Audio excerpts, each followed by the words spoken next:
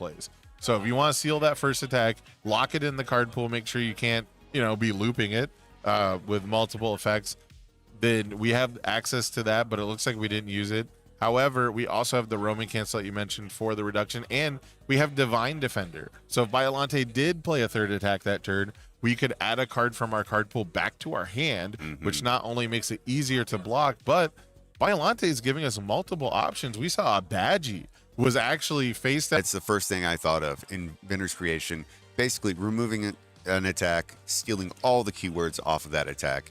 It works wonders and is one of the most popular cards right now. Everybody's trying to get their hands on because it being from Heroes of Exandria, a little bit back, not too much stock out there to go and open cards and hopefully pull it. So it is interesting to see exactly what they're doing with it, getting an attack and removing it. So it looks like Chris removed a Thunder Spear Barrage for cost, which allowed Ross to know what he's going to effectively target, which is not typically how cancels work in our game. But because removing the card is part of the cost, he got to deliberate on whether or not to cancel that ability. And I'll tell you what, it's a great choice from Chris and a great choice from Ross, because getting Echo onto Inventor's Creation just lets you double up. You get to send this one for, full damage, and then you get to Inventor's Creation and grab something else. And so cutting that off right now, typically when you've got attack negates like Cape of No Return Genkai's, always great to use it on an Echo because you're basically getting 2 attacks out of 1 for that. This Team Dr. Ichigaki basically just canceled a whole attack that Chris could play. And I must say, as somebody that has been on the receiving side of that, absolutely infuriating. I think that's actually low-key the main reason Sweeping Dagger got banned. Oh, 100%. Stealing Echo was too good. 100%. Stealing an Echo attack so you could double up on the sweeping removal and, just get like a second crack at it. I think that was like always the most impressive plays I would see out of Sweeping Dagger. So we've got the Unnatural Growth coming into hand. We see the Falling Heel Strike in hand for Ross here. That one's really interesting because it unflips one of our foundations, and we've got plenty of targets in our stage overall, but only one of them's ready. But we're going to have to probably use this one as a block here because I believe it's got that sweet +2 low block. It does, but one of the things that I do like seeing is that card coming in and having the unflip on it, because there are so many cards in today's meta and that are being played consistently that are flip cost. So always, yeah. Having the ability to unflip it, love to see it. And also, if you're thinking about Destructive Heat Ray from Titan of Terror, from pretty much every deck on its symbols right now, flipping key parts of your stage, now you might not feel so safe. But Falling Heel Strike gonna block this Inventor's Creation, and we've got another one. All right, well, at least this time, if Chris wants to Echo it, he'll have to do it on 5 instead of 4. So that's something. But having the double Inventors going once again for another Thunder Spear, this one's going to be pretty tough.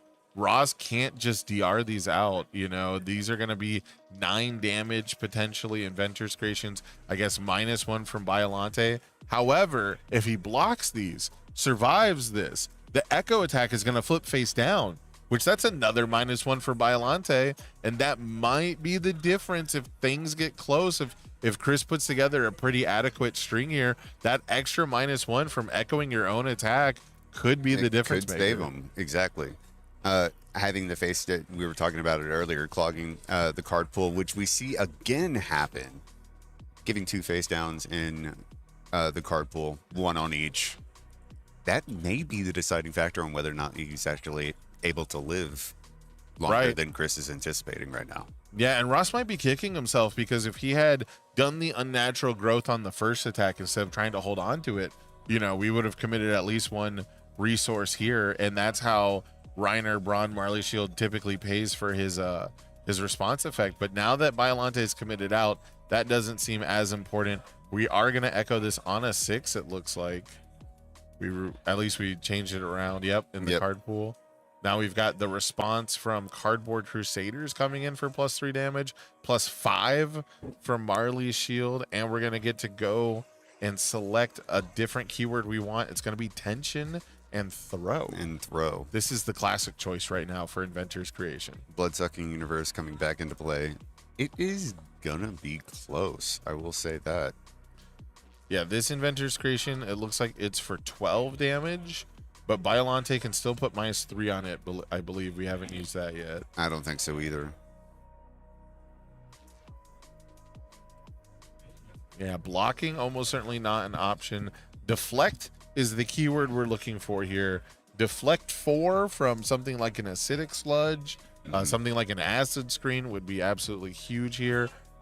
There is maybe an outside shot that we block with a growing grasp, because growing grasp says you ignore face downs to play it. It doesn't matter if it's an attack or as a block. And it looks like we did do the damage negation there. Took off 3, going down to 5. Yeah, I don't think the extra -1 is gonna matter now that we took that. We'd have to have blocked all the inventors, and this is a Thunder Spear on a 6. We're checks a 3. He's got it at this point. Yeah, our curve is low to the ground. However, you can't blitz away all your speed. You can't give him an opportunity to block with a +1 or +0 because they do exist in our format. However, now that we've got the 5 damage from Marley's shield, we probably don't have to reduce any speed on this Thunder Spear, which typically the appeal of this attack is you have blitz. This attack gets -X speed and +X damage. X can't be more than 4, but it doesn't seem like that one's going to be super important. No, did take the damage negation again. Took the +5 down to +1. Yeah, it looks like we did need to blitz enough that Biollante can't just survive this on his own. Exactly. So we couldn't do the full 4, but we needed to do at least 2 or 3. It looks like we need to do at least 2. But this looks like it's only a 3 damage. Gonna go down to 2. Gonna echo this one on a 6. Gotta check a 4. No, we have Divine Defender in a face now. Yeah, and checks a 5. Commit 1. Too easy. And of course the fighter jets coming into play. Yeah, for the +1 speed. Hey, might as well take it. Right? Absolutely. Don't leave anything on the table. Right? Don't leave anything. Don't leave any stats behind. What I forget what someone said, but someone was talking about they just forgot to power token over deflect once. And their rival was like, it's okay, you can save it for next game. Yeah. But the power tokens do not flip over to next game. They do not stick around. The biggest issue I have is taking my Roman cancel and remembering to use it before it comes back around to me. Right, at the start of your turn, the Roman cancel just disappears. Exactly. All right, I think this is a 3 damage Thunder Spear again, which means a deflect 4 gets Ross out of it. But the way he's flicking his cards, I don't believe. Loop the Loop also ignores face downs to play it, whether it's a block or not. And that, I believe, is the game. That is going to be the game. I couldn't tell by the way they were scooping up at first if he was clearing his card pool or not. Ross was not full scooping, but yeah, Loop the Loop, not going to do it. Checking a 3, unfortunate. Checking a Growing Grasp there, but a partial block, I don't think would have done it either. So it would have had to have been a complete block. Have to get a full block in order to survive that. Yeah, and I think Loop the Loop is a mid block, if I'm not mistaken. So not sure if we were ever surviving that turn, but yeah, deflect. That's why the Biollantes like the deflect. They don't want to have to try and pass the check. And if we're going to be clogging our own card pool, we don't want to rely on blocking traditionally. Holding the +1 mid block on Loop the Loop, awesome. Defensively, great to keep it. Just unfortunate that wasn't able to check right. Yeah, that and the Loop the Loop, it's got the response at the end of the turn. I think it's at the end of the combat phase. You can add any face down card, or it's any card. Add one other card from your card pool to your hand. So a great thing to block with while you're adding all these random cards to your card pool with unnatural growth and with other Biollante effects. As the 5-hander, being able to occasionally pick up a card from your card pool to start your next turn is absolutely huge. So I've had a lot of fun playing Biollante with Loop the Loop, but it is the only how do I put it? It's the only real spice that the deck really had for me. You know, a lot of the other stuff that's really strong, really nice in the deck, you know, it's just really not to my taste, which is strange because I like toolboxy decks. And I really thought that Biollante was like so far in on the toolboxy element that I could really play whatever I want in him, but it hasn't really quite come around. Yeah. Now going into the side, making sure they're going back and forth. It looks like Chris had to re-sleeve one card really quick. Yeah. Now, finally free. One of the promos you could actually get from Rebel Frontier while you are here. Absolutely amazing. I love the design of it and the colors, the foiling. It's going to go pretty quickly, I think. I think it's my favorite of the batch. Street Hero is very funny to me because if you're a fighting game fan, it's just a standing medium kick. Yeah. But finally free. I love I'm a big fan of like spaceship infrastructure, like on the inside, you know, like all the little panels, like smaller ships, like the big giant, you know, USS Cerrito stuff. Like that's cool, but it's not really my thing most of the time.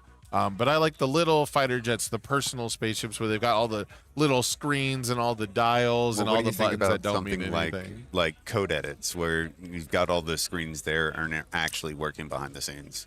That's neat, but that's like, you know, not the holographic pop-ups. Yeah, that's the futuristic tech style of things. Yeah, code edits is a little too close to my own real life of sitting behind a screen, whereas finally free, it's like you're in a vehicle, right? It's the transportation. The freedom of the promo is, you know, you're about to go into the vastness of space, into that frontier. You know, we're finally free from the shackles of where we are, and where code edits is more like reminding me where I'm at. It's having that escapism that we exactly. That's get the word just for a little bit. Yeah. Yeah, the escapism and like just like every scene in a movie where like a spaceship is like powering up and they're flipping all the dials and hitting all the switches that don't ever get explained and mean basically nothing except it sounds cool. You know, that's what I dig. Well, it looks like Ross going first, getting 3 build out and passing. Yeah, Godzilla versus Biollante going to be absolutely huge for a 5-hander. Absolutely huge for the deck that is going to add face downs to their card pool. Badgie coming opener. In. Now, if Chris can get a token and a momentum, he can transform right now. It looks like, what is that, Political Strife? The 2-diff? Yeah. I believe it'd be Fight for Truth. Fight for Truth. Is an attack. It's the attack. Attack would be illegal. Can't attack on turn 1. Correct. Can't attack on turn 1. Not anymore. Not even in retro. Looks like Ross has the acid screen, is going to review it. Yeah, Chris having the 4 card types just needs a momentum. Very curious if there's any way he can get it defensively. Order Symbol has access to a 2-check that can do it in Lightning Rod. Correct. Not popular though because it is a 2-check. However, I'd like to point out the irony of was it Girl Power? Is Lightning Rod Girl Power? A Girl Power Ultra Rare using Deflect 4 against the deck that's also using a Girl Power Deflect 4 Ultra Rare would be super funny. The same way we saw Crystal Formation versus Unnatural Growth, I need the rivalry between the 2 Girl Power Deflect 4s. And you mentioned the 2-check. I'm part of the masses that 2-checks and 1-checks. No, not going to happen. I can't. I have such. Well, yeah, you just don't check them. Okay. That's how that works, right? You just don't check the bad ones and you're fine. Yeah, if you so you're saying you never check them. You're saying you put them in your decks all the time and you never check them. No, I never put them in the deck. Oh, well, that's a good way to never check it too. Exactly. I don't have to worry about it. And then the random kaiju 1-checks. I can't do that. You know, I really wanted to like Might of the Cosmos. Gravity Beam Volley is worth it in the characters that it's great for. I'm really trying to work on Might of the Cosmos, but man, it's just not quite there. Honestly, my hot take is Might of the Cosmos. We're getting too far away from this game, but it should have had just add 2 power tokens, not Deadlock. Unnatural Growth is here. We've got the bonus damage from blitzing itself and now from Biollante getting the face down in the pool. Looks like we've got a little loop-the-loop action. What I want to see from Biollante here, though, is just an amazing build. I want to see Biolante slap down like 3 high impact, really good, strong foundations. You know, Cheerful Teen is a great one to have right now. Let me see maybe like a Moment of Normalcy. You know, give me something really big. He did get a moment. Ross got a Moment of Normalcy as his first build. Right. So we do have Oh, that. is that okay? Yeah. The It's one the that's one in kind the of glare. really shiny and glared that we can't see right now. Fair enough. So Okay. we do have that at least as something that we can back up, reset everything. Gotcha. And what is Chris doing? The He's got zero plus diff, 2 to his check. the zero diff actions just come again, and They're clogging up his hand. I love to see it. Honestly, love to see it. Yeah, so having plus 2 our check. Gonna opt to just take the 6 from Growing Grasp. A totally fine option. Getting those check bonuses down for a potential later attack. Ross probably double checking that he needs a momentum in order to transform. Just making Oh, sure. he's got the power token. That card, the zero diff, I think is mostly here for the power token. Makes sense. Very easy way to get a card type into your stage. Is that dumbfounded on a 3? That is dumbfounded. We had to commit for that? No, it wasn't. Oh, it is dumbfounded. Mm-hmm. He committed 2 foundations to play a dumbfounded. Did he check a 1 and we didn't see it? Oh, he had minus to his check. He had minus to his check. Okay, the double crystal. Okay. There's so much happening behind the scenes here. That's rough, man. I've never seen anyone commit a foundation to play dumbfounded in my life. That's actually insane. Fighting through the... So crystal formation, I thought it was just plus 2 to your check. It's plus 2 to yours or minus 2 to your rivals.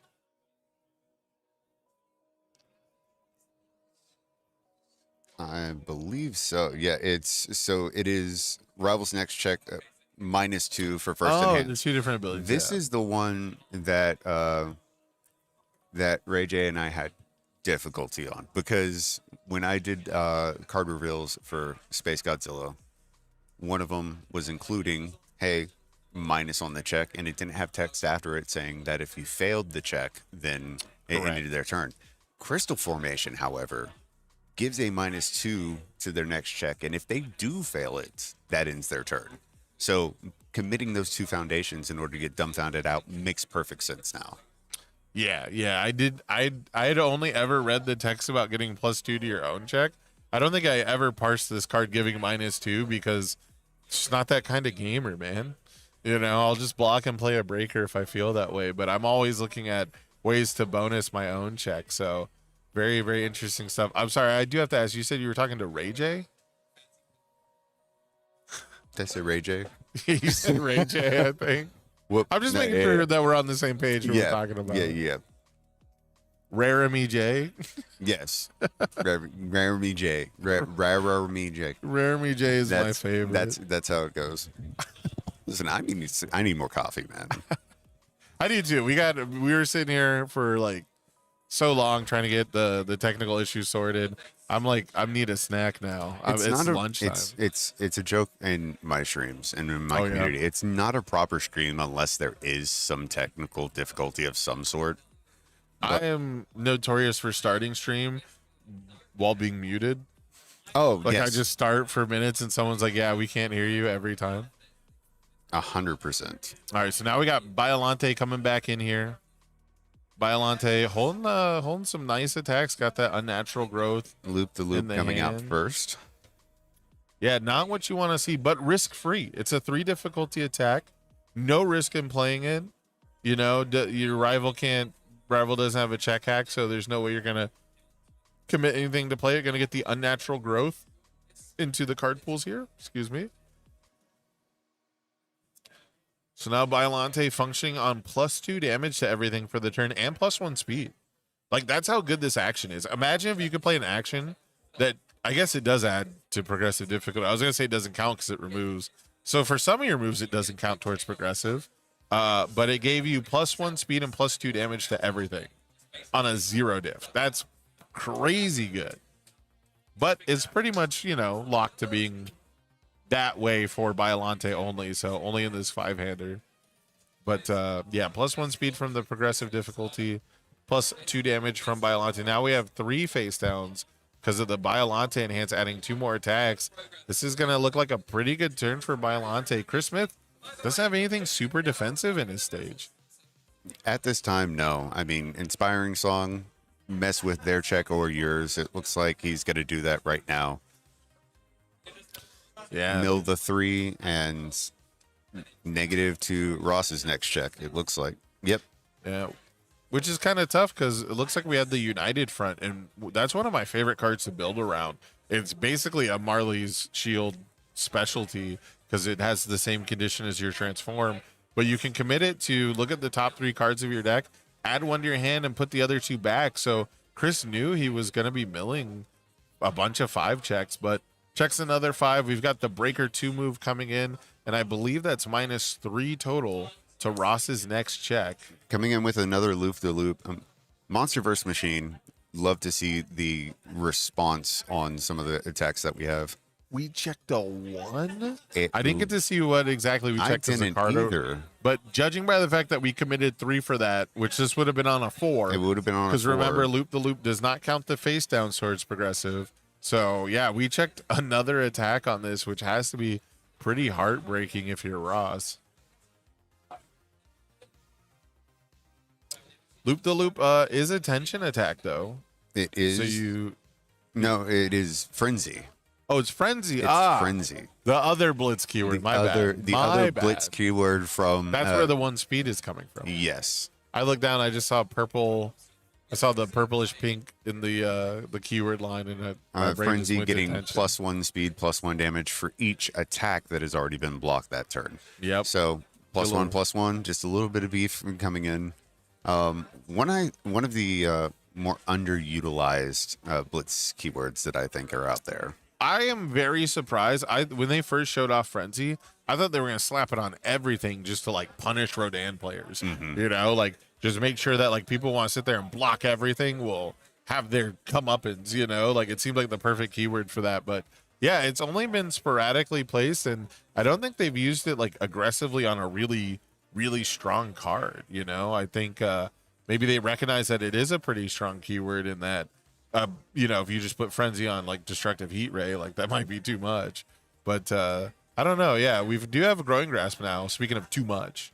Speaking of way too much, this card is way too much.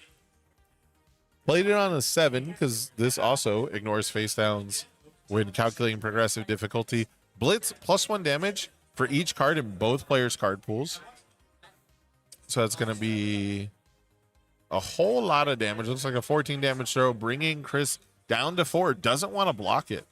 You would take half damage even if you completely block. He says, I'll wait till I can take no damage to block. And it looks like Ross was checking what is currently face down because Loop the Loop going to give him 2 of the face down cards back to his hand. So the 2 that are currently in there, he'll be able to pick them up.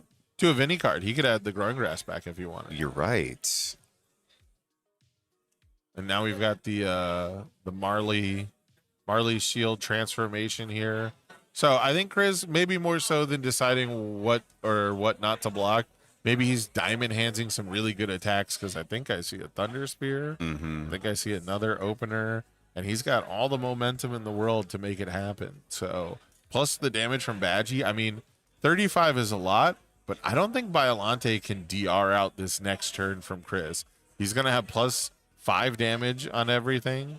He's going to have what looks to be Echoes. He's got Soup for damage. He's got Badgie for damage. He's got +2 from a power token. I mean, the way I like to calculate with power tokens, I just subtract that from my opponent's health. That's a 33 health opponent when I have a power token. That's fair. That's fair. Because I just need to find the damage elsewhere because it can be on any attack, right? So I just got to count it up. And now this has been huge for Chris all game. Blood-sucking universe. It is one of those cards that love to see in my hands, hate to see in somebody else's. Yes. It's a card that's really interesting too, because like when I play it, it doesn't like win me the game on the spot. But when my opponent plays it, it feels like I'm so far behind. They basically just won on the spot. You know, I'm going to take damage. They're going to heal damage. They're going to get a damage reset for later or potentially freeze one of my foundations. I think the most underrated use of the Roman cancel token is the freeze one rival foundation mode.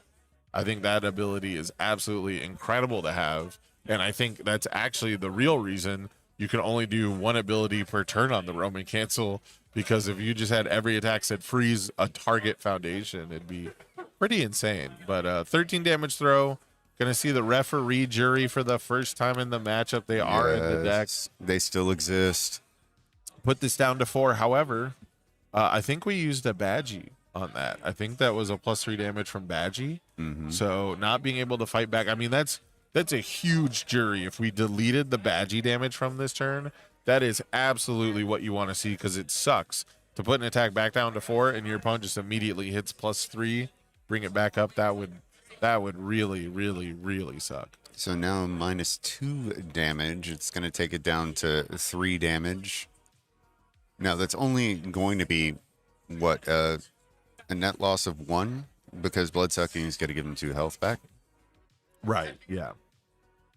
If it deals, I guess the way this gets deflected out, which I think that's exactly what happened. Exactly what just happened with acid splash. Acid screen. Yes. Yeah. So Ross opting not to get the card draw off of the referee jury, instead deleting the damage, getting rid of the health trigger there, and now Walk the Dog is here on a 5. This is going to be a 6 low for 11. It looks like. Draw a card. No bad words on this card. Absolutely no drawbacks. And he does have the momentum to use the powerful 3 to his advantage if he wants to. That's true. You'd have to be worried about another jury, I suppose. And but it looks like the way should theoretically be clear once the Biolante once per turn has been used, so you shouldn't have to be too afraid of another secret trap card. But looks like we're gonna opt to spend the 1 momentum. I think we're saving 1 for. I think we saw a Thunder Spear. I think I saw a Thunder Spear barrage. Yeah. So having the Echo on 5s would be solid here. Gosh, it's gonna take the health. 14. Take the health down. 14 damage in total. It looks like Thunder Spear barrage is in there.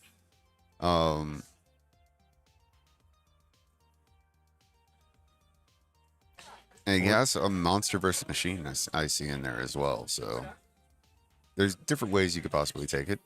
He's kind of toying with it back and forth right now. There's the Thunder Spear. Ooh, not what you want to see. Checks the 3. But we can check a 3 on the next one and still pass it. Yes. And depending on where Chris can subtract speed from this, with 3 cards in the card pool and only Biolante ready, I do think Chris can afford to knock some speed off this. I think I could feel okay sending this as like a 3 high for a little extra oomph. Well, after taking the damage that he did prior to that, taking a little bit in comparison to the 14, it's got to feel a little good, but still plenty of cards in Chris's hand right now. Yeah, it looks like we only took 6 from that. And we're going to opt not to echo it out. So Chris not finding lethal from 15. Instead, we're going to build a bit, and we're going to hold on to that breaker 2, that monster versus machine breaker 2. And we're going to hope that that keeps us alive. Biolante, not a big stage, does have a way to clear the face down progressive, but that would require committing a foundation anyways. So maybe not able to fight through the breakers. But Chris doesn't have a lot of opportunities to partial block either. Well, something important that I noticed is Chris was going back and forth with whether or not he was going to put Thunder Spear Barrage or Walk the Dog into his momentum. He took Walk the Dog, but Thunder Spear Barrage he put in his discard pile. If he's got a way of grabbing it. Yeah, but really quick, one thing that's super cool about this deck that I just realized, Marley's Shield says commit 1 card in your stage, which I knew about, so you can use assets to pay the cost, like committing Badgie so your rival can't use it. But we were able to commit a power token to pay the cost to make our rival commit Godzilla versus Biolante. That's absolutely insane value off a power token. This is new mech that legitimately I have never seen. Yes.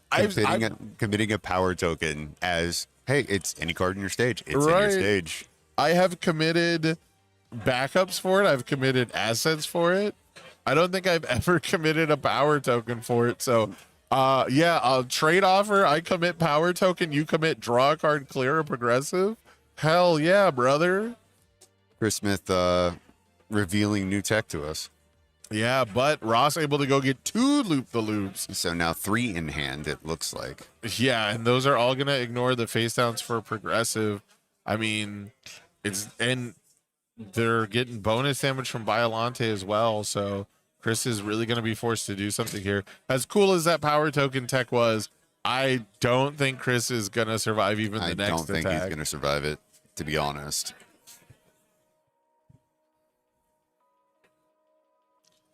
The good news is he knows about the loops are coming. So he knows that having... He knows of the 2, at least. Right, so he knows that he'll get a complete block with the monster versus machine, but nope, falling heel strike is going to do it. We're going to get a game 3, but we got to watch out for that power token tech. That's pretty good. Amazing. That is a pretty good trade-off. Well, where I was going with, if he picked up Inventor's Creation again, you know, Chris could have taken that easily on his next turn. Yes, yeah. Yeah, Chris had a lot of paths to victory. It was just sheerly the numbers. Yeah. He was just too far behind. I would not have been surprised if he was able to count up to the 35, but referee jury basically took that opportunity away from him, being able to cancel out really as much damage as was possible on that turn, it seemed like. So, and doing it on the throw, you know, putting the throw all the way from like a 14 or a 15 down to 0 is absolutely huge.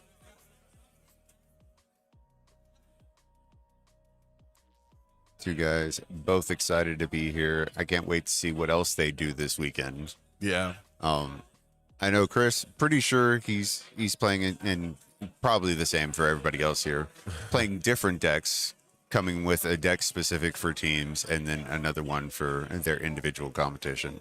That one's a little bit of a UFS tradition. Having the 2 separate decks. Yeah, I don't know if that's like a thing that happens as often in other games. I understand when they have multiple formats, it's pretty common anyways, but you know, teams is still standard, right? And so you might expect a lot of people to just play the best deck that they have for standard, the one they like the most, but as far as I've been playing the game, we always saw it as an opportunity to play a different deck, you know, because UniVersus has so many viable, fun, interesting decks out there that you're not beholden to just whichever part of the rock, paper, scissors trio you really enjoy the most or happen to own the cards for. Exactly. And you mentioned bringing different decks. If you were to compete in a teams this weekend, what deck would you bring?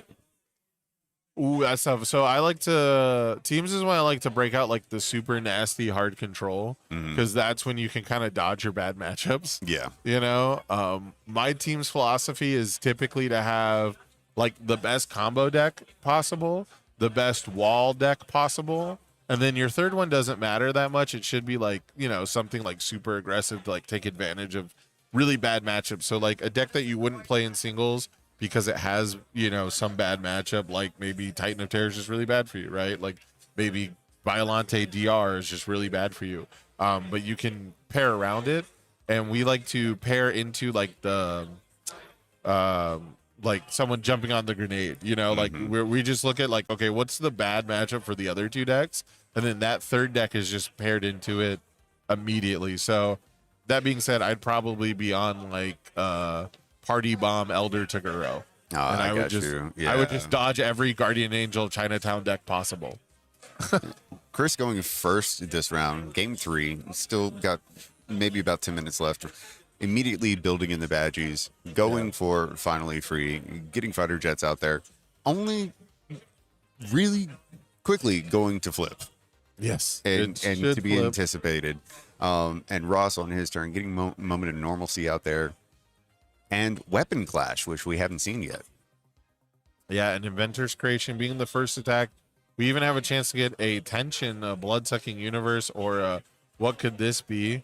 So another way to get momentum. We'll almost certainly have access to the good Roman cancel abilities immediately. So this is really insane for Chris here. I don't expect him to spend the cancel No. and the extra momentum, if only because flipping this early is so good. Filled with Doubt coming out. A card that when it was released, everybody was rubbing it. Yeah, I think Filled with Doubt was maybe like the greatest shaper of the last year's metagame, you know? At least once you consider that Sweeping Daggers was out of the metagame by the end of it.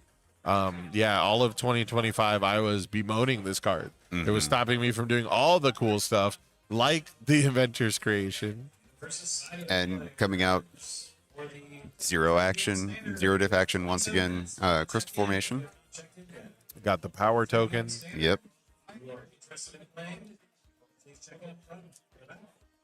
We do have access to United Front if we want to guarantee our next check as well. That is true. But I think Chris is going to opt to just... Another Inventor's Creation. Checked an 8 on a 6. He's too good.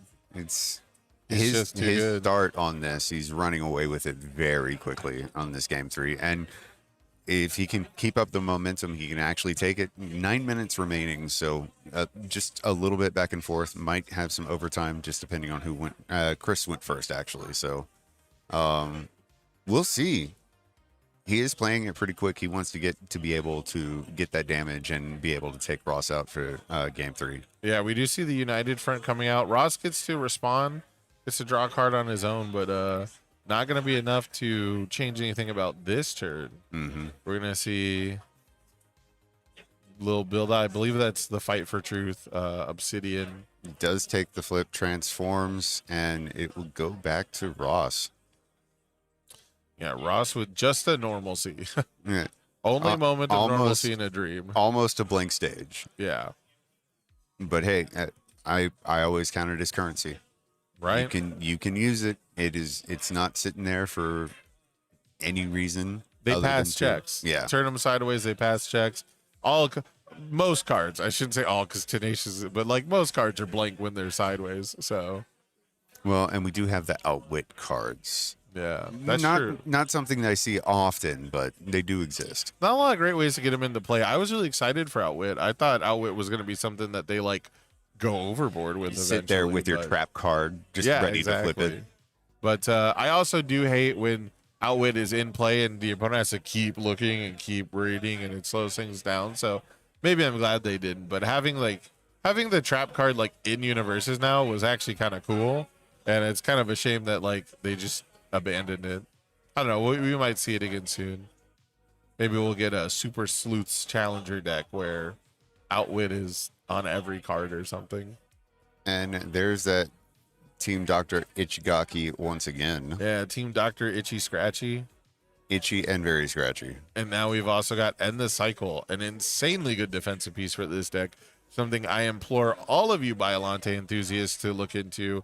End the Cycle with the fact that Biolante can stuff his own card pool, can get absolutely massive numbers. And if you sequence it with cards like Godzilla versus Biolante, you don't even actually have to deal with the progressive. You're just getting straight value off the minus speed commit, because End the Cycle says -2 speed for each card in both players' card pools. So it kind of baselines as -2 when your rival plays an attack, -4 on the next one. But because Biolante can kind of rev that up, you know, by adding cards to their card pool on their own, you get like -10 very easily with this card. Another Badgie coming out. And what could this be coming in next? Yep, got the getting attention. Blitzing for the... And it looks like he has 3 momentum, 4 momentum, 3. I believe it's 3 plus the Roman cancel. Yes. And double Badgie. I mean, damage is not the problem here. Finding damage is not the issue. The issue is Ross still has a full stage, which, like you said, that's still, well, almost full. Currency. But that is the currency, and the End the Cycle means that there will be, like, a free block. Yeah, unnatural growth, clogging both players' card pools. This doesn't look as hopeless for Ross that it looked like a minute ago.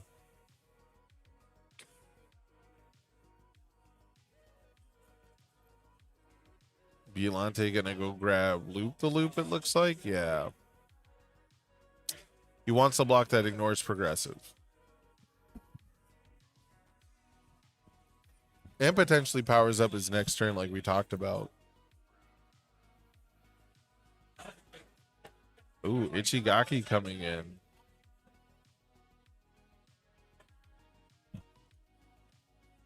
Interesting. I think he canceled a zone change from the Roman cancel token. Yeah. So I don't see the Roman cancel token in play anymore. And then we have Thunder Spear coming in. And it looks like Ross did want to block with a mid block, so canceling the zone change makes sense. And another Filled with Doubt coming in. Yeah, filled it out on a 5, preventing the echo, because we couldn't completely block this one anyways. And it'll prevent the blitz damage. However, we see Badgie plus Soup.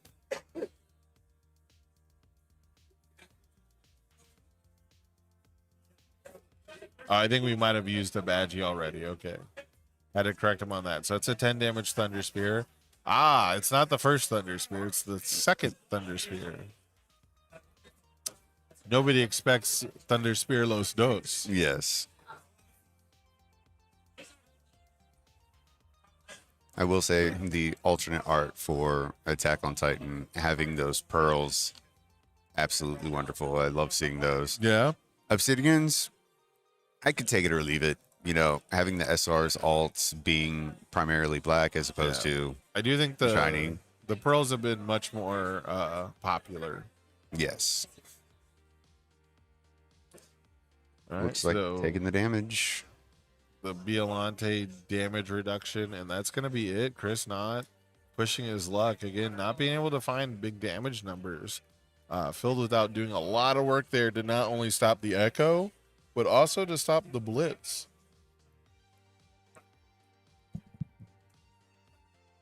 Looks like Ross was able to pick up a Falling Heel Strike. Does have that in his hands. Yeah, Loop the Loop just adding that little bit of extra consistency at opportunities to find attacks just to get you started. Because once you play one attack, you know you can play the second best attack, or the second attack, you know, is going to be the best one in your discard pile. Ross going back and forth with which attack he's going to play.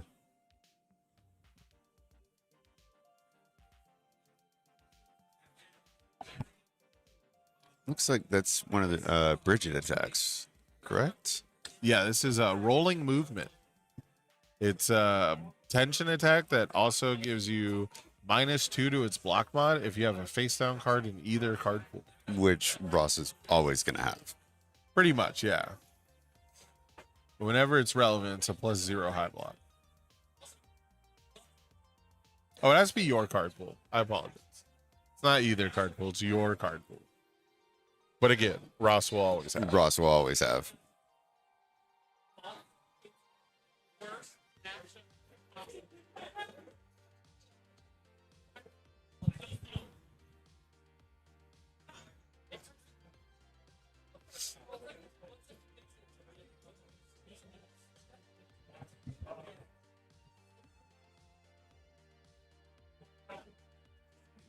Picking up the damage, it looks like Chris is going to have some damage reduction, only taking it to +2, so 6 damage coming in. Chris sitting on 30 health, though. It's got to feel like a monumental task for Ross to try to take him down this turn. Yeah, he's got the flat -1 to every attack he plays. And it being so close to time, I don't know that Ross would be able to pull it off. Yeah, I mean, getting the 3 damage from your rival's Badgie is really nice, but you know, Chris can commit one of your foundations every single time you attack him. So it's disgusting. I hate it. I'm a big fan of it. It's just, you know, typically before it was a little harder to transform, but now that we've got the actions that give you the power token, you know, that seems to do a heck of a job of speeding things up. Yeah, seeing people flip turn 2 is not something I ever anticipated. I mean, to be fair, when I was building the deck, I was like all in on trying to transform at the end of turn 1. Mm-hmm. But, you know, that's a little bit harder when you can't attack. Yes. But there were ways to do it. So I was really excited to have a deck that's like, I want to go second so I can transform like before anything. But you still had to go first to get cards in your stage. Anyhow, we got Falling Heel Strike. This gets to unflip something if we really want it to. Comes in with the -1 static. It's like we're going to spend a momentum with Biollante. We're going to get the 2 cards we want the most, which I'm assuming are Growing Grasp and Growing Grasp. And Loop. Okay.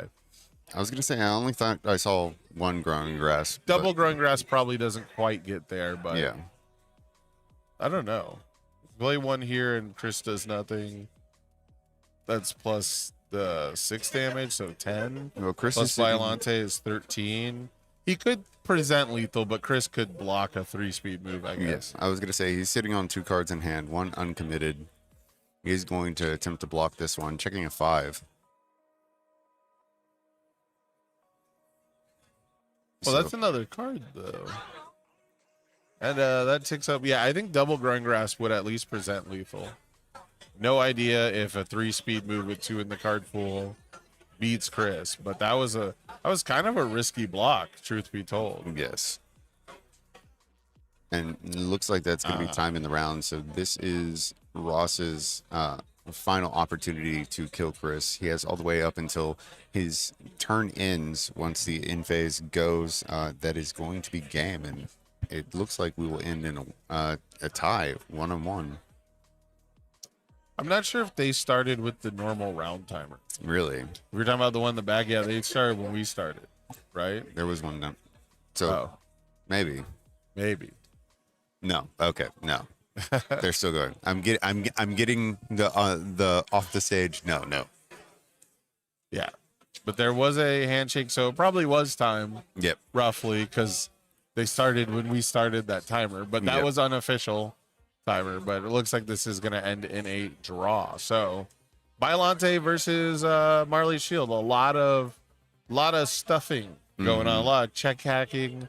Both guys throwing some pretty nice haymakers, but not a lot of big strings, right? We're used to seeing City Rampage, play by whole hand and attacks type of offense. And this time we just got a lot of big pokes, a lot of big blood-sucking universes, and a big Inventor's Creation. We did see a lot of damage negation come out, especially towards the end. They're playing very defensively. Right, that referee jury was huge. Right? Yes.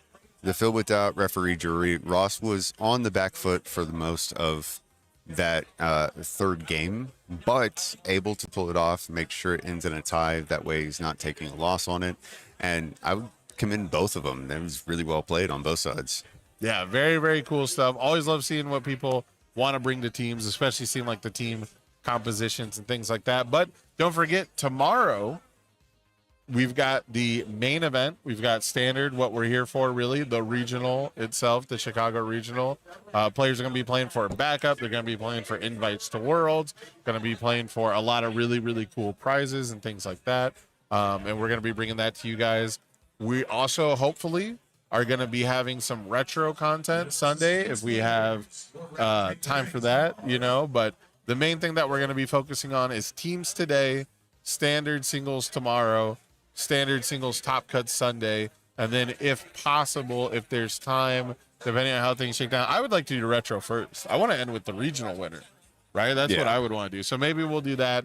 We'll see whatever the scheduling budgeting goes. If teams takes too long today for whatever reason, we might also have the teams finals, the teams top cuts on Sunday as well. Yes. So that is a potential breakdown for the whole weekend. But as far as the stream goes, I mean, we're just going to be following along the games. Every time you guys come back to us, we'll have some new information for you. We'll probably have some nice graphics with the prizes and things like that. I know the teams prizing, they have those beautiful belts. There's amazingly awesome belts. I was just looking at them off to the side, which I think is interesting because it was something that was discussed a few years ago because we had people bringing their own belt and just having. Is that what started it? Someone brought their own belt? Because there's like that was my understanding. Belts. That was my understanding. Have you seen the old like archaic belts? They're pretty small. No, I haven't. There's the old UFS. I think it's from like 2018, 2019, 2020. They had the teams championship belts. There's also a singles championship belt, but the teams one were like a little comedically small, because they had to get 3 of them. So the old UFS belts are nice, but they are nothing compared to the new 2026 team's championship belt. So And it looks like we're getting round 2 kind of wrapped up here. So we're going to take a small little break. We're going to come back to you guys for round 3. I'm going to have Dean with me, and we're going to have another wonderful teams matchup for you. And we are going to jump almost straight into round 3, just a quick break. And then after that, we're going to go through schedule for the weekend, kind of lay everything out, just make sure that, everybody knows exactly what they can tune in for this weekend, as well as some of the pricing, because the pricing here is phenomenal. The prize wall itself has some interesting things I wasn't expecting to be out there. So that's something you can check out as well. And don't forget, on the socials, you can see a lot of what is happening behind the scenes. Brodenkind taking over all the socials, which if you haven't seen that on their socials right now, UniVersus CCG, just go check that out.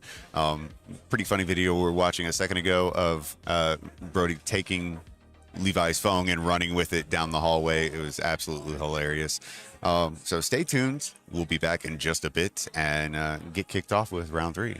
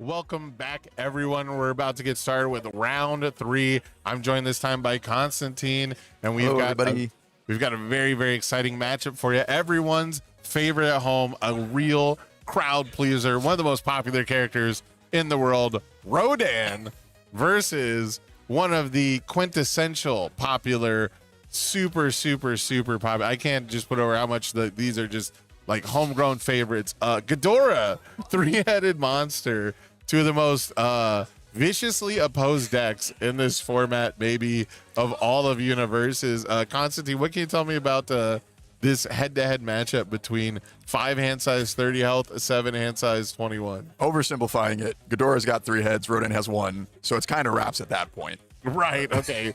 3 heads are better than 1, but in teams, you get a whole team of people, and Nate's got a 3-headed Ghidorah backing him up, and Shin Godzilla, whereas, and that's team quality control, and then team block party has a Mothra, Godzilla Titan of Terror, and King Ghidorah 3-headed monster. So a full Godzilla suite here, a full Godzilla 3v3 matchup. You love to see it. Yeah, really leaning into the reign of kaijus.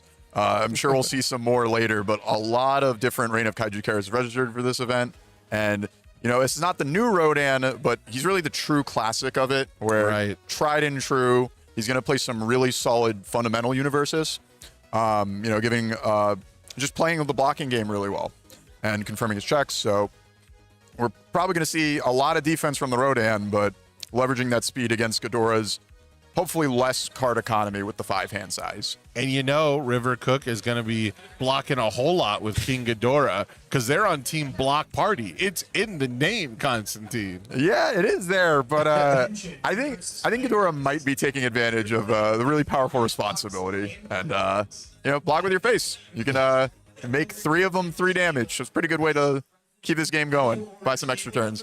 Yeah, you know, I didn't think that King Ghidorah heads were equivalent to 3 Roman cancel tokens, but apparently that's how they work, because you can remove a King Ghidorah counter before the damage step. You reduce the damage of the attack to 3.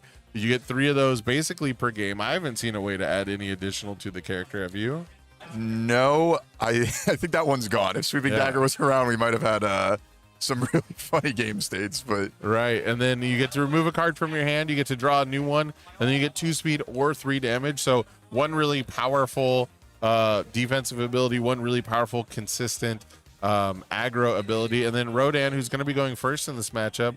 We of course know what they do, but for you at home who might be new, you can remove the top card of your discard pile. This attack will get plus X or minus X speed. X equals the printed block modifier, so we're going to want to see +3s. We're going to want to see +4 block mods on the top of our discard pile, and then we can commit our character to look at the top 2 cards of our deck, rearrange that order, which becomes 4 cards once we've removed 4 attacks from the game. So defensive speed manipulation is really just the name of the game. Once Rodan has pushed the game into a late stage part of the game to where they can accrue as many resources as they want, then they can figure out how to kill you. But until we get to that point, it's probably going to be Ghidorah on the beatdown and Rodan on the back foot. So Rodan going first here. We see a solid 5 build from King Ghidorah, but that just leaves 1 card in hand, Constantine. Yeah, and you know, I really like that strategy in that you're probably not going to get a lot of blocks against Rodan off. Looking at I think that's the secret rare, King Ghidorah Unleashed. King Ghidorah Unleashed with the altar blinging out, first attack of the game. And we're seeing it here where now suddenly we've given 3 speed to this King Ghidorah Unleashed with Rodan's Enhance, removing a... Oh, sorry, it's Deshaun F., not River Cook playing this. I thought they were in order. I'm not wrong, right? The order had River at the bottom next to the King Ghidorah. Yeah. That's not on me. But yeah, so you know, we have this 7-speed move coming in, and if we had the high block, we might be able to get our 1 block off here, but it's potentially looking like it's going to be against the 9 if we're using a 2 block mod. And so if Nate wants to land some moves this turn, he's pretty favored to with the speed manipulation. Yeah, and it looks like we cycled away a combined firepower. We removed a combined firepower from our hand to see a brand new card that might come back to haunt us because, you know, King Ghidorah is the only one who really gets to use combined firepower, adds full potential. However, Nate just added Batra Arrives, substitute member, and a treasure hunting to the stage. So Batra Arrives has response commit after your rival plays an ability on a foundation, cancel it, then seal that foundation. And substitute member reduces it changes any attack speed to 3, which means you're never going to be able to fight over the speed reduction of Rodan as long as they can sit back and use substitute member to put things back down to a manageable number.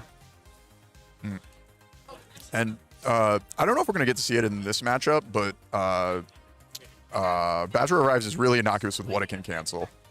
It doesn't matter where the foundation is, as long as it's an ability on a foundation, because it's not in reference to playing the card, it's in reference to playing an ability. So in this instance, foundation and foundation card are interchangeable, but looks like we've got a smashing stomp. I'd have to Superfly Stomp. Superfly Stomp, sorry. Yeah. Smashing Stomp's the Godzilla one. Yeah, this is an evil card. Show some respect to them. Okay, all right. Superfly Stomp, sorry. Oh, were you expecting Godzilla? Yeah, so we're just gonna bin a loss of consciousness, which is immediately gonna remove itself to seal something in the Rodan stage. What are you aiming at, partner? So I think it's really awesome that if Nate wants to, he could use the Batra on this, but that would just stun it. The Batra, Yeah. So if you had a way to ready the Batra, I guess there's an angle there, but not too many people playing Covert Assault in their Rodan decks anymore. Yeah. I wouldn't put it past Nate, but I wouldn't either.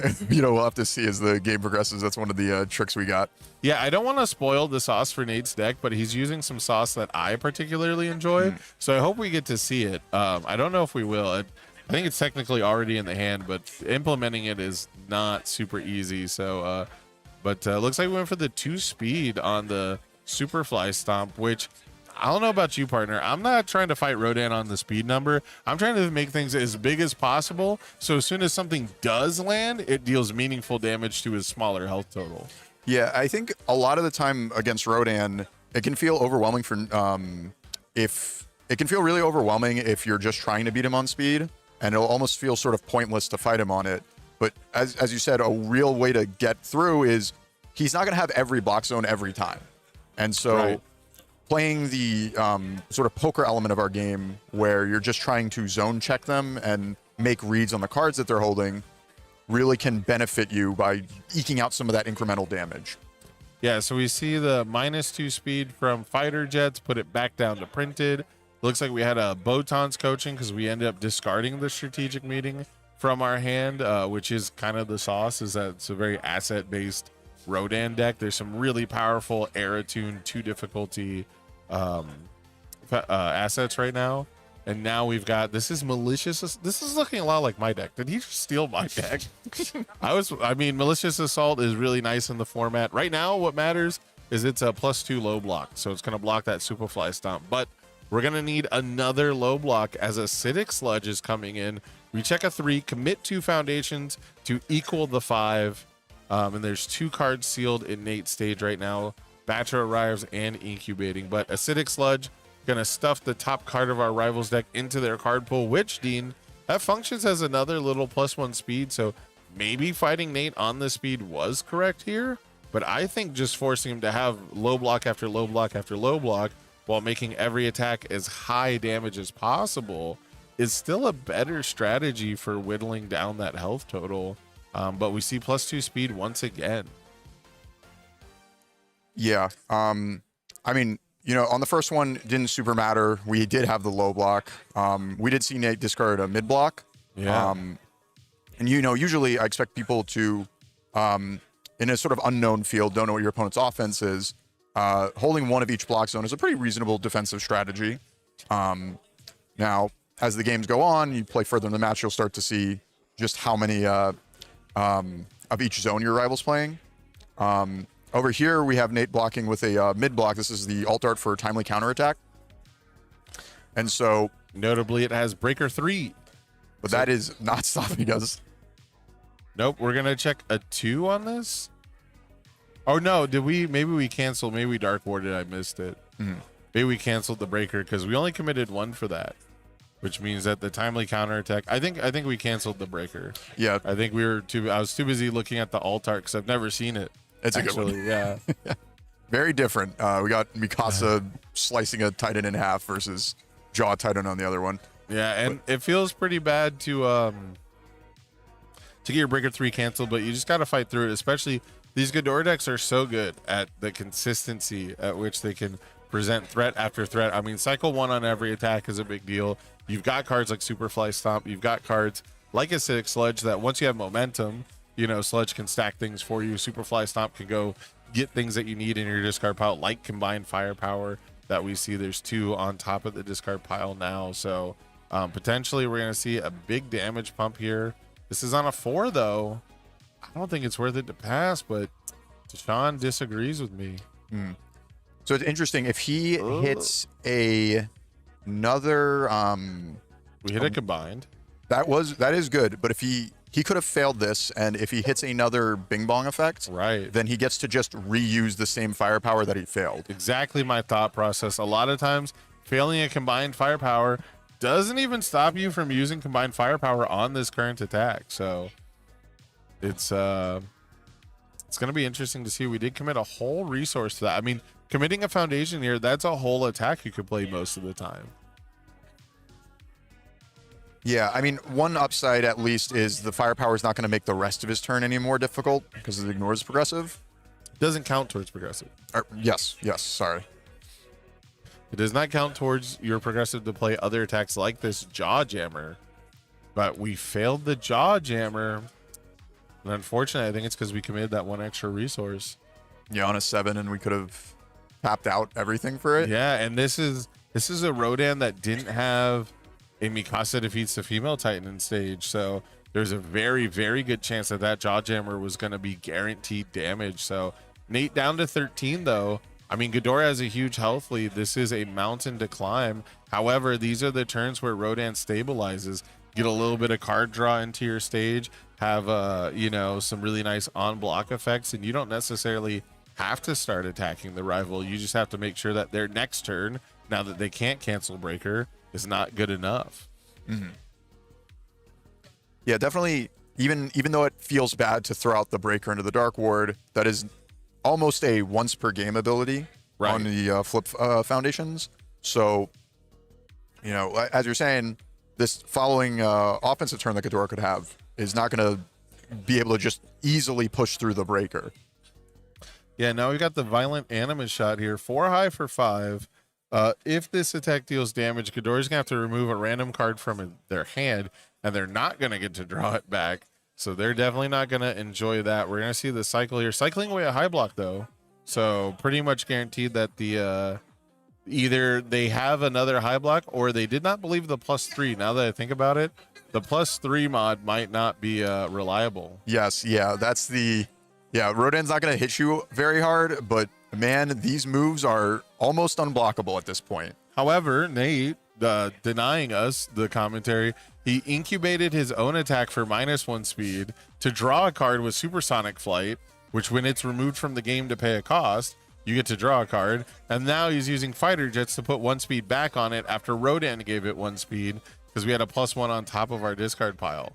And so we are going to actually get to block this one, thankfully, with what I believe is our own +1 high block. Yeah, I don't know the full bar. Yes, yeah. I don't know the full moniker of that one, but very, very solid asset. Good block mod. Yeah, I have no idea if I'm pronouncing it correctly. I'm sure there's some critter in the chat who's losing their mind because I called it Dwaithvar and not Duithavar or something. Yeah, but Snuggy's I'm sorry. gonna get us for that one. Yeah, I'm sorry. I have not seen. I don't even know if it's in the show, but I have not seen the show.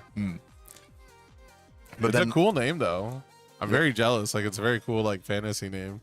Yeah, it's got a really powerful ability. But True. At least with continuing on with Nate's turn, we got our tried to get some damage in. Didn't want to our throw hate now. Yes, yeah. We have Mikasa defeats the female Titan. Got some really solid foundations. We have 2 Bachelor Arrives now. It'll be a lot harder to seal all the Bachelor Arrives. And just like that, I mean, yeah, the health totals are completely widely different. Nate dealt no damage that turn, and yet I think a lot of people would be siding with Rodan here as far as who has the advantage. However, I gotta believe in Ghidorah's ability to just absolutely sling massive attack after massive attack to the point where I just want to see damage on everything. I want to see Deshaun put damage on everything. Yeah, really again, really leaning into that hand tax on your rival. Like, it can feel kind of ominous to sit across from your rival. They have like 3 cards in hand, have some extra card draw with some of the void tricks, but it really can be the make or break of, listen, man, I'm gonna send my moves. They're as big as possible, and I don't think you got it. Yeah, notably, Nate used the scout on his own turn. So it's not even like Rodan can go fishing for extra blocks with the card draw abilities by stacking what he wants to draw. So now we do see our a high attack, though. So battle early. So there is some zone mix. You know, we see World's Weakest in the discard pile. So it's not like Nate could just hold only low blocks from last turn either, right? Gonna have to actually play the zone Yomi, if you will, to determine what are the right blocks to have. And Battle Ore is a great one to start off with. I mean, draw a card, 4 high for 8. Solid stat line. Looks like we're going to have +2 speed from Ghidorah, -1 from, from Incubating and/or Rodan there. And we saw a lot of the acidic sludges last turn, but I want to highlight the 2 momentum we got on the previous turn could help with either another acidic sludge and the card we checked, World's Weakest. Yes. Because aside from that zone mix-up, you know, momentum is a really powerful meter to actually capitalize off whatever attacks you've chosen to put in your deck. Yeah. I'll tell you what, I've enjoyed Trace Eyes. In King Ghidorah, just having, you know, the extra attack from hand, right? You can circumvent the momentum cost, but when you have the momentum, you'd almost always rather spend that. So combined firepower coming in here. Maybe a little early. I mean, this is a very blockable Battle Ore release, but now it's for 6 damage currently. Yeah. And a little early, so we can't use it on later moves, but kind of not a cost here, as it's not going to make our other cards more difficult. Yep, here's a +4 from itself. And this is a 1 high for 10. It's going to be easily blocked on a 4. And we see a huge grip. I mean, he's got the attacks. King Ghidorah is not want for attacks. Now, one thing that's really funny about King Ghidorah is it actually sucks to draw 5 attacks in him. Because if you want to get the bonus stats, you have to cycle a card away. You have to remove one from your hand. So actually having all the, you know, all of your hand be attacks is sometimes not that great for Ghidorah, because you might have to wheel those cards away and never actually see that attack get replaced by another one. Yeah, I do think that's sort of the part of the skill testing of our game, where you kind of have to make those judgment calls as to which attacks are going to get me the win here. What is the worst card in my hand? Yeah, like if you play a bunch of other cycle effects in Ghidorah, they're really not that powerful, because discarding and drawing another card with no stats attached to it, and you draw into another attack, right? Like, you know, that could be potentially pointless. So you have to be very careful when and how you activate your stuff. But here we got the +1 high block from the King Ghidorah Unleashed. Going to block this one easily again. And like you said, it's going to come down, I think, the hand size. It looks like Nate has 2 cards left in hand. He's got a damage reducing asset, and he's got Supersonic, which can reduce or can be destroyed to pump the rival attack, but then knock 4 speed off of it. So it's kind of like a net -2 speed draw card. That's not terrible. Yeah. Plus he can incubate King Ghidorah Unleashed once he makes it a high attack with Supersonic as well. Yeah, that is definitely a very, very strong ability to prevent the zone mix-up. Look, my graveyard's my high blocks, my hands, my mids and lows. I got it covered. Looks like we're seeing the Superfly Stomp come in. I have to imagine we're going to bin a loss of consciousness and try to fight through something on the stage. Nate might not know that Botcha Rives can cancel this loss of consciousness. I assume he does. I imagine he does, but it's possible. And he'll have to decide to cancel it before the targeting, which doesn't happen. So, lethal throw incoming? It could be, yeah. It is such a weird thing with Bachelor Arrives that it can hit foundations anywhere doing anything. Because usually when you're sitting there playing the game out, you're like, okay, my cards are going to interact with the stuff in your stage or maybe in your card pool. But not very often do we have a response cancel hitting the graveyard effects or the like block triggers on these foundations. So we've got the frenzy effect from Superfly Stomp, something we don't see very often, if at all, in any attack, even with the keyword Frenzy being utilized. So 2/2 from Frenzy plus 2 speed from King Ghidorah. So far, we haven't seen Nate devote a lot of minus speed to this, but now I think we've got the incubating coming in. Yep. And I'm really excited to see the Frenzy from this, because I already think Superfly Stomp is a fantastic effect to tutor your deck. A lot of graveyard synergies. We've seen the combined firepower. We've seen the loss of consciousness. But if your rival blocks 2 of your moves, Superfly Stomp essentially has Walk the Dog stats. Yes. We got our 4 diff 606. Yeah. So yeah, that's why I was talking to Snuggy about it earlier. I'm very surprised that Frenzy has not just been like slapped on everything. Like imagine Anguirus Ball, but with Frenzy. You know, the 4 diff, Walk the Dog, that gets even bigger, right? Yeah, usually you're presenting such threatening moves to a character that you're going to get this Frenzy value. Imagine if there's like a really strong Frenzy that Titan of Terror could form to play at the end of their turn. You know, like I'm very surprised that that's not a reality. But what is a reality is Scales of Juno coming in to block this Superfly Stomp. However, it's going to cause Nate to commit all the way out. King Ghidorah, only 2 resources though, only 2 foundations, plus the Ghidorah itself still has to find 13. I mean, there's a couple gravity beam attacks that would get us there. Yeah, we'd be playing a move with +3 progressive, so probably on a 7. Nate does have a lot of foundations though. But they are committed, so, and 3 in pool, if we check well enough, our Ghidorah still will be able to give us some stats. There's a 4 diff, you know, you play a 4 diff on a 7, check a 5, commit the 2, give it +1 damage for every foundation your rival has. That sounds good, right? Put true 100 on a 4 diff. True 100 on a 4 diff. Huh. That would be pretty good. Yeah, plus, you know, you got the Ghidorah stats. Yes. So I think that would 1, 2, 3, 4, 5, 6, 7, 8, 9 plus Ghidorah's 12. We'd be 1 off. Rough. Plus, I mean, Nate's asset, I believe, is also playable while committed back to ordinary. So got to count a little above 13 here. But unfortunately, Deshaun going to check a 3 again on the Jawjammer. These Jawjammers are unplayable, dude. They are not meant to be passed. They are simply 8 difficulty attacks, and we didn't realize that. They're just impossible to play over there. Let's see. But really successful defensive turn from Nate. It definitely looked a little bit sketchy having to tap out on that 3rd block. But this is how it always goes, right? The Rodans get chunked down, then they stabilize, and then it doesn't really matter what the health total lead is. You can't actually put together enough offense to overcome the wall, and that's, you know, that's how Nate built the deck. That's what Rodan's game plan is. Do you think you would have maybe prioritized the Jawjammers a little bit earlier in the string? Absolutely. Once the Mikasa defeats the female Titan was sealed.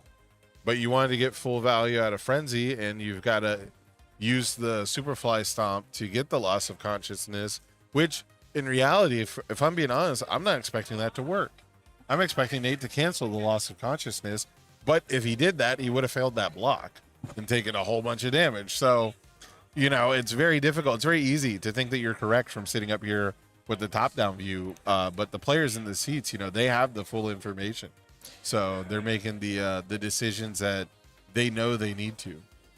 Yeah, and at least for us here on the commentary desk, we don't have much to lose if we make a wrong call. That's true. We're always picking the hype option. Yes, yeah. And like, you know, it's all these small micro decisions can not only compound into this one game, but then what the rest of your tournament looks like. Like winning this round changes who you're playing next round, and then you know your losses impact it, your tiebreakers. So it can, if Nate knew to cancel it with Batra, prioritizing the just the extra ready resource could absolutely have been something that he was like, yep, this is the line I'm going with. Like, yeah. Now we see the Galactic Monster, often cited as a free card in Rodan decks because you can play it from your removed pile as a form.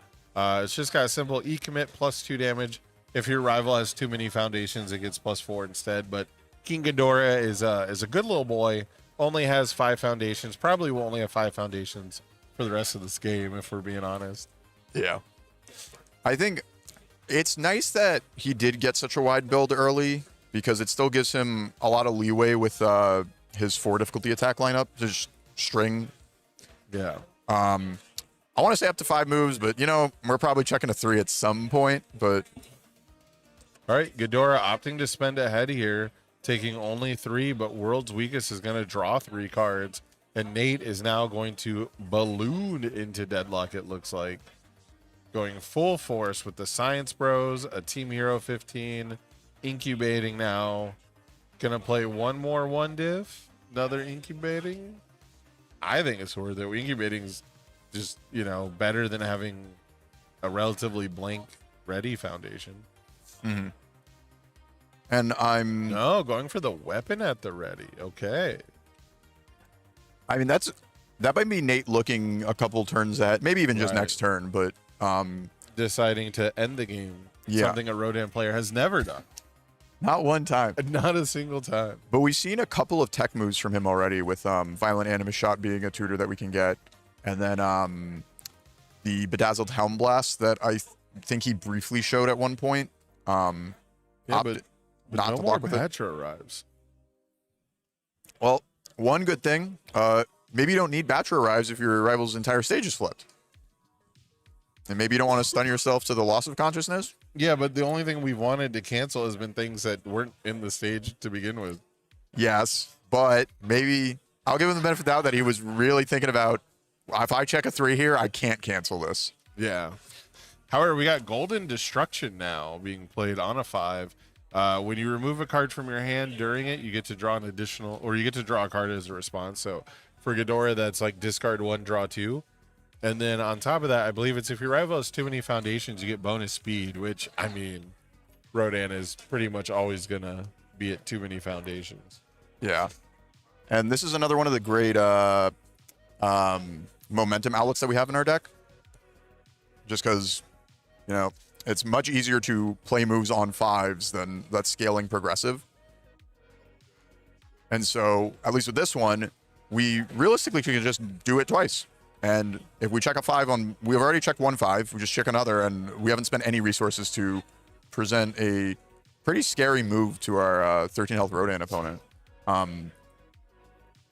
It's not hard for King Ghidorah to find 13 on a single attack. Yeah. I mean, like we saw the Battle Aura. I mean, typically you need some cards in your stage to be face up to do it. Maybe hit an I'm With You off a combined firepower, but we also have to be worried about our cycle here because we're about to remove 10 additional cards from the game, and we don't even get to use the I'm With You. Because we're in the process of cycling, we have to do the pause condition and then mill one more. We have to do the pause condition, cycle the 10 cards, to be clear. And then after the pause condition, mill one more. So you don't actually even get the I'm With You hit from this. And now all those combined firepowers are going back into the deck. Yeah, so we definitely lost a lot of our offensive capabilities. But one possible upside is because we're playing Ghidorah, we actually can potentially find the moves that we had already gone through on the previous turns. So maybe those draw jammers that we failed are more likely to be in our hand now because we cycled. Right. The remove pile is bigger than the deck.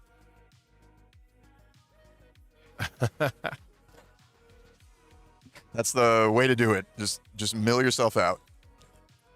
I mean, I'm pretty sure that's how Vegas regional is going to be one, is somebody milling out, but it's a gut feeling. I don't know. You're just feeling it.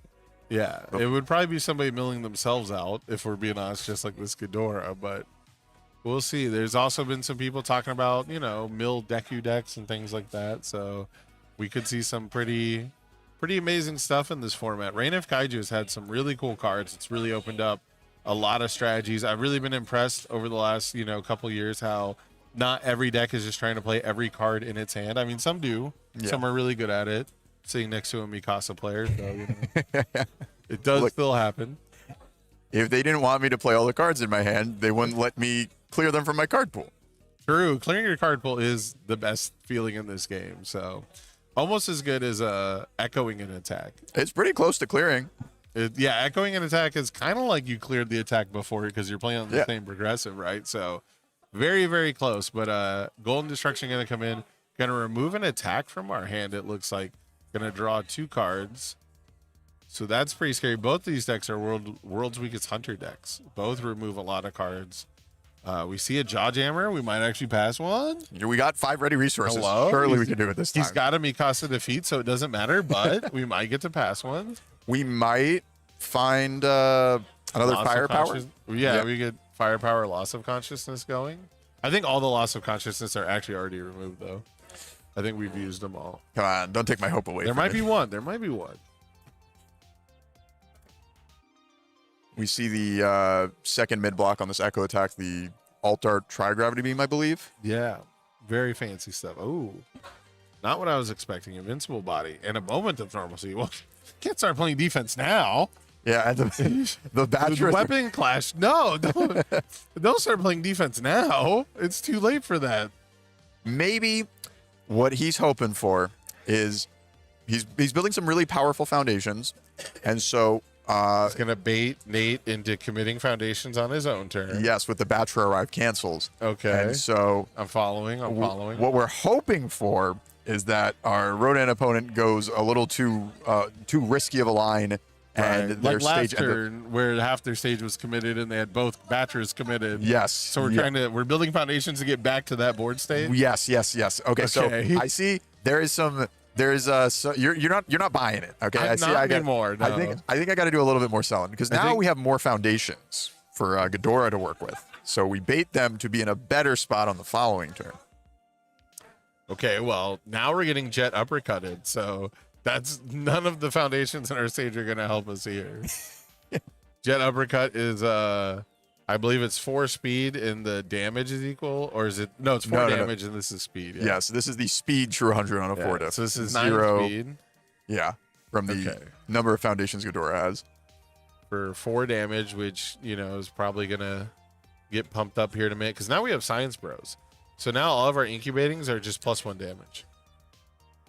Yeah, and that's a really innocuous thing about this these Rodan decks, where we keep talking about Rodan not killing anybody, but once you find some incubatings and a Science Bros, you're pumping out Godzilla stats on your moves. Yeah, we got self-sacrifice just like set 1 MHA. And we don't even have to lose a foundation. Yeah, we don't have to lose a foundation. We just get +1 on everything. One of the first decks I ever played lived and died by that. It's called Flawed Energy Core. It said if a card had, I believe, left your card pool or had been discarded from your card pool, cleared basically, this attack gets +1 damage. And so you basically would try to amass as many of that 1/5 foundation as you could. And then as soon as you clear your first attack, so every subsequent attack, you would just +1, +1, +1. And yeah, decks like lived and died by that repeatable +1, just like MHA set 1. Yeah, They we lived used to and see it died. a lot. Yeah, stronger darkness, self-sack, all that. Yep, brute strength, and then One with nature had to get banned for doing too much with it. yeah. Yeah, because it was once per enhance that +1 damage, but you were getting all the other good effects from discarding. So yeah, incubating now kind of, paying homage almost in a very power crept sort of way. Yeah, because that one's also playing defense. Yeah. We are going to see some really cool implications of the new secret rare from Reign of Kaijus. We already talked about a little bit of it being a high block you can tutor. Yeah. But on this kill turn, we've amassed a huge stage, and typically some frustration point that might happen is, I've got my opponent right where I want him, I don't draw attack cards. Nate has incubating to tutor King Ghidorah's Unleashed, so he'll have those attacks to be slinging. And then we still have our weapon at the ready to tutor another tech attack, and our Science Bros could draw it, our Supersonic Flight could get there, and incubating could do it. And so we're kind of get to play around with our food here on what attack lineup we want to go through. It's going to be the King Ghidorah, Unleashed. Largely, they're the ones that we can play from removed, but we have control over our attacking turn here.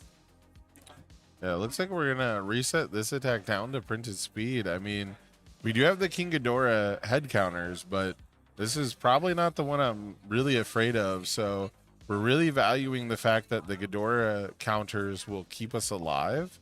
And instead we're opting for... we didn't even need to reset the speed. Rising Uppercut does that for us. Yeah, I'm not sure off the top of my head if the secret rare is a ranged attack. Oh, it's not ranged. Oh, well, maybe it is. Mm. I don't think. Because it's not, it has to be non-ranged for uppercut to do the thing. Yes, yeah. Okay. It is a ranged. It is a Fury ranged attack. Okay, so he did have to normal see it to do the thing. Okay. Mm-hmm. But one nice thing defensively for our Ghidorah player is potentially, if Nate doesn't think he can kill his opponent this turn, the Rising Uppercut kind of functions as a breaker of sorts for the turn. If Nate wants to block this, he's going to have to block it on the speed of the move plus his progressive that he's already established, and the card that he uses to on defend. a 2? Yeah. Against Rodan, it's on a 2, is what you're telling me? Look, right, we got a 1 high block on the top of our discard pile. So it does look like we finally Ghidorah'd around 4 damage. When this might be the time where I would finally do it for speed, but I think Nate opted to just take the 8 from that, and we're going down to, or we took 9, we're down to 4, and we did not. Oh, he failed the block. Okay.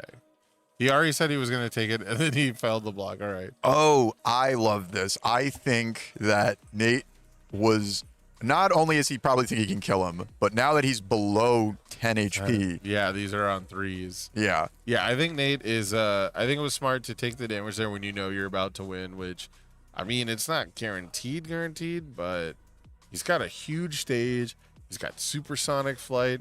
He's got multiple damage pumps, you know. Deshaun's going to have to start using the head counters sooner than later, because once you drop, I guess the threshold now is 6. Once you drop below a certain threshold, you effectively lose counters, right? Yeah. I mean, he's pretty far away from it, so he's got some leeway to use how he wants to use these. I have run into some situations myself where my rival, you know, I committed my character turn 2 to build, and they put me at 8, and now all of a sudden I can't use that 3rd counter unless I gain health. Here's the sauce, the strategic maneuver. Strategic maneuver is able to build you any any asset 2 difficulty or less from your discard pile. You can technically add them just to your hand, but if you want to build it right now, you can by discarding an additional card. And so there's a lot of weird void assets that help give damage, and Rodan desperately needs that most of the time. Yeah, and something that's so awesome about strategic maneuver in Rodan, and I guess any air character, is just how messed up Team Hero is. So our action not only tutors any asset in our stage, or any 2-diff asset in our grave, but now any foundation on the next enhanced step. Yeah. Yeah, now we see double Batra sealing double weapon clash. And now it's just going to be whether or not Nate can pass the checks, basically, or fast tracking through the double incubating with the Science Bros. I mean, we have galactic monsters here, but you can't really use those until the Ghidorah head counters are out of the way. Right now, we're just doing our quote-unquote free stuff to force some heads out. And we're going to scoop with 2 heads on because he can do the math on the Unleash that are already shown. I think so. So we go He just didn't want to be there anymore. I mean, it could have been a time decision of like, this Rodan, even if he doesn't kill me this turn, is why let Nate spend 8 more minutes on the clock killing you when you know it's going to happen? Yeah. Absolutely. Yeah, it's like we go down to we would have went down to, I think, 17, and then we can use another move to go to 14, and so can our rival count to 14? Right. And the I don't remember how many. He had like supersonic flight out. He had a bunch of stuff. So like, if Deshaun took that full damage and goes down to like 10 or 11, he's basically just spending counters on like the next 3 attacks. And I think he could see the writing on the wall was just there. Also, he might cycle. He might mill out. Right? Like, there's so much going against him that moving on to the next game does seem like the right call. Yeah. And I think it's a really hard decision to make Certainly, more reps in a deck can help you make that decision. Yeah. But we only got like an hour of playtime with our matches, and so sometimes you have to realistically pick either: am I trying to win this low percentage game, Right. or do I just want to give myself the best odds of winning the match by having the ability to play more games? Because with 23 minutes left on our clock here, it's possible the second game could lead up all that, and maybe you don't walk away with a match win, but a tie is more points than a loss. So, Well, and it's teams, right? So if you tie, then you have the opportunity for your teammates to come through for you. You could go tie, and then one of your teammates wins, and you win the whole round. It's the same as if you won 3-0 or whatever. So, not losing in teams, I think I don't know the math specifically, but it's weighted just a little bit better by the fact that your team might bail you out, because it's kind of hard to get an actual tie in teams format, because you usually have to have a win, a loss, and then the third game went to time. yeah. I didn't actually know that for the how the tie procedures worked in teams. So definitely a more an interesting way from what our usual standards one-on-one tournaments are like. Yeah, so basically the way it works is you're reporting 3 separate matches, and it's just based on like what the results of those matches are. So you have ties the exact same way you do in singles. It's just then you're comparing it with 2 other records. And so jumping into game 2, we got a fine 3 build from Ghidorah. Usually, I would love to build 5 every game on my 5-handers, but a 3 build is pretty good what you're going to get. And Weapon Clash making it a 4 build if we can enter the enhanced step is pretty good way to make sure our stage is healthier and guarantee we could string a little bit more. Yeah, big 5 build, got the incubating out early. Got, I believe that's what, Malicious Assault, the one that lets you draw a card by removing a card from your card pool. Yeah, Battle for Dominance. Battle for Dominance. But why did I think it was Malicious Assault? That is one of the Ghidorah 1 diffs, so your head was in the right spot. Oh, is it? Okay. Yeah. Or Malicious Evil. Malicious Assault, I think it's the 7 diff attack, Yes, yeah. which we did see earlier. Okay, no moves from Ghidorah, just a 2 build. Yeah, you're right. Malicious Evil is the other Ghidorah 1 day. Yeah. Playing a lot of the Challenger deck cards in this Rodan deck. Pretty good. Yep. Now we see him taking a look at Bedazzled Hellblast. He went, that's powerful. What? Yeah, and that is 5. Powerful 5 is going to... okay. Pretty good number. It is a good number, but I don't want to gas it up too much because we are against King Ghidorah himself. Yeah. So sometimes their damage numbers are not going to be the what they're advertised as. Yeah. And really interesting from Deshaun. I believe he has an item menu in his hand that he chose not to build. Yeah. And I understand that it doesn't have text in your stage and you can leverage it with King Ghidorah, but usually I think card draw is much better on the offensive turn. You get to leverage that card advantage, whereas any extra card advantage we get defensively is not going to it's not going to be as valuable because any staging area piece that you draw on your rival's turn, you don't get to build, right? Yeah. So if you draw a defensive foundation on your turn, you can at the worst build it, even if it's not what you want to see right now. Yeah, and you just end up, I think, drawing less cards by doing that. If you play a little bit greedier on your turn, you get to empty your hand out more, and then on the following turn, draw up to your 5. And here we might draw only like 2 new cards. Right. Yeah, that you got to use your review step very wisely, especially if you play Kevin Brober, who gets 2 review steps. But Nate pouring the gas on here. He said, I wanna chew into that life total. Get started on that 33 early, and Ghidorah blocking with attacks, matching him vibe for vibe here.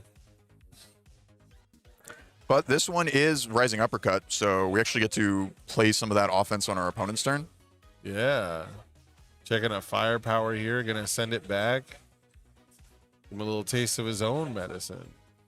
Yeah, and I think Nate ended up being a little bit more aggressive in this game state because of the Rodan peak. He probably saw 2 5s on top, right? Knowing that he could afford to take this risk. And then upside for Nate is by being up a game, I think you can play a little bit riskier. You don't have to play as cautious as maybe the Ghidorah is. Like, that's become a very bad habit for me recently, especially in testing. I find myself doing like absolutely crazy plays, telling myself, well, I'm up a game. And I don't know if that's really the attitude you should have, but it does seem like sound reasoning to take a risk. Mm-hmm. I mean, I've certainly pushed it a little bit too far myself and gone to a game 3 that maybe shouldn't have happened if I was a little more reserved. Right. But, a big part of our game is the risk assessments that we make with the control checks. Management, yeah, continuous risk management. So now we've got a pretty slow but highly damaging rising uppercut. You have to imagine Nate doesn't necessarily want to take 14 here, even if it does make your unleashed 3-diff attack. All right, well, we block with a Team Hero 15. We're going to build a Team Hero 15, so that solved our unique problem. Yeah, and it is very funny to see Nate has another one in his hand. So he's really got a... and I think there was a strategic maneuver too. So we have access to our team heroes. There is no question about that. And then we're using the, as you said in game 1, the value of Galactic Monster, getting to play it from a removed pile and essentially draw an extra card. That little bit of card advantage. Choosing between drawing a card and a speed reset now, it looks like. I think you can get away with committing the speed reset. I don't think we've seen anything from this Ghidorah deck. We haven't seen what true 100% hasn't been there, like the actual true 100%, the 6-diff that pump speed. Like we haven't even really seen the 4-diff version of it, which is kind of wild. So we shall see going into this turn. I mean, Substitute Member just makes your really makes your life easy. Setting something to 3 speed at just with a flip cost. Yeah. And then we can have Team Hero to potentially find another one if we have another one in our bin. One thing I like about we chose to fail the Galactic Monster. It was on a 7, but now we have a pretty easy remove target with Incubating, where we can kind of just keep removing that card. Yep. Now here comes the Superfly Stomp. Are we going to see a combined firepower? Are we going to see? Well, there it is. Loss of consciousness. Going to hit the discard pile. Going to seal. The Mikasa defeats the female Titan. Will we see the Jawjammer? Will we get to see a Jawjammer passed? The throw hate is sealed. The throw hate is out of the way. We've got how many foundations we built finally beyond 5? I gotta see it. Yeah. I gotta see a Jawjammer here. Just our big lethal damage throw. It won't be lethal, but our rival's at full health. Hey, look, maybe there's some firepower shenanigans. It will deal some damage. Yeah. I think also we might be a little sad if I believe Armor-Clad Faith is another one of our throw answers. I think it can clear throw from it. Oh my gosh, you're right. It doesn't even matter, dude. What are we doing here? We're trying to kill him. We're a giant monster from space, and we're trying to take down this silly bird guy. So we are going to have item menu, one of our solo leveling cards, getting removed from the game. When you remove it from your hand, you get to draw a card. So another way to remove 1 and draw 2 with Ghidorah. And exactly, what we were talking about a little bit earlier, where we get that card advantage on our turn. Now we really get to leverage that. Yep. Now we see the Botan cycling through, dropping a Dark Ward in the discard pile.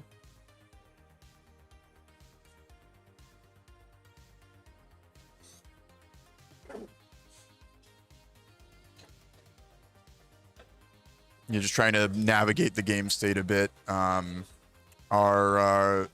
Ghidorah player's stage is it's pretty clear what it's about over there. Right. But we have our tricks on Rodan's side, and for anyone that hasn't played against a team hero, the ability to tutor any foundation from their discard pile really put it right into play. You build it. Yeah, it makes it really, really difficult to calculate for all the permutations that could happen. Right. It does kind of slow games down a lot when you have to look at every single foundation they could possibly build. Yeah. I try to boil it down to the most impactful things. So if our Rodan opponent's going to get a full reset, either like a moment of normalcy or something like that, that's something I'll really keep track of. But if it's like an Aaron sidestep, then it could be annoying. It could make the difference, but it's kind of save some brain power for myself. Right. It's all about compartmentalizing that information. It's where you spend the mental resource, the energy that you have. Yeah. And I think this is the first time we've seen Ghidorah play World's Weakest. I believe so, yeah. So if we can actually get it to hit, leverage some more of that card advantage. Combined firepower on a 3 here. Gonna put 2 more damage onto it looks like. I don't know about you. I don't know if I'm putting my damage pump on World's Weakest, if only because I want to draw from it, right? And I want to save that damage for other cards. But doing it here now means I can't fail it. So I'm not really taking any risk by trying to play it as well. So interesting stuff here. I have to assume Nate's going to block this one. Mm-hmm. I feel, this feels like a timely counterattack moment. Little mid-attack, block on a 6, breaker 3. Yeah, really. Sorry, block on a 4. Teams at this time, you are now in overtime. Does he have the timely counterattack? I think that's it. I think that was the regular art in his hand. Yeah, gonna check another firepower. Gonna hit +1 damage. Oh, loss of consciousness into the other firepower. So we get to trigger it. Yeah, this would be insanely good if Deshaun had momentum to EX this attack.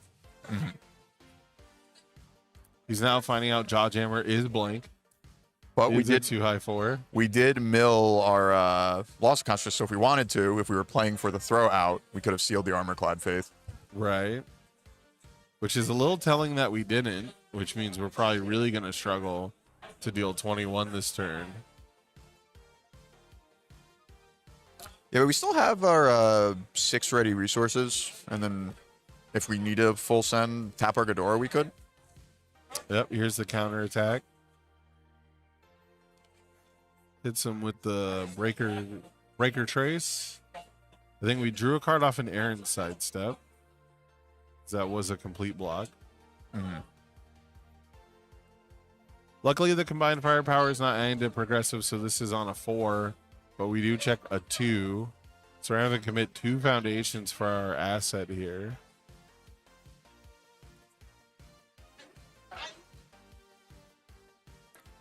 Do you think he's do you think Ghidorah's just pumping the brakes, or do you think he's going to try and go for it through that breaker?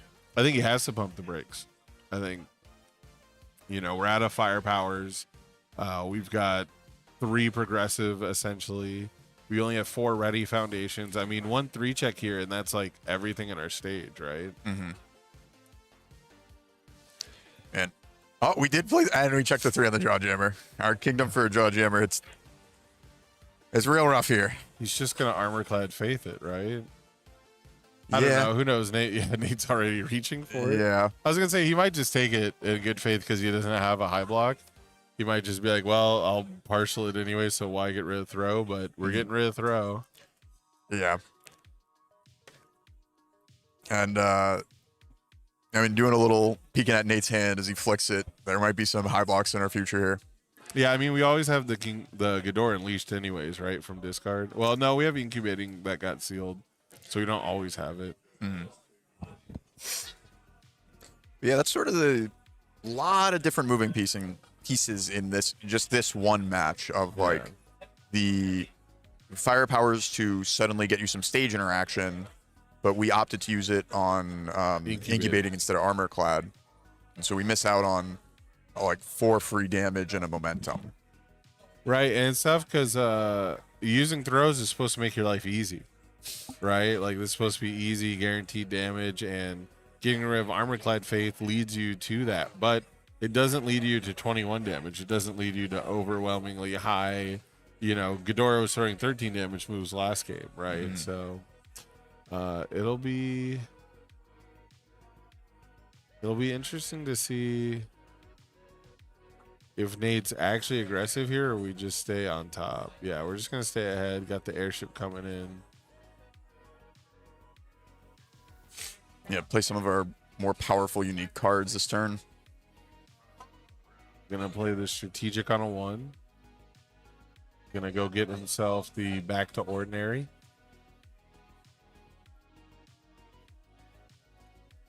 Which I think we're just gonna add to hand. You don't have to fast build it if we're not attacking.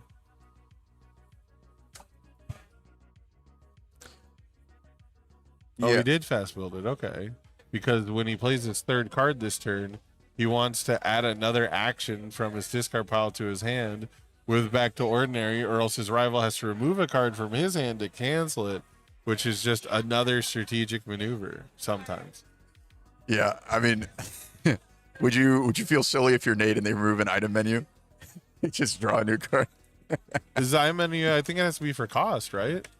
Oh, which I guess the cost to cancel argument is something that has changed a lot over the years. That might work still. Maybe it's a cost trick to cancel. I don't know. I'm definitely not that high of a level of a judge, which, by the way, at the regionals this year, if you're a level 1 judge and you're in the Discord and you're paying attention, you can schedule with, I believe, Tony Hevia, a judge exam to try and move up to, what's the belt above white, yellow belt? I don't know what another. Oh, it's a foundation asset backup. That's right. They have different levels. So if you're a foundation judge, you can upgrade to an asset by taking a judge exam at one of our regionals. So keep an eye out for that. Again, if you're interested in being a judge, you got to use that judge Discord. It's an amazing resource, not just for finding out rulings questions in UniVersus, but also it's going to be your portal to upgrading your life and your role as a judge, and you can maybe even join us here and judge a regional at some point. Yeah, and it's always cool to see all the facets of UniVersus, where you can wear a bunch of different hats at these events, right? You can be the tournament grinder, you could be the side event promo grinder, you could join the judge program. I've done all those except the side event grinder. Really? You never played in any of the I played one side event. I played retro in Denver. Okay. And I tried to sign up for others, but the UGN hates me, so. Which we've also got, we'll talk about it more later. We've got some exciting updates about the UGN. So we're going to have some information on a potential UGN update coming your way. And you're going to want to know all about it before you get stuck not having any points in the... I shouldn't say that because people will get afraid. It's not going to be a big deal, but there are going to be some changes. However, this malicious assault, 9 high for 6, it looked like. Coming in with the strategic maneuver once again. I will say I love how much fun Nate has with his asset decks. Discards another strategic to build this one. He ran out of assets. He ran out of cool ones. I told him to put anti-mutant neutralizer in this deck so you get 3 damage and draw a card. Where our fate lines are connecting. I told him to take that one out. So. Yeah. Well, here's the thing. We're gonna play our 3rd card of the turn, and back to ordinary says I'll add that strategic I just discarded back to my hand unless you want to remove a card from yours. All right, that is I did not think about that gameplay loop of it. Absolutely devious. Yeah, that is a very, very sick combo. I will discard strategic to the effect of strategic and then add it back to my hand with the asset that I built with strategic earlier this turn. I'm going infinite, baby. Absolutely ludicrous. Psycho mode. And you know what the best part about that really was? That was a whole bunch of time wasted. That was a whole lot of wheel spin. That was 4 minutes off the clock. We're up a game. We can do whatever we want with our cards. Yep. The timer's about to run out for Deshaun here. It's now or never. This is the turn. It's got to happen now. Battle or release is a great way to start us off. 4 high for 4. Flip a foundation to draw a card. Gets +1 damage for each face down foundation in your stage. Potentially basically making this a 4 high for 8 draw a card. Absolutely absolutely insane card, and it's gonna wear more stats from King Ghidorah. This might be the most successful 4-diff ultra rare they've ever printed. Yeah, I mean, it even found its way in some of the Titan of Terror decks that weren't playing City or Rampage. Can't play it because it's not a 5-diff, but it's really good. It replaces itself. It wears a crazy amount of stats with its enhance. It's big and it's essentially free. Yeah. You know, you got to pass a 4 on it at some point in your string, but it's a free card that swings for 8. Yeah. And swings for ocho. we can pass a 4. We can do that. Do you happen to know the name of the Foundation uncommon next to Invincible body? I think it's the one that gives +1 speed to evil attacks. If you've removed a foundation this turn. Right. Yeah, I'm not sure what the name of it. It's got a weird name. Yeah, it's a new one. You know, Reina Kaiju's introduced a bunch of new cards, very, very powerful ones, and at least here I in want to this say game, it's something threat, like emerging threats. That doesn't sound right though. but it's gonna. But if we want to lean on the Ghidorah, if we want to lean on the Ghidorah speed to like force our moves through, stacking 3 speed on our moves. Oh, is it just need? It can't be need for speed. That'd be too much. That'd be too cool. That'd have to be the air one anyways. Yeah. Oh, need for destruction. Destruction. Okay. That's it. Need for destruction. Yeah, we're close. Need for speed would be a little too on the nose, huh? Yeah. Definitely sounds like an air card for sure. Air cards are cool. Yeah. I mean, we saw some over on Nate's side. We're blocking with one right now to get that breaker 3 in. The alt-art timely counter attack again. Yep. Speaking of, yep.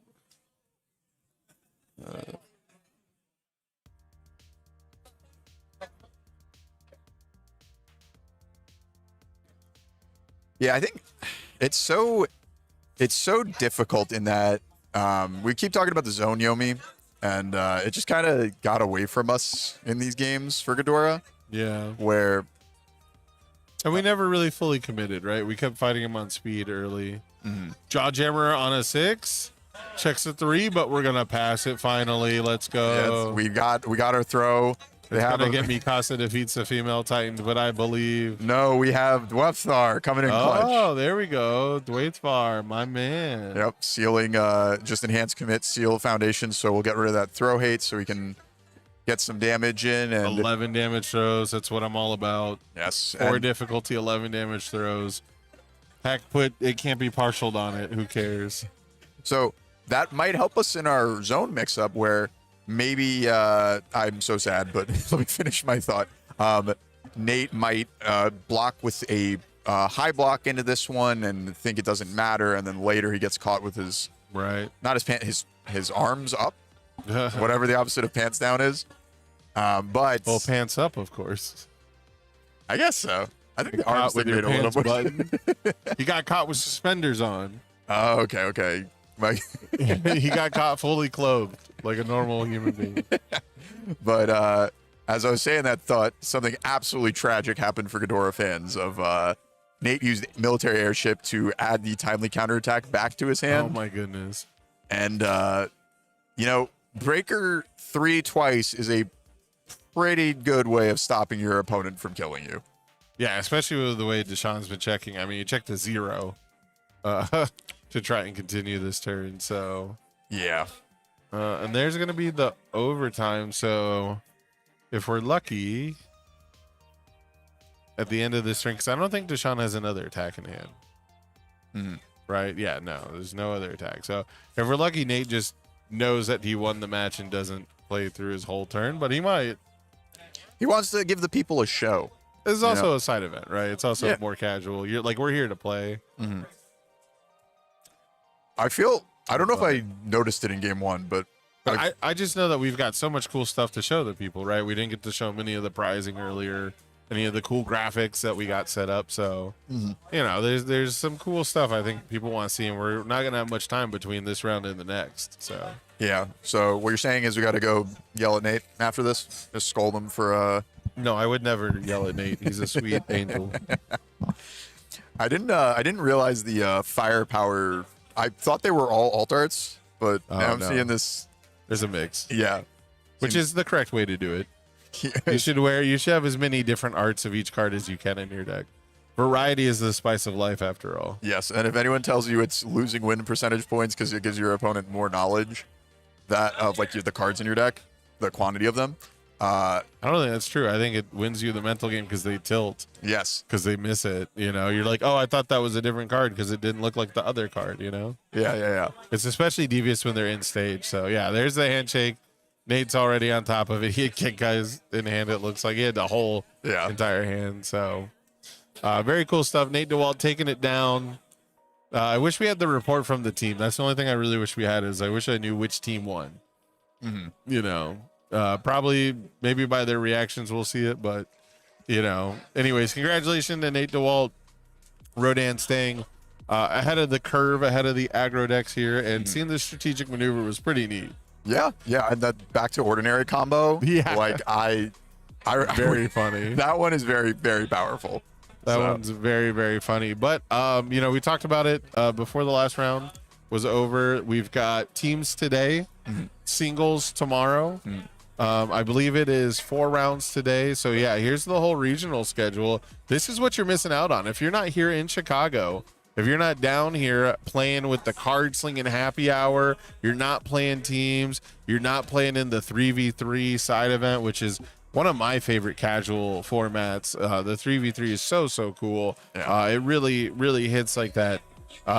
You know, we got in a full like hours worth of gameplay. You know what I mean? Like you get like just in the one. Yeah, like a lot of casual play, it's maybe a little one-sided. You don't really get to do your thing, and then the game's over. You have to restart. 3v3 is really great at solving that.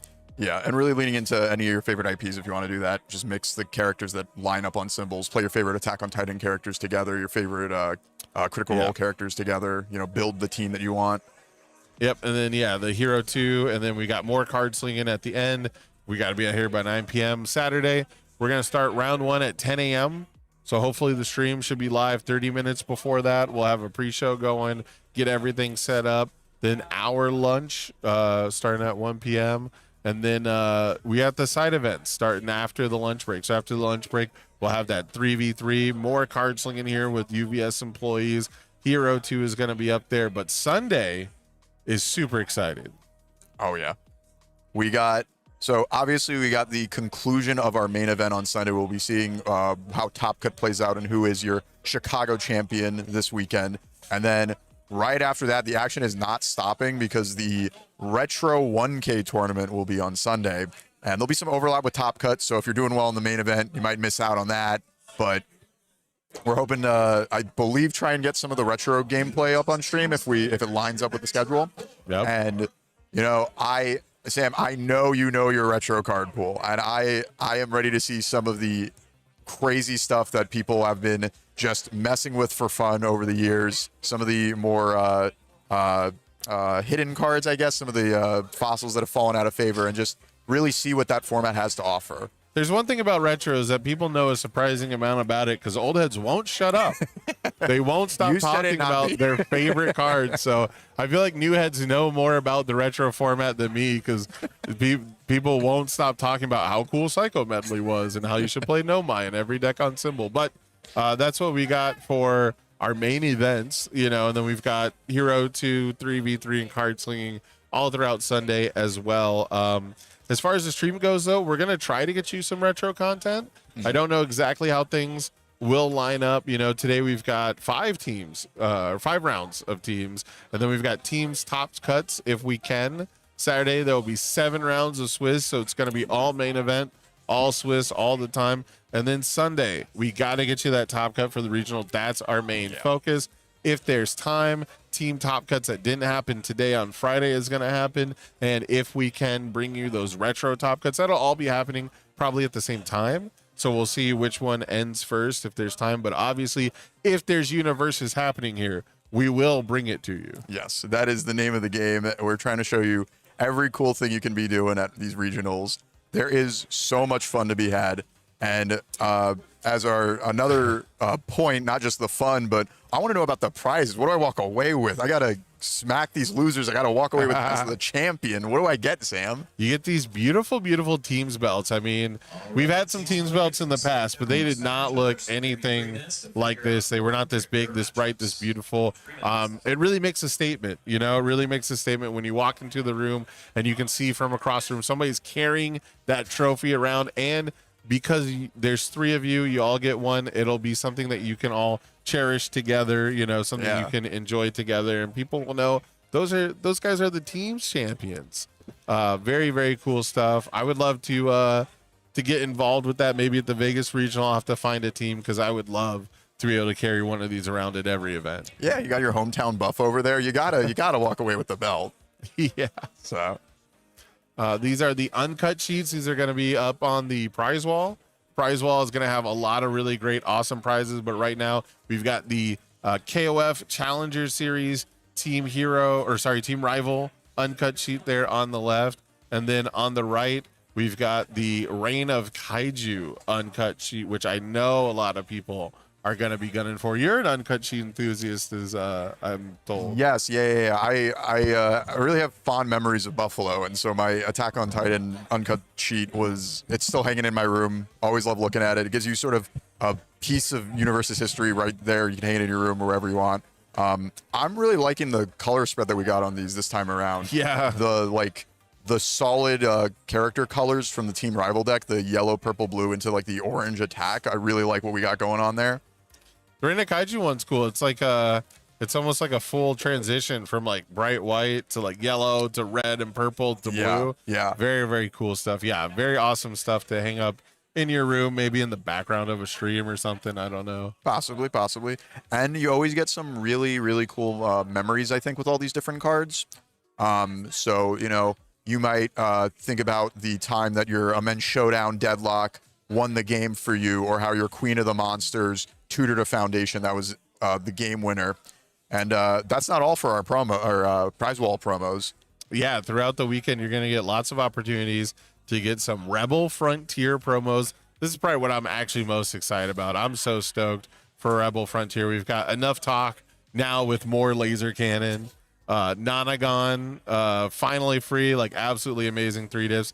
And what I might be most excited for is we've got our Street Hero promo. And if you're a fighting game fan, that's just a standing medium kick normal. That's just a Terry Buffguard standing medium kick. If I've ever seen it. Return to standing medium kick. We have to get back to the classics. I'm super excited. The first thing you got to find out in every fighting game is what's a good normal, and that's a solid normal right there. Yeah, I'm super excited about the finally free alt art. I feel like slowly but surely, we've been getting a ton of really awesome alt arts and promos where finally free shows up in a lot of chaos decks. And so you got your Inspiring Songs really fancy. Now you get your Finally Freeze really fancy. And I'm just really excited about that one personally. Yeah, I mean, Nonagon, I've seen in person. I don't know how many people at home have been able to get like a good view of this, but the star pattern foiling is absolutely phenomenal. I think it might actually be my favorite background, which may be like a weird praise, but it's definitely my favorite background of any UniVersus card like foiled of all time. I got to give them a better look because I didn't get to see the pattern. I was ecstatic that they're foil. Really love that we got that they're for all of them. foil. Like it's just so good. And then there's the purple on the like nebula in the background. I mean, finally free is also a really good one there. Yeah, get this on camera. Yeah, you can actually kind of see it on the camera. Yeah, you can see the stars being highlighted in the background there. So very sick stuff. These are the we got finally free and Street Hero as well over here.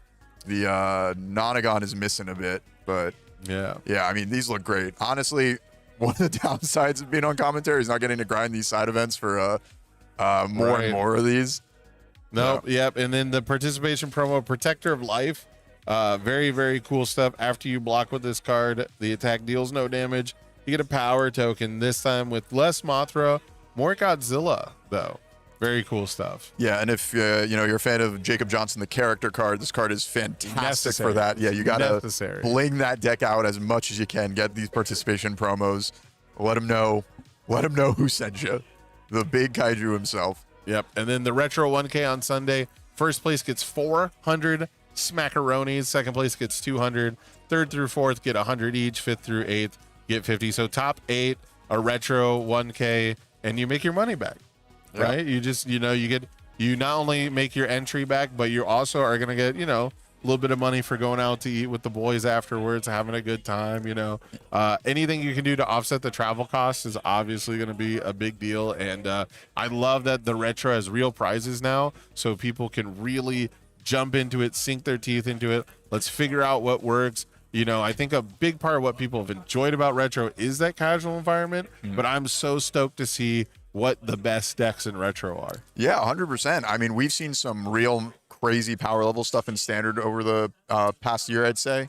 I mean, a lot of retro decks are standard decks now. That's just true. Like some My Hero Set 1 cards are crazy for it. Yes. But we'll really get to see what people think is just the most powerful stuff you can do in this expansive card pool that we have. And not just, paying off for some food or travel fees, but at the end of the day, the winner of the retro tournament got to play the deck they wanted to play and make money doing it. Right. And that's a real simple, solid life plan. Get paid for what you want to do. Yep, absolutely amazing stuff. I think that's all the information we got. You I was wrong. We got the regional. I forgot singles. We got standard. Yep. Singles. There's just so much going on this week. It's hard to keep track of. We got the regional champion Matt there with the 3-headed monster. You're also gonna get a top 16 Jet Jaguar Matt. You've got the Mechanical Legion. This is such a smart idea. You The all get six, 16 or 8 of them, is it? It's 6. You get 6 Mechanical Legions, varying from top 16, top 32, top 8, top 4, finalists, and then of course a champion. You're also going to get some Chicago specific sleeves. People have talked a lot about the feedback is when they go to a regional, they want something that says where they were. They want to know this was the Chicago Regional 2026. I went to Las Vegas 2026, whatever it is. So you've got that on the sleeves. You got that on the deck box. But Dean, the best prize, the number one prize, Absolute best prize. the prize that everyone I'm sure is gunning for is that backup. Yeah, it is. I really can't think of a better prize than getting your face immortalized on a UniVersus card. Being able to show the world that you did it and that is a piece of history in the game forever is just phenomenal. And now we've got the teams breakdown. Here's all the teams that are in the event right now. There's Team Sad. I assume, that's Jet Kaufman. We can't go through all of them, but that's Jet Kaufman, Pippa Sad, and Kevin Broberg. Yes. That's like a crazy team to watch out for. We just got to see Team Block Party. We've got Cooler Level Up. Yeah, Justin, Marvin, and the Skeleton Boys. Very important. That's what the M stands for. Okay. We got Team Twisted. We got Malcolm in the middle. I'll give you a hint who the middle player on that team is named. Got Bubble Up, Team Car 1, Yeah. and FNG. Yeah, people get a little creative. So we got Triple H. You're not hearing me wrong. We have Blocked Party, not Block Party. Okay. And Nick Reagan's Fourth Wheel. If they're winning, it's Team Final Round. So just know that. Gotcha. All right, we got Team Meeple, Team Coping with Cardboard, the D-Gens. And then rounding it out, our last 3 are Team Flock, which I think is Let's Talk UVS, but that's the name they went with. Quality Control, that was Nate's team that we just saw. And then finally Team Dropout, who I think I once registered as at a teams event as Team UVS Quality Control. I think that was when I teamed with Tam. Tam, was that our team name? Team UVS Quality Control? Yeah, that was us. He's carrying the legacy. Yeah. I think there's probably always a UVS Quality Control because the meme was you just pick the most broken characters that should not have been printed, and you just name yourself the Quality Control team. So that's what we got for you guys. We're going into round 4, I believe. That was round 3. So we missed the first round. If you guys have been following along, we're going into round 4. There should be 2 more rounds of teams today, and then we'll come back tomorrow with 7 rounds of Swiss for singles. And then it should be you and Snuggy next, right? Yeah, we're gonna dive into it. It's the first time me and Snuggy are on camera together. It's gonna be a ton of fun. Get to see some more UniVersus action, and just keep talking about the game we love. Yeah, we're gonna get that teams match set for you, so please don't go anywhere. It should start any minute now.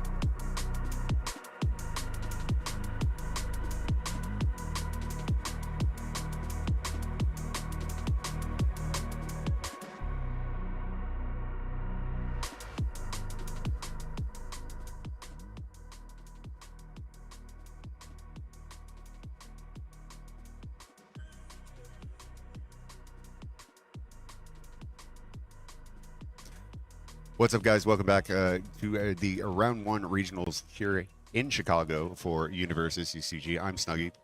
I'm Constantine. And we're picking up 4 teams currently going on right now. We're going to jump straight into it. It's round 4. Yes. Yeah. Round 4 that we're jumping into. So stick around.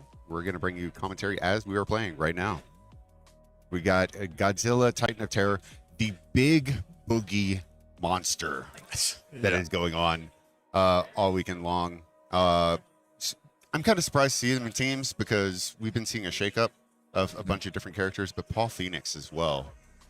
Yeah, amazing. Very surprising to see Paul Phoenix. But I was going around looking at all the characters that people were playing for teams, and I think a lot of people are they brought what they're playing for tomorrow. So Titan of Terror is definitely going to show up this weekend, and I think it's pretty reasonable. You want to get some of those prize wall tickets, fight over the belt, go for gold, and Titan of Terror is a really, really solid pick for it. Have you gotten to play any bit with Paul Phoenix at all, or?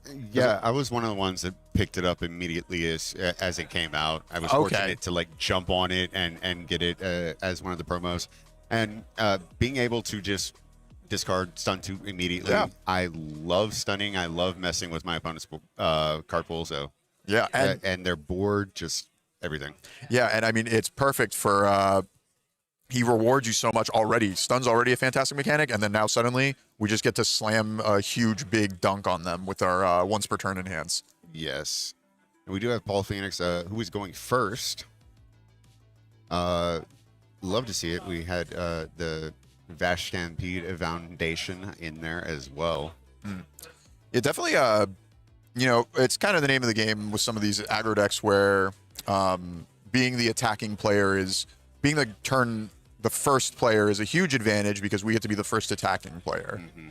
And then usually our rival doesn't get to build as wide going second. Not the case here. Yes. Yeah. Titan of Terror not only drew their 4 foundations that they were able to play, but they were able to also leverage Titan of Terror's form ability to play a 5 diff foundation from their grave. Straight out of it, no check needed whatsoever.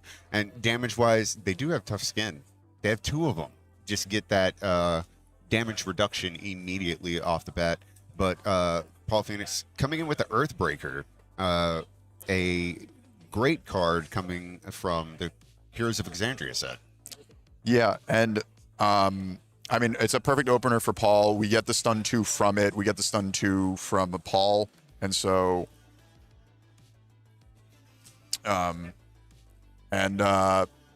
really just our rival built 5 foundations and now suddenly they're all tapped. And I really do like how Earthbreaker is able to play into the later cards as well, because it has the card pool ability. You're just buffing up damage as you go along. So it makes sense that he's leading off with that first and take it from there. Yeah. So we're going with the block with the Stroke the Big Tree. Just got our low block attack, blocking our low block Earthbreaker. And, I missed it when we... the Paul Phoenix must have put the 6 on top. Stack the deck. You instantly know what you're going to be checking. I can't say I necessarily enjoy that because then you already know that you're going to pass it. And I know that there's not much I can do about it unless I can get you to draw a card. But playing one of my favorite cards there, Feral Shriek, one of the Bing Bong cards, I think it was dubbed eventually. Yeah. As somebody that was a former pony player, man, I love those cards. The cards that I can discard, it gets removed, and I draw more cards in my hand, the more I can do. Yeah, and one of the kind of costs associated with Paul is you have to lose a card to make him stun too. Mm-hmm. But thanks to cards like Feral Shriek and now double final tests with our build, we're going to be able to recoup some of the card disadvantage when we use his enhance ability. And there's once again the Vashta Stampede 0 diff priceless negotiations. Love seeing that. Taking was that Haymaker? Attack Titan Haymaker. Yeah, taking Haymaker, shifting that and bringing it down. Now becoming a foundation. So attack into a foundation. Get double buff from that.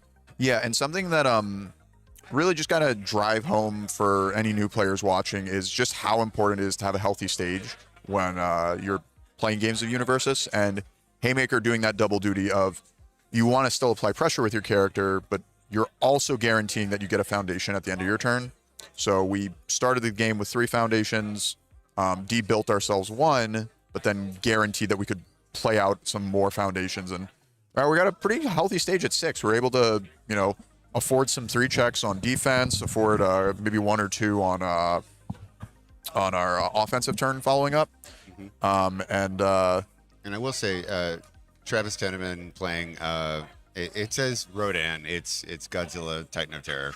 But playing Titan of Terror, playing Destructive Heat Ray. This is probably going to be the most seen card, I think, this weekend. Oh, 100%. I have a tie that I am so excited to show people this weekend that I think is the Destructive Heat Ray tie. I think it's got the color palette, that vibrant yellows, greens, orange, reds in it. I'm just really, really excited to just kind of flaunt that. And then we're getting the bread and butter Titan of Terror experience here, where start with a Destructive Heat Ray, get some power tokens, flip a piece of interaction in our rival stage, and straight into a Queen of the Monsters, which, gets to clear our card pool and give us an extra resource to continue playing attacks, all while being a 7 damage move. It's great seeing Queen of the Monsters here. Not only Queen of the Monsters, but it's alternate art. And then we had on top of that, if anybody went to the local championships, they had a promo of that as well. Yeah. So it's great to see such representation in colorful artwork and alternate artwork with something that has quickly become a staple of the metagame. Oh yeah, and something that's great is, if you maybe don't open that much, maybe can't open that many packs, or you just don't have as much income to buy some singles, Queen of the Monsters is just a participation promo. So you show up to an LC and you just get one of probably the best ultra rares in the set. And then for people that are more willing to whale on some of the cards in the game, you get your choice of, do you want this sort of monotone, cool colored Queen of the Monster alt art, or do you want that vibrant red LC one? And that is it. That quickly. Travis Teneman playing Armor of the Wolf. Yeah. Like I said, I used to play Pony, one of the staples into Earth Pony, and instantly going to shut him down, destroy him, destroy Blaze and Paul Phoenix because of the number of power tokens that was in his stage. And Armor of the Wolf says, hey, I'm going to enhance, and each one of those power tokens is an enhance. Every time you pass on the enhance, that's more damage I'm going to go and do against you. So yeah, it essentially makes, so power tokens usually are that 2 damage, but Armor of the Wolf turns them into 3 damage for each. For each one. And he had a considerable amount that were on the actual stage itself. You can see it in the bottom corner. It says, response after your rival passes on enhance, they get 1 damage. Yeah, and the Paul had his entire stage tapped, and so basically it was off to the races to just pump up a bunch of damage. And something that was really great for Travis is that his rival had already 2 cards in his card pool, and so the progressive difficulty of blocking meant that this Armor of the Wolf was 7 speed. I think Paul didn't have any cards left to block with, but at that point, blocking on a like an 8 if it's a 1 block mod is just not realistic. Best we can do is check a 6. Yeah. Only tap our Paul, and then and then as you said, just got to counter their life total. Power tokens, Armor of the Wolf, fantastic way to do that. And Blaze playing on the all symbol. Now, what is your experience with the all symbol? So I would say it's really cool. There's always like a lot of wacky things going on there that's like not as prevalent on some of the other symbols. But I think sometimes it doesn't come together. They're kind of different things going on where like Rodan wants to remove stuff. Some of the all characters want to discard cards, and we're seeing Paul take advantage of that. But yeah, it's not it's got a bunch of powerful stuff. Like we got to see a lot of it's more of the attune things from Street Fighter. Yeah. Like Rising Uppercut and the oh man, I'm blanking on the 2-diff, the one that's the 6 on top of the deck. Like Battle Holds the Answer, I think. Yes. I'll look into it, but yeah, you know, just those attune tricks that kind of doesn't force you into the all symbol, but we actually built some of them here where, so Steel Muscle Explosion is an all card that Paul really, really enjoys because it's, when it's in your hand, it's just another copy of Feral Shriek. And then we have our final test to, we've essentially built 3 of our card draw effects, but we want 2 of them in our hands, so, you know, they don't have as much text as we want them to. And then Breaking the Cuffs is one that we don't really see very often. One of the UU rares that discards a card to give your move 3/3. And then a potential weakness of Stun is you can't always guarantee your move is unblockable, even if their whole stage is tapped. Sometimes a 4-speed move is just blockable on a 5. But that extra stat bonus is going to pave the way for us. It's interesting. Blaze is starting with a cute host, Kodo. In step, draw extra cards. So he has less to fear with actually playing out most of the cards in their hands because you're just going to get 3 at the end of it. Yeah, I really, really love this card. And with rotation, we lost the guide compare this to. One of the Midoriyas would do this effect, basically. Start of the rival's turn, they draw 3. And so it really lets you play way riskier with your hand, where usually you want to hold some number of cards for defense, so you don't play every single card on your turn. But with Kudos Kodo, you're rewarded for that. Yeah. You get to take advantage of all those cards you played, and then now you suddenly have 3 cards to block with. And something important to note, and it's kind of spaced out just a little bit, Cute Host Kodo actually isn't going to do too much to progressive difficulty, right? Yes, yeah, because it doesn't count toward progressive. Doesn't count. But the double Jumbo Fist, an amazing card to come out of Girl Power, and I think one that was slept on for a long period of time. It just mid attack, just start stacking and filling your card pool. You can go one after another, and every one that you do, more damage, more speed. Yeah, and that lines up with that. We want to stun our rival out, and so that speed can really guarantee that our final move that wears the stat buff is going to actually hit them for its full damage and not be blockable. Also, I think this one on its, like, I think the first one you play is just kind of insane stats. I think it's like a 7 mid for. Is it 7? I always forget. It gets 2/2 with its enhance, right? It gets 2/2 for yes.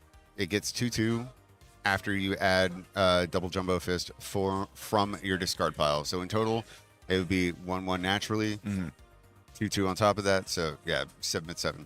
Yeah. But Travis did respond initially. Referee jury. We saw it earlier in round 2. I want to say. That's great that you're going to do that amount of damage to me, but let's say no and just reduce that down. Yeah, and that's another. I'm not sure if the all symbol has access to great tricks for jury, but another way you can combat getting stunned out is some of these low difficulty actions that we have in the game. And referee jury is by far the premier one for that. Of setting a move to 4 is a really great way to make sure you're going to live.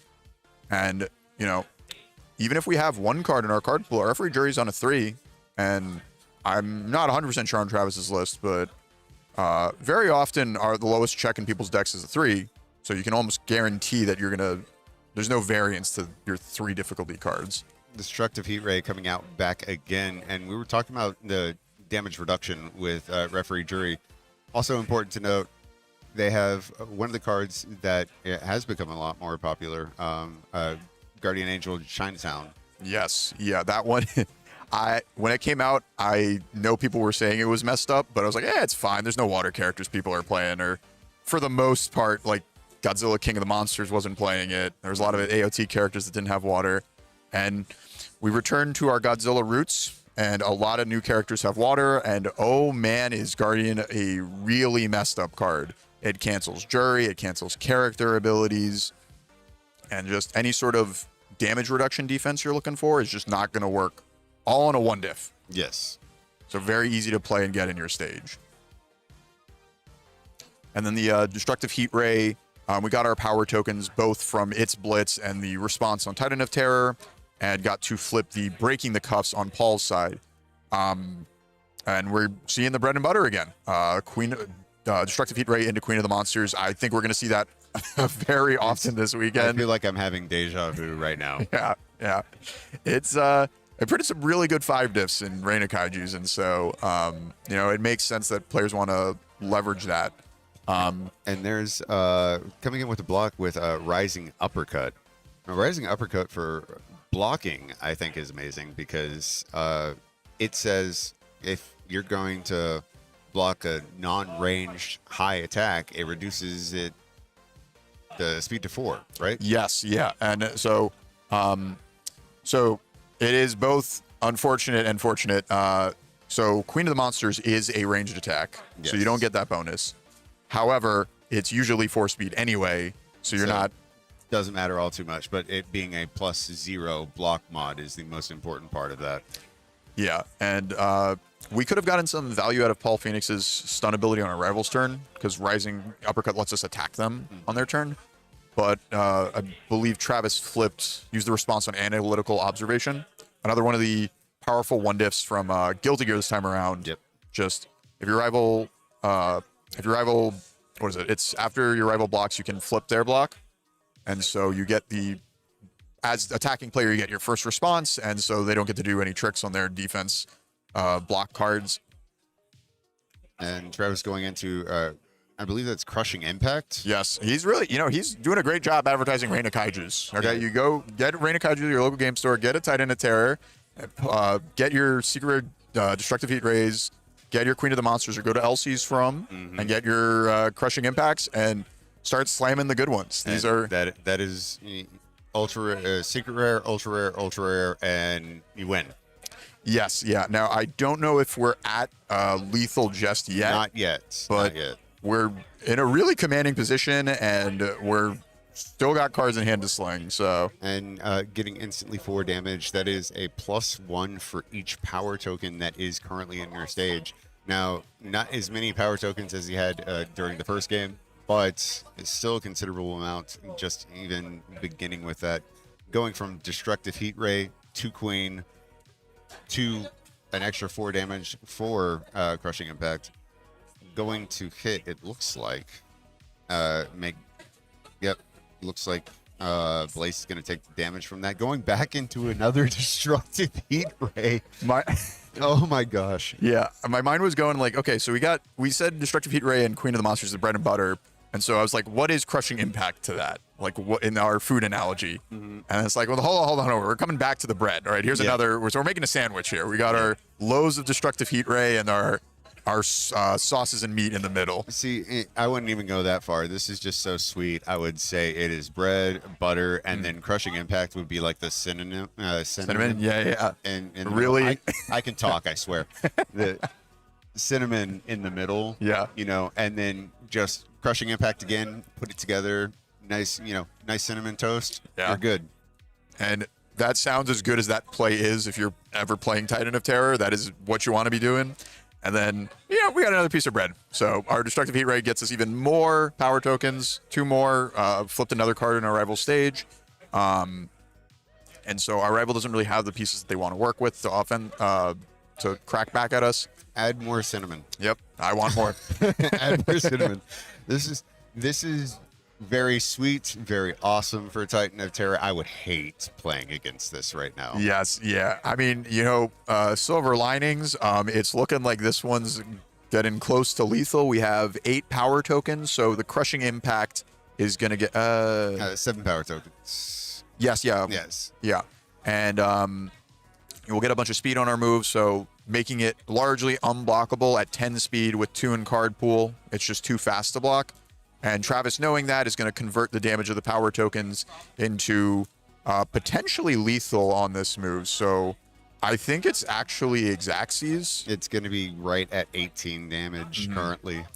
and we don't have any tricks on There's the Paul's fifth side. bump. That will be a game, and Travis taking it 2-0 against Blaze and Paul Phoenix. Yeah. I really wish we got to see more of Paul's deck. Yeah, I do wish that as well. But it is one of the things that I think is most interesting about what we saw from Travis and Titan of Terror playing specifically on Earth. I know lots of people that are going to be playing on Earth, Water as well, but not necessarily Water because it's just a tune. So might as well you can toss in Yeah, you just all put Chinatown in your deck. Chinatown in your Yeah. deck. But that pretty much is, like we said, bread, butter, and cinnamon that we're going to see all weekend. Yes, yeah, you might. So it might be a lesson to folks at home. Too much cinnamon can be a bad thing. Yes, it can. But bread and butter, we can just have it all weekend long. yes, sir. Yes, sir. I mean, it doesn't just have to be Titan of Terror doing this stuff. Like, we can certainly see some other Earth decks leveraging these incredibly powerful ultras and secret rares from the new set. And Titan of Terror is very clearly the boogeyman that we're working with this weekend. And so Travis, a very decorated player in the game. No surprise he's, going Not at all. with Titan of Terror the way to go. And we got the teams from that round coming up in front of us. So we got to see Travis and Blaze play. So we have starting at the bottom, the Titan of Terror versus Paul. I'm not 100% sure on if the names line up with each of the players, but we have another King Ghidorah 2 playing against Hedorah, and then another Rodan showing up against another Hedorah. Yeah, exactly. I mean, it is one of those things that a lot of these characters, like Rodan as an example, King Ghidorah, even though it's the second iteration, you pretty much know what you're getting when playing that with that character. And Hedorah coming out, I've been iffy on that character, but the symbols that it plays on, Death, Earth, and water, Yeah. it has gas everywhere Yeah. right now. A lot of really good attuned cards. And then Hedorah gets to do the really solid, simple gameplay loop of you play a bunch of throws, you give him a bunch of damage, with Hedorah doing it a little sneaky way, and then eventually your rival will just die. So you have this sort of guaranteed clock. You kind of get to ignore the speed and zone aspects of the game for guaranteed damage on your opponent. So you might not have as explosive games, but you got a solid game plan and you can beeline for it. Exactly. And it is one of those things, especially right now with the way the format is, with the way a lot of the meta is, it is very, very aggressive. You go in as hard as possible, as quick as possible. And it is the rare occasion where if you have two, not necessarily Titans, not necessarily Giants, but if you have two good characters that are able to damage mitigate, to block, and to hold it out long enough, those matches could go on until time is done. Yeah. So we got to see a really fast one, but as you said, it is a very aggressive format right now where, sometimes we get longer, we get formats that are more defensive and longer game states. But with Titan of Terror being so powerful with his free attack that he gets to play with his form, and just the power level of the attacks we've gotten with Reign of Kaijus, it is really important to not fight your opponent over the value that they get, but instead the limited life total that they have. Exactly. And it is interesting because based on whether or not they have a vast hand size, they could have more life, they could have less life. So it's great to see the balance that UniVersus does. If they're giving you less resources in your hands, then they'll balance that out by giving you more life. It doesn't always work out the best and in your favor. But specifically with Reign of Kaiju, I just don't like characters that have over 30 health because it just makes my life miserable trying to take them out. It's icky. Let's stay in that's a great thing about Titan of Terror. He doesn't have 30 health. He's got 28. So, silver linings. Yeah, 28. That's it. Just 28. You can make that, right? Yeah, I mean, look, back in My Hero Only, that was a huge number, and it was like, oh my god, how am I supposed to count to that? And with all the 30 health characters we've seen, the Kaijus, the Titan characters, it's starting to become, you kind of got to be able to count to 30. And so kind of breath of fresh air. We both can speak. Yeah, obviously. we can speak. To just have to count to 28. Yes. And it was possible for Paul to get there. Just enough moves, stun him out, get the damage pump for like 4 to 8 damage potentially. It's hard and difficult to make that happen whenever you have such a, like we've been talking about the food analogy, like you have all of the ingredients for the sandwich laid out and just immediately be able to get it that quickly, especially with being able to build out of your discard, then you're good to go. Like you can pick it up, play it, doesn't cost you a thing. Yeah. As soon as you see it, you've got it. Mm-hmm. And so I think we got some more footage, I believe. We're going to be going to a staff match now where we have J-Ray and Tim playing some of their card slinging decks against each other. So I think they're the card slinging decks. I haven't gotten to actually see what they're playing with. Okay. And so we're getting that set up. And let's see. I see an Alt Art Jet Jaguar, which love him. Very cool character. And who the glare is killing me here is that I want to say it's a Reign of Kaiju character, but man, I am not sure. I want to say that it's Biolante. Oh, we've moved it over? It is. Okay. Hey, nice. Good eye.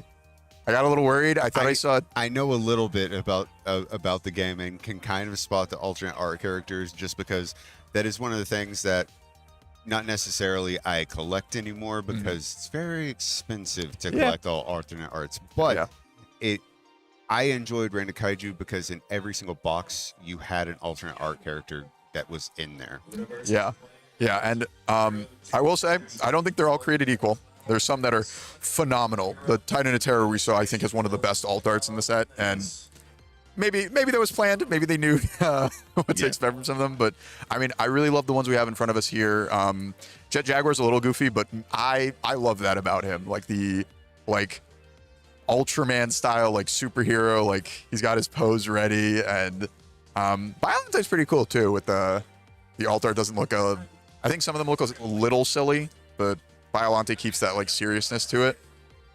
Oh, for sure. Going for a 5 build. And we check up 4 on that, so it's not not quite there. Yeah, but honestly, what I've not loved about 5-handers is our opening builds can be really suspect and be very small. But if I'm getting a 4 build, I'm ecstatic. 5-handers typically have better abilities than the 6 and 7-handers at the cost of their hand size. And so, we're sitting across from a 6-hander and we got almost the same number of foundations that they would typically play on their turn. Thumbs up. Actually giving him back one of the foundations out of the discard pile so he could build in horrifying realization. Yeah, we got to see a really cool play that honestly a lot of the graveyard characters get to take advantage of, where I think it's Tim on the Jet Jaguar deck. Yes. So Jet Jaguar has a form that lets you build a foundation from your graveyard and one from your opponent's graveyard. So usually on turn 1, you don't have anything in there.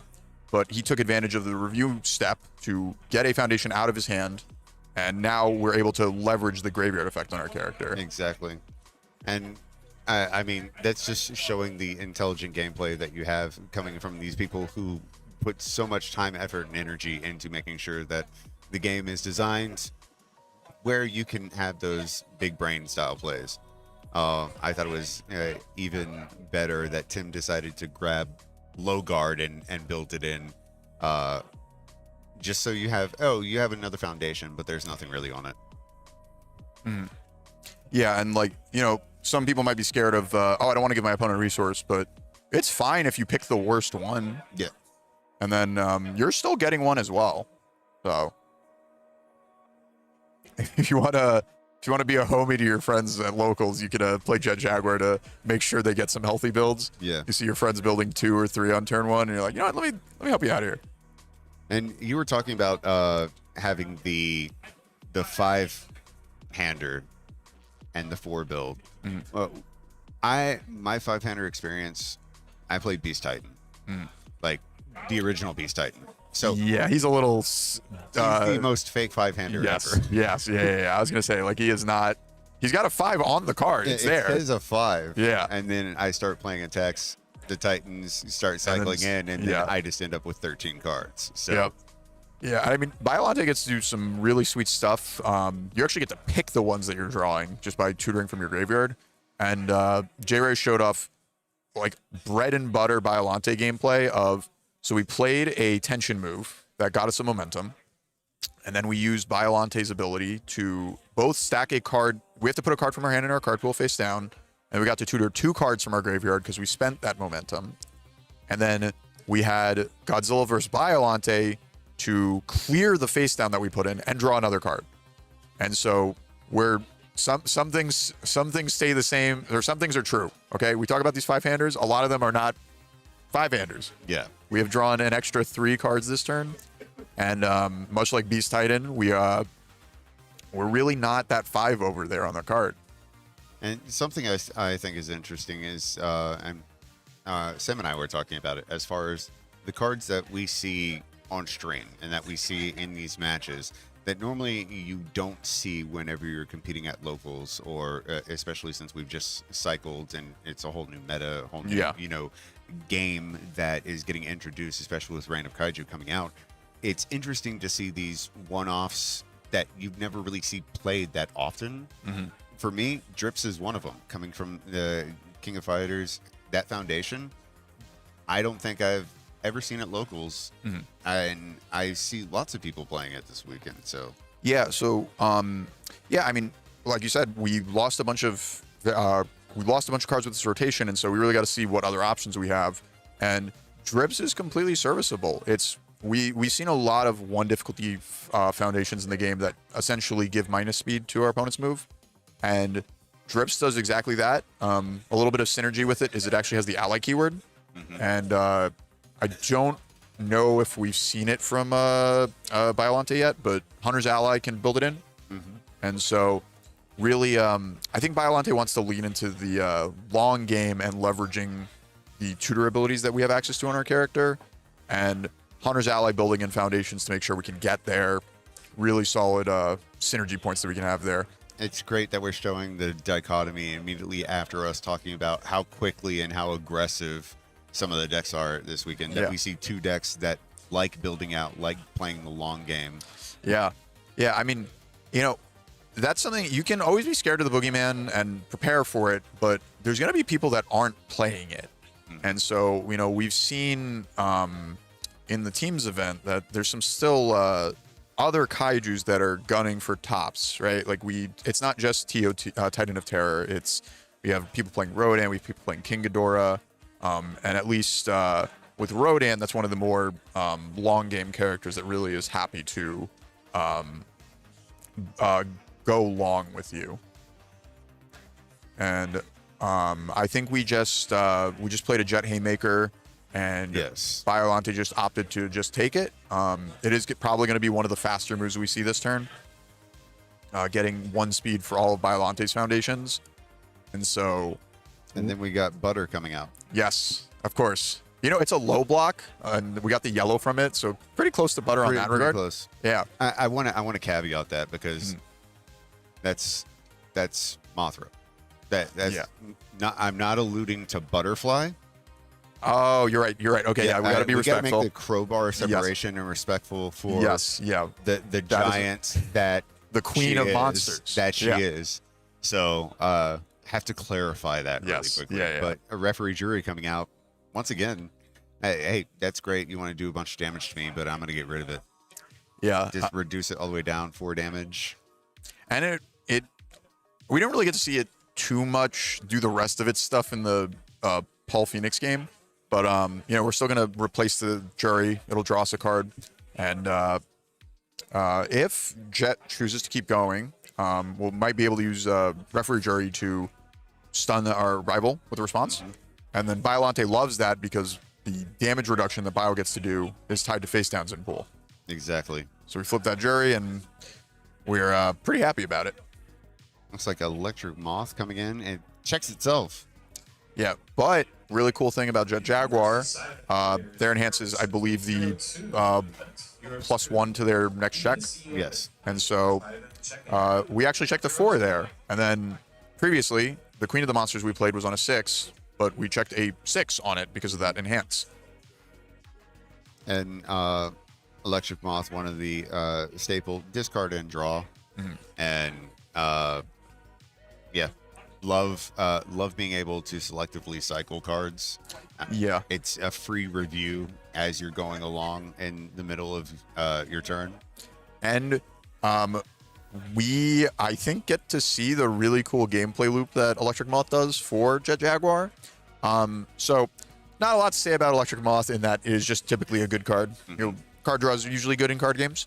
Electric Moth does have a giant enhance or response. I get it mixed up, but essentially when it resolves, you get to ready your character if you are a giant. So Jet Jaguar actually commits himself if you've used his bottom enhance 3 times. But his text says if this is the 3rd time you've used it. So we've played Electric Moth as our 3rd move this turn. And so after it resolves, our Jet Jaguar is going to ready. And if we play another attack, we won't commit Jet on that 4th move. Because it says explicitly 3rd, you're saying that attacks 4, 5, 6 doesn't matter. I don't have to worry about it. Exactly, yeah. And I'm imagining the designers wanted it to be that way, because Titan of Terror specifically says, I believe it's a 2nd or greater. So you can't like double dip with Electric Moth to get even more power tokens out of it. Not sure that you would really need to, but they at least put that or greater clause on that one. And the same set, so I think this was like some of the good Jet Jaguar decks that they wanted to appear in the game. Looks like blocking with Armored Clad Faith. And making sure to move and put that Guardian Angel right up front so it is nicely visible. Yes. Yeah, we're not getting gotcha'd by it. And then, honestly, Jet Jaguar probably wishes they had a Roman Cancel themselves, or a Guardian of Chinatown themselves because of the Roman Cancel that we still have to push through. Able to see, looks like Team Rival in their hands. Yes, yeah. Sure. It's not a Titan of Terror symbol, but that card is super messed up. So I'm imagining any of the air good characters we see this weekend are going to be showing that one off to us. Let's see, is it? Okay, and so opting to slow down a bit. Jet's +1 does also just applies to any of the checks we make. So it means our foundations are assuredly going to pass. That one was on a 3, but as the game progresses, we'll be able to get some value out of it, even on defense or when we're not attacking them as much. And it did look like they were playing Immense Showdown. I love that one. I don't know if it's going to come up in this game, but we've gotten a lot of cards in Reign of Kaiju that stack cards on the bottom of a player's deck. And there's the Hunter Ally that you mentioned earlier. Yes, yeah. We got the Chekhov's gun for get our value back. And a new foundation entering the stage, Tusk-2 Screw. Tusk-2 Screw. One that I'm actually happy that a lot of people grabbed a hold of. I thought it was greatly underutilized whenever Heroes of Exandria came out. Plus, I'm a Critical Role fan. I'm a big critter. So Tusk-Tooth anything, I'm happy. And Hunter's Ally are bringing it in. There are a lot more ally keyword cards out there now. Whenever Hunter's Ally came out, there was a couple that you could play into. Some from Girl Power, but now we have more to choose from as far as, like, we were talking about Drips as being one of those. I'm thankful that Guardian Angel does not have that on there. I would cry. I don't know what I do. I'd just be like, okay, I'm never damage reducing you ever. Exactly. Oh. We're continuing on with the offense with Hunter's Pursuit. I believe it's the alt art of it. Yes, I got the alternate art one. Yeah, I've seen it quite a bit at locals. A lot of my friends really like this one, and I think both of them own the alt art, but I might just be getting it mixed up. Yeah, this one's basically going to say our next. I think it's our next move gets to ignore progressive because it'll have -3 difficulty. And so despite the fact that we have 2 attacks in our card pool, adding to progressive, the next move we're going to play is just going to be easier to slam down.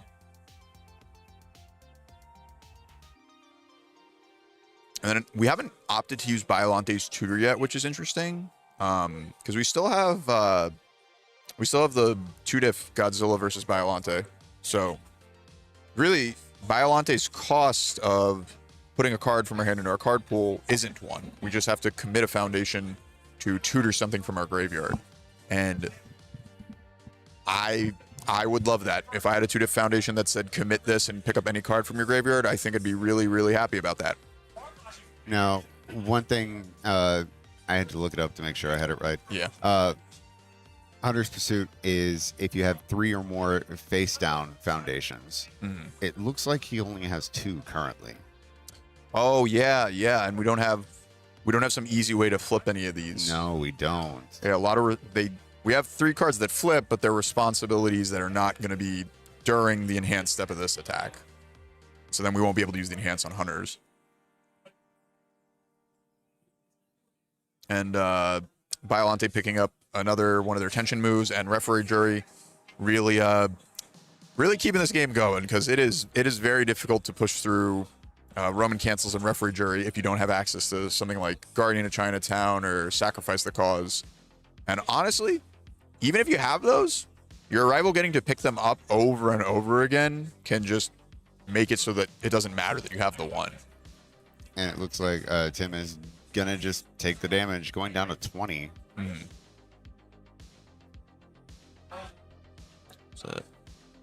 So opting to go with the move we picked up, the Throw Savant, get us another Roman cancel token, and I believe we checked a 3. I'm not sure the alt art of that one.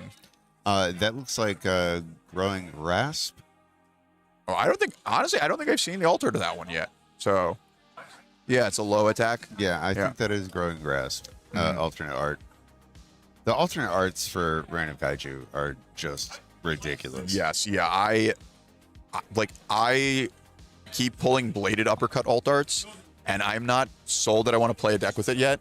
But I keep looking at the alt art on my desk, and I'm like, man, you're really coaxing me into this one. Yeah. Like, oh, this is awesome. Okay, we're I think J-Ro was actually telling me about this deck last night. So what his Biolante deck is really trying to do is abuse Great Yamato attack. And so that's why we have all these ally attacks going on. And usually, Great Yamato is both difficult to play and hard, like literally it's an 8-diff, and then difficult to have enough ally attacks for. And so thanks to Biolante, we get to tutor the Yamato attacks or the ally attacks. And then Great Yamato is basically a banned card in our standard format. Teaming with the attack titan was very, very good and ended up being a 1-diff difficulty attack at the end of your strings. And Yamato attack gets -2 difficulty for each ally in your card pool. So despite this being a 8, 9, 10, 11 with the confines of progressive difficulty and the printed 8, it was actually -6. So it was on a 5 at the end of our string. And you can get that up to -8. Yeah. As a max. So it could realistically, if there was one more, be played almost for free. Yeah, and like even just playing on a 5 is pretty close to being free. Obviously, if you check a 3, that is going to cost you something, but checking a 5 is very, very normal in our game. It is, I think, statistically the more likely outcome when you play a card. And so throwing a Great Yamato on a 5 is super reasonable this late into a string. Whereas like in some of these other attack lineups, playing an 11, trying to pass an 11 difficulty check at the end of your turn is not really where you want to be doing. And more awesome combos of the new stuff. That's that Growing Grass alt art. And Yamato attacks meant that all of the moves we just played are now face down to make it ignore progressive. just comboing it really, really well. Being able to have all the face downs say, oh, those 3 attacks that I played before, yeah, we're just going to set them off to the side. I don't have to count that. So this is on 6. Yes, yeah. Yeah. And we got to do the best part about growing grass, which is killing them. We got damage from its blitz. So we got 8 damage from all the cards in both players' pool. And then Biolante gave us an extra 5 damage because of the face downs in the card pool. And now we're leveraging the EX ability on it, spending the momentum we've accrued previously to give it an additional just 3 speed, I think. Yeah, I think it is just 3. But we're at 6 speed on the growing grass. Our rivals got 3 cards in their pool. So our rival has to block on a 9 if they have a 0 low block. And, you know, the best thing we can typically check in our game is a 6. So might be a little too difficult to pass this one. Yeah, we're going over the math. And so this is a 2 block mod from Jet Haymaker. We do check a 6. 6, that is A 7 because of Jet. 7. Yep. Okay, so it was 2, 5, 11, check a 7. Okay, we were still a couple foundations off, but I think it was 1 or 2. yeah. But, you know, we could have, if we had a 0 low block, there's a real chance on that 6 check. Yeah, that's why people, they stuff low guard, but low guard, 0 low. Low guard, not, you're getting Oh. mixed up with Syndicate Target. Yes, Syndicate Yeah, Target. that one's excuse me. messed up. Syndicate Target is one of my favorite cards. The alternate art on that. Oh, yeah. Amazing. Just the yellow gold foil on it it. just pops. Yes. Yeah. All right, so we got to show off just some of the gunslinging going on this weekend, or card slinging. Card slinging. And, you know, if you're here this weekend, you'll get to either play against that Biolante deck or the Jet Jaguar deck. And you really got a different experience going on there. Yeah. But I believe we're coming close to the end of the round. And so we're going to All right. take a big, quick break and get some seats moving around, get players in where they need to be, and, you know, get back to with some UniVersus action in a couple minutes. Yes. So, Looking forward to seeing more great UniVersus coming from all of the players here at the Chicago Regionals.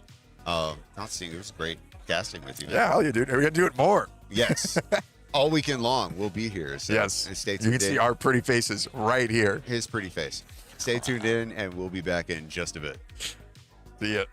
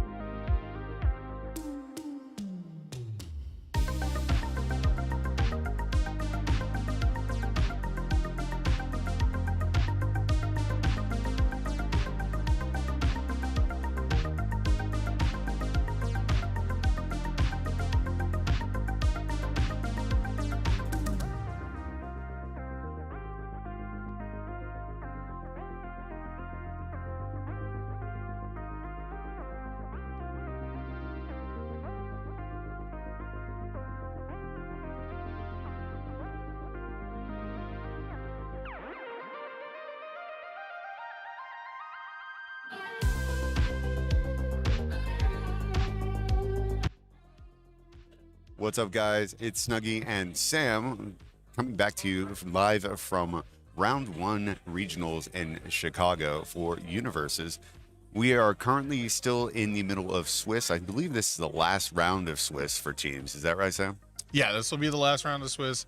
And then I don't know if we're starting top cuts tonight or if we're pushing it all to Sunday. We're going to feel it out, I guess. I tried to talk to the TO, and they're still deciding on exactly where we're going to be. So we got to get through round 5 of Swiss regardless, no matter what. And we've got a little bit of a flashback, I guess, of a couple characters we've seen earlier on tonight for our next matchup. Rodan coming at you versus Reiner. Reiner, Braun, Marley, Shield, the popular Reiner, as I'm finding out. So this should be a pretty interesting one because as good as Rodan is at defending, once Reiner has flipped over, which the game typically goes long enough that he can do so. I mean, we saw turn 2 transformations. The commit a card, including tokens, in your stage to commit or flip a rival foundation will mean that Rodan will have to play it really, really close to his chest. Those cards in hand are going to be super, super important because once your stage is committed out, you've pretty much just got Rodan for defense, and that's going to mean blocking with cards in hand. On the flip side, though, Reiner's definitely going to have his work cut out for him because he doesn't have a very powerful attack string, not a lot of damage pump until he gets that transformation. So that's really going to be the goal of the game, I believe, is get that transformation early, take advantage of Rodan when he doesn't have enough resources to fight through the commit. But Rodan's going to be going first.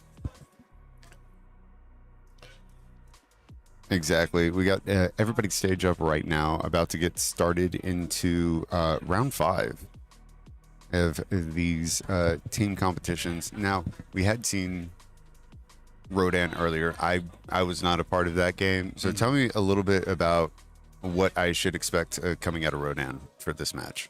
Yeah, so the biggest thing is blocking is going to be incredibly easy. Most attacks are going to be a trivial speed. You know, we're looking at negative numbers a lot of the time.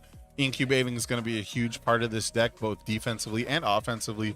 Typically, you know, we don't have the exact list, so I don't know what would be different, but we do expect to see Science Bros in a lot of these Rodan lists. It functions as a card draw whenever you do the Rodan Enhance. It's going to give a little bit more stats, most notably when combined with Incubating.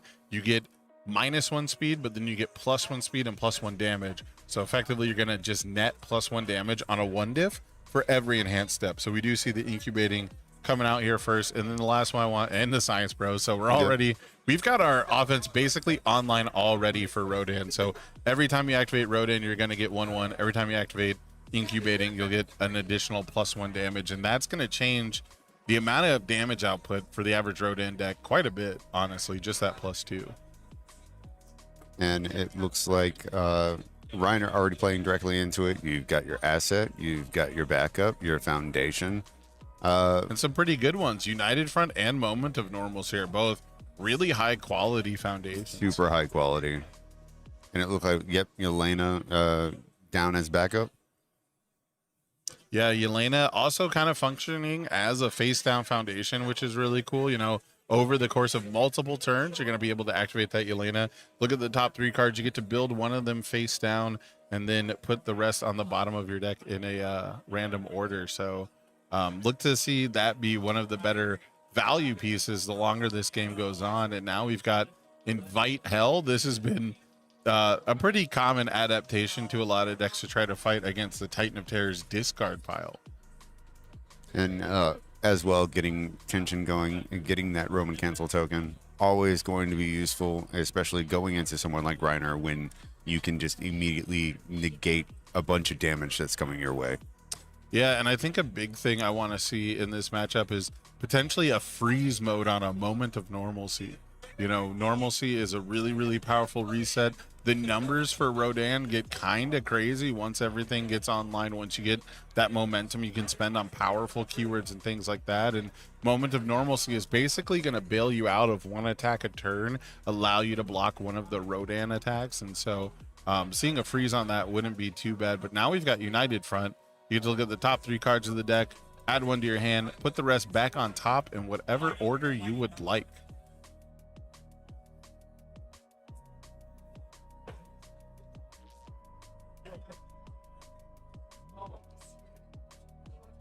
Oh, and it looks like that invite hell was aimed at the Yelena. At Yelena. Which that's something that we never really think about because almost always we see people going straight for face rather than attacking the backups. And then you have some that are elusive, so you can't attack them in the first attack anyway. Right, all those Teenage Mutant Ninja Turtle secret rares. Genghis Frog is going to be all over the place this weekend. Yeah, you have to expect to see that one. Now we've got another tension attack here. We've got the Hammerfall. Yeah, I was trying to read it. I think yeah. I always forget the name of this one. It's the 1 speed for 7 damage though. Tension attack. I wanted to say Hammer Slide for some reason. But Hammerfall is the name of the attack, even though he slides across the screen. And this is just going to be a 5 mid for 9. This is going to allow us to actually put a pretty simple block with Badgie on. Now, it'll be interesting. Are we going to get the breaker out of this, or are we going to try to build it? Looks like we're going to actually go for the breaker. And go for the breaker. Yeah. Yeah, so importantly, Badgie's build response is when you play the card, which is before the block status is determined. So once you breaker, it is too late to build it. And of course, if you build it, it's not there to actually activate the breaker 1. And now we see Rodan, not only is he going to commit out to get this Aaron sidestep into play, but we do see the freeze mode. This time it's on United front though. And that is one of the things that I love having to explain people that are getting into the game, especially one of my friends, Sean, whenever he was getting into the game alongside me. It is the timing that you have to understand more than anything else. Response, blitz, and then when the steps come into play. You know, beginning phase, draw phase, end phase, because the order of which those happen is really important for something like Badgie that has multiple different triggers. You have to select one, but you could miss the opportunity to do it if you're not calling it out at the right time. You know, and it's really funny. I played this game for so long, and I've always liked form abilities, and I've always thought that we should do more with the form speed, if you will, the form ability and the specific timing. And it didn't really dawn on me until probably this year why I think form abilities are so cool and why they feel so good is really the answer. Is why is my brain drawn to them? Because they feel good to activate. And I realized it's because you hold priority. Yeah. When you activate a form ability, your rival just gets to respond to that ability, but they don't actually get anything in return. When you enter the enhance step, you know, you get to do one thing and then the rival gets to potentially enhance. But form abilities, you get to basically still hold control over the game. And I realize that that is like a level of that's a hidden power, you know, then why form abilities can't be too strong. And why the really good abilities typically have to be attached, you know, to an attack. But I thought that was pretty interesting where I'm like, wow, this is much stronger as a form, right, than as an attack. But now we've got Invite Hell. And we had George on his turn actually build in 2 of the newer backups, fighter jets, and Elena moving over as well. Invite Hell coming out. So Elena discards the cards. I think I said earlier they go on bottom. Yeah. It looks like they actually just get discarded. But either way, they're not on top again, so it's not quite as good as United front. Yeah. But Invite Hell is one of the cards that I haven't particularly used. Void is a symbol I have not played. Okay. I've never been on a character where Void has been a part of it. Being relatively newer to the game, it hasn't been one that I messed around with, but also it hasn't been one that's been getting too much love lately.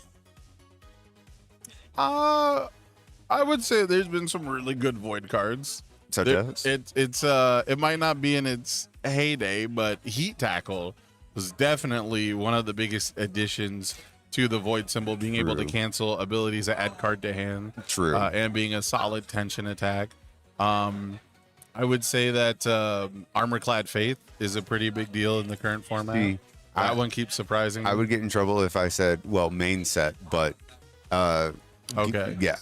No, it's and I will not take away from Guilty Gear because those cards are amazing. Yeah. I mean, go back as far as Critical Role for last year. Sweeping Daggers practically carried the symbol. Yeah. You know, it maybe carried it less than it did Air, but it definitely did a big deal there. So Yeah, a lot of the power and void decks come from the character though, for sure. Like Eraserhead back in the day. Even Void Midnight decks were really popular once Chaos might not have been like the perfect symbol for that deck. You know, and it's interesting. I really thought Fire Rodan would pick up, if only because you're typically missing out on damage pump. Like that's really like all these void characters are great at speed. All the attacks are great at managing speed. And typically that's why you see them have to rely on a powerful keyworded attack after getting a bunch of pokes in. But Fire Rodan not only wants you to pump speed, which the symbols are great at, but he gives you the damage payoff and damage reduction, which like that's really where Void is typically lacking. But I think he'd probably have to be a 7-hander for it to feel really good on the Void symbol as well. So, and we were talking about it earlier as far as the timing on Badgie, using the response, building it in as soon as you played it on block. Something I am noticing about the discard pile and what's been checked, Sam, is this seems to be a big asset and backup deck for Reiner. Yeah, you get to play with all the card types, right? So I think this deck, it looks like it doesn't have the power token adaptation that we saw from Chris Smith's deck, which seemed like a really easy way to get, you know, a card type into play. But and also we're not seeing like finally free, right? We haven't seen the momentum ramp to get that super fast early transformation. And the way Rodan is set up to block everything, we might not get a momentum the quote unquote natural way, the hard way. And here it is. Here's the tension attack that's going to solve that for us. And this looks like this was one of the this is the LC champion, right? Blood sucking universe. Yeah. So this is going to give us a Roman cancel, which does count as a momentum. And Reiner doesn't have to spend the momentum to transform. He just has to have it. He just has to have it. On top of this being a throw, and we're going to heal back some of the damage we took because we have been getting poked down by Rodan here. Like I said, not going to take away from Guilty Gear. Some of those cards are like some of the most strongest cards in the game right now. It being a half set, or you know, quote unquote half set, blitz product, yeah. It being a blitz box. Oh, here's the power token generation. Sorry, we do have it. Okay, we do have the crystal formation. It being a blitz box, I thought was really interesting, but it also gave the opportunity to put very focused, very good economy cards into it. Like, you know what that card is designed for and what it is supposed to do. Yeah, I think the main thing is the blitz box made it very handy when it was when people wanted to pick up and play sealed. Like it's much easier to, you know, even if you want to have like a one-on-one sealed experience, you each can chip in for half a blitz box, and then you get 6 packs, they get 6 packs, and you get like a sealed experience, you know. And I felt like that was something I'd seen a couple people do at regionals. You know, limited, not the most popular thing in our game, but if you make it more accessible, right, people do it just to do it. So I think that was the biggest thing. Is I didn't really focus on the size of the set too much. I focused on the fact that most people seem satisfied if they bought a case, they got everything they wanted. Yeah, which is a pretty good price point, I think.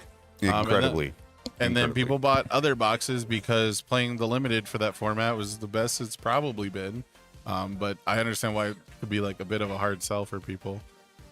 We do finally have the block set for this negative speed or the 0 speed blood sucking universe. It is a 9 damage throw though. And so unless we got the Mikasa defeats the female Titan, which it looks like we did there, we are not going to take anything instead.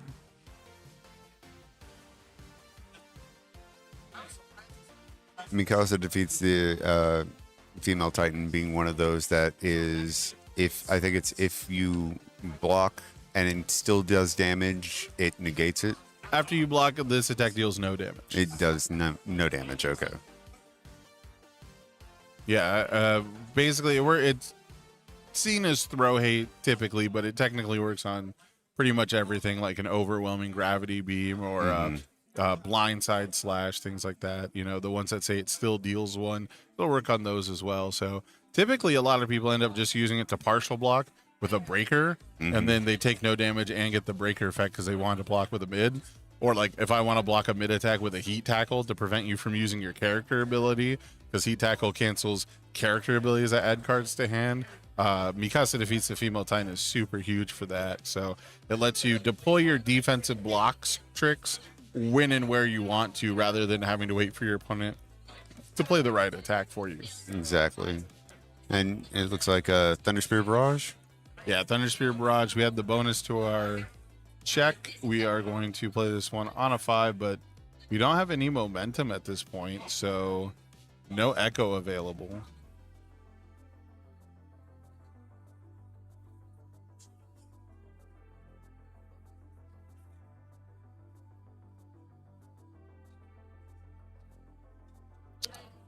A supersonic flight block. +4 block mod. Looks like we're going to block on a 5. Reduced a little too much. The amount of... Or potentially that was on a 7 and we committed to... There we go. The amount of speed reduction that happens is ridiculous. And now we're seeing Fight for Truth on a 5 here. We're going to check a Thunder Spear Barrage. Checks the Thunder, yeah.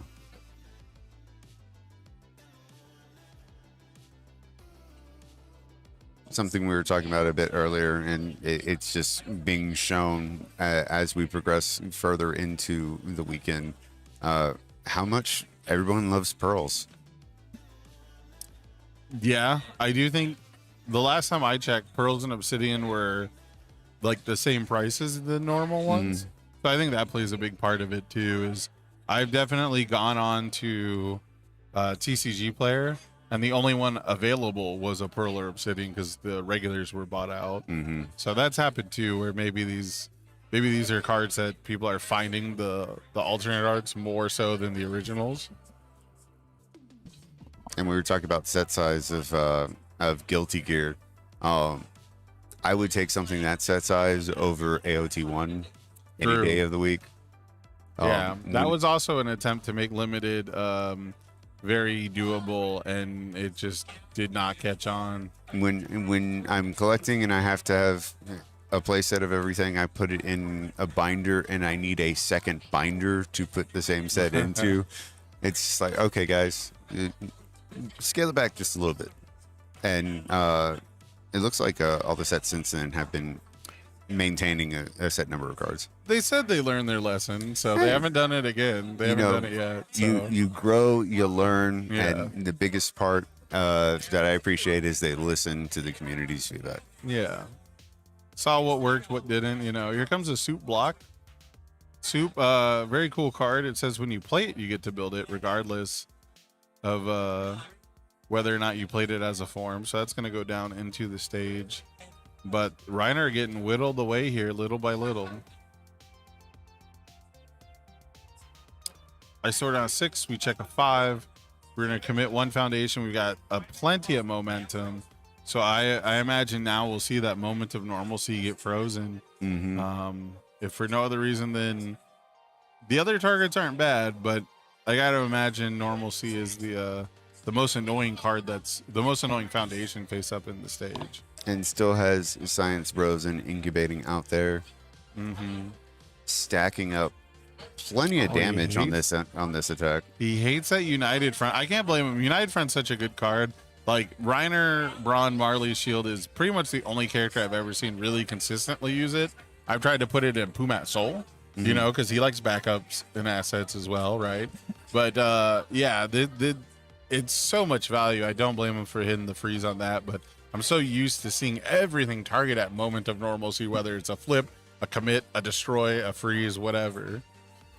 Just having that reset button that everyone's afraid of. They put all their assets, all their, currency enhances, whatever the case may be, character abilities to get damage pump, to get speed, and then it just gets reset immediately. Yep. And now we've got Rodan pushing here. That's going to be game 1, it looks like, as we reveal the wrong block zone. Pushing through the bad checks. Colby's going to take game 1.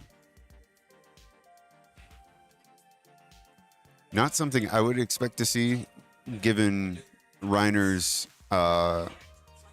order build. But again, it was interesting that we didn't see quite as much as we did in Chris's deck as far as getting those power tokens out on board. It is in there, we did see eventually, but saw lots of backups, lots of assets coming out, not only onto the stage, but also in checking. Yeah, I think George just has to have some smoother early turns, get that momentum like we did, like we talked about before the match started. Being able to transform at a surprisingly fast rate is probably going to be pretty necessary. I mean, if you could even just play a bunch of attacks with the front side enhance that says your rival flips one, if you play enough attacks, that can be pretty devastating too. But that's going to require you to have a legitimate offensive string early on in the game, and so we did not have that. We didn't have any of that pressure. And once you let Rodan dictate the pace of the game and get to that late game scenario where we really weren't going to fail our checks, the game's kind of, lost to the more aggressive six-hander at that point. Yeah. We were talking about, Constantine and I were talking about the aggressive nature of the format currently, where most of the decks that we're going to see this weekend are just hyper aggro. And it is one of those things that, for, like you said, for a character like Rodan, certain characters you're going to go up against, if they control the tempo of the gameplay, then you're not only on your back foot, you're already falling backwards. Right. Yeah, and that's something, it's interesting. I wouldn't be surprised to see Rodan do very well tomorrow at all, because people are skewing towards that hyper aggro to beat the Titan of Terror, the talk of the town, brand new deck on the format, showing up at all the LCs. And people's general opinion seems to be that, you can just be more aggressive, exploit that it has basically no defense on face, and the defense it's playing is pretty minor. It's -2 damage here and there. It's -2 speed once on a turn. And those are exactly the formats that Rodan wants to be playing in. The decks that live and die by their turn 2, the decks that have to get something going, with a long string of attacks early in the game, or else they don't really get anywhere. They don't get their game plan going. Not decks that put +3 damage on everything and have like the zone overload necessary. So it could be tough. The hyper aggro decks are pretty indiscriminate about who they beat, but Rodan's ability to stabilize and fight off turn 2 aggression is so strong that it really could be the difference maker for Rodan over the weekend. And we were talking about it earlier about the Rebel Frontier promos that are out this weekend. We can see one right on George's stage, finally free. He's got his hand on it right now. There we go. We're gonna have our momentum to transform. Yes, and it looks so great. I know we talked about it earlier, and he's got it in discard pile as well. I can't emphasize enough how pretty the foiling on the cards are, and I really hope that everybody gets to get the promo that they want. Right. I mean, I want them all. I want more. Well, yes. I got one of each. I need more. I'm a huge fan. I was talking to Constantine about the Nonagon in the background with the star pattern being foiled. So good. Anything with purples, the Nebula space, so good. And then the finally free, we got the really cool spaceship cockpit. But here we go. We're starting off with monster versus machine.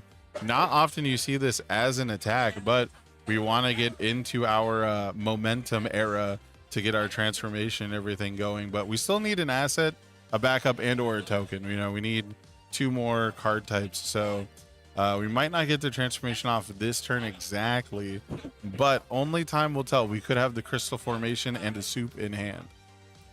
And I think I did see soup in hands, so that will be easy. Play it, instantly get it down. Monster vs. Machine, it's interesting you say you normally don't see it as an attack. I agree. The exception, I would say, is on order whenever you're stringing a bunch of attacks together. I like having a 3-diff attack, being able to interject it or to get it on the tail end of things. But its breaker ability, I use that all the time. Breaker and stun are some of my favorite keywords out there. Yeah, and granted, for a 3-diff, target, commit, rival, foundation, or asset is an incredibly good baseline. I mean, that's very, very worth +1 progressive for the rest of your moves most of the time. I mean, it's also got the powerful, we might say, come into play, but yeah, very, very unfortunate here that we did not get our game plan fully online just yet, but now we've got the asset, now we've got the backup, now it's only a matter of time until we have that momentum and we can transform, go back into our turn and have big damage pumps that really will threaten Rodan once you get an attack through the wall, which I don't think we've seen the Reiner deck be able to do yet. No, not as of yet. We are hoping that that transformation actually does happen and we see exactly what George can put into the deck and what mix and combination that he put into things in order to be able to dish out that big damage. Right.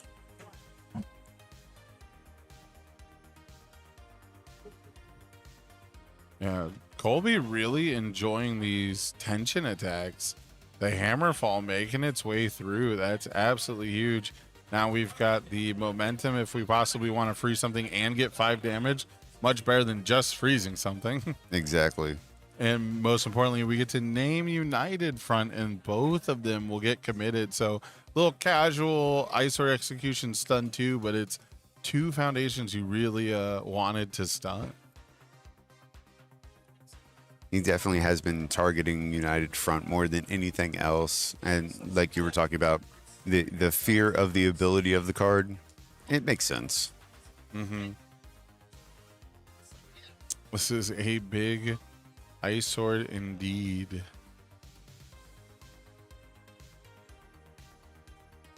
And it looks like he's going to take the damage. Is that down to 20? Yeah, down to 20 health. 20.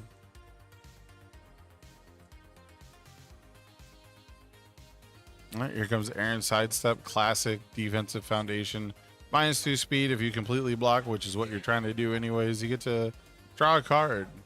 It's been a cornerstone of air defensive decks, most wall decks for a long time because you're getting paid for something you wanted to do anyways, and it's helping you do it. And Aaron Sidestep being a little bit of a unique card to be utilized as much as it is because it was in one of the starter decks for Attack on Titan.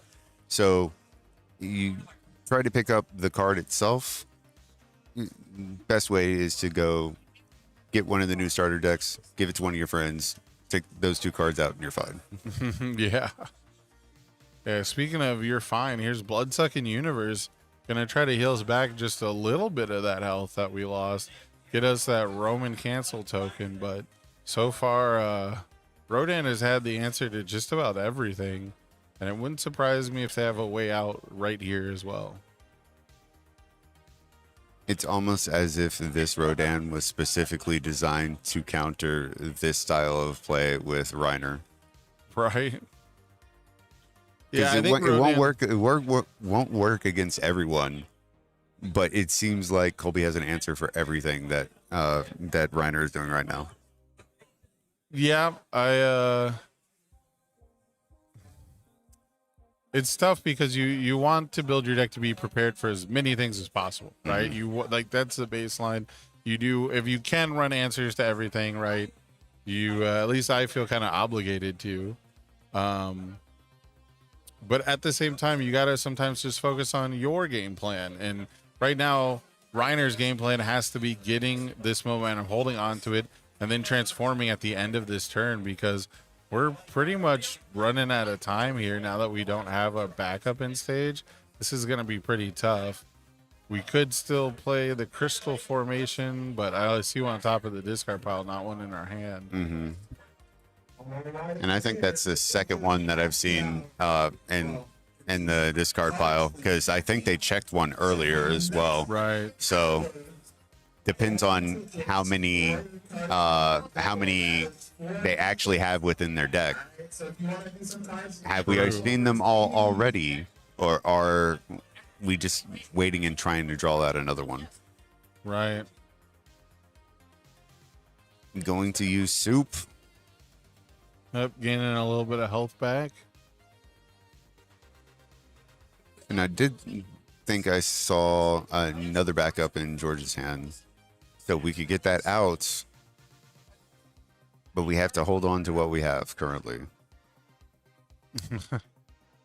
Looks like we're blocking with our +4 block mod on a 3. Keeping the Reiner out.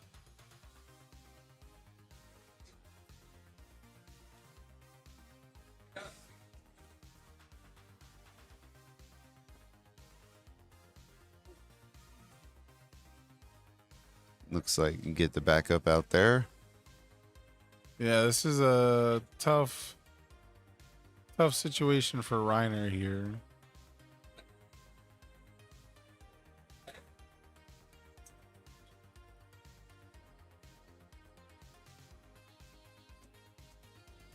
Playing Guardian and getting the backup out, getting momentum as well. Yep, stacked up with plenty of momentum. Rodan's got some momentum too, but typically the defensive momentum beats the offensive momentum, especially when it's a Roman cancel token, at least. Putting the 5 damage on Ice Sword not as bad when your rival can just opt to take 3, for example. So it'll be interesting to see how much we can progress our actual game plan here, or how much of this is just going to be Rodan essentially poking and then building. Mm-hmm.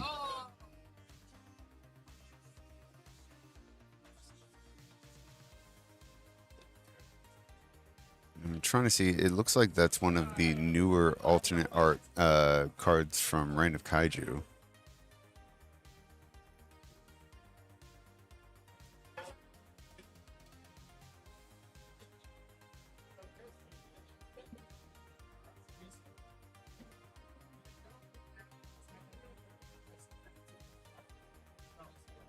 I think that's Tri-Gravity Beam.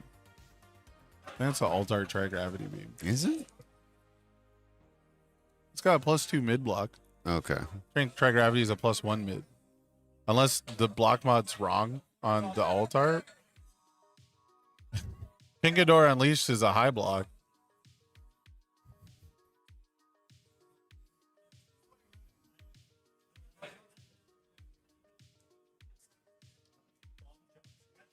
Yeah, I don't know. The block mod can't be Tri-Gravity.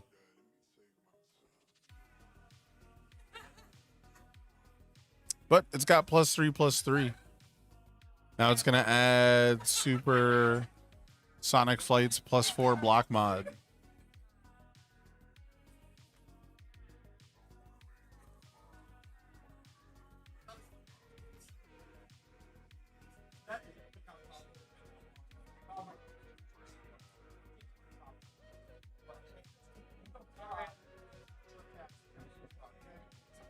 And there we're going to see the Roman cancel token come in, take 3, puts us down to 18.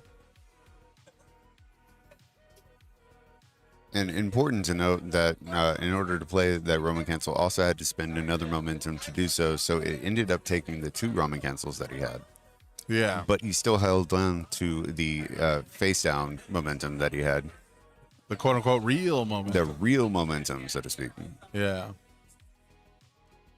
Okay, we're going to kill off Yelena with the old hammer fall here. And just as quick as we got it back up, it is gone once again. Yeah, keeping Reiner off that transformation is absolutely huge here. And we're stacked up with so much momentum. If there's a powerful or EX cash out, which we've seen the cash out with Ice Sword Execution, 1 momentum for +5 damage is certainly a great rate, but we got to see something with powerful where we can spend it all. Mm-hmm.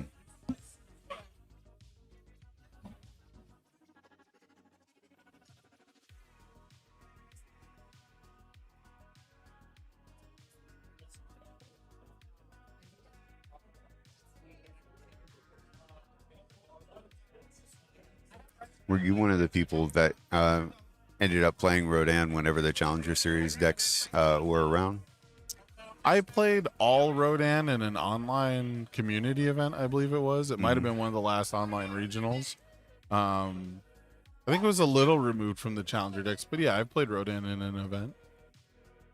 I've looked at the deck quite a lot. I like blocking. I like the air symbol. So I usually try to use it as like an excuse, like a vessel to play the air symbol with just like an overtuned character, you know, but it's you get sucked into playing the same cards all the time. You know, it's Supersonic Flight for the +4. It's this card for the +4.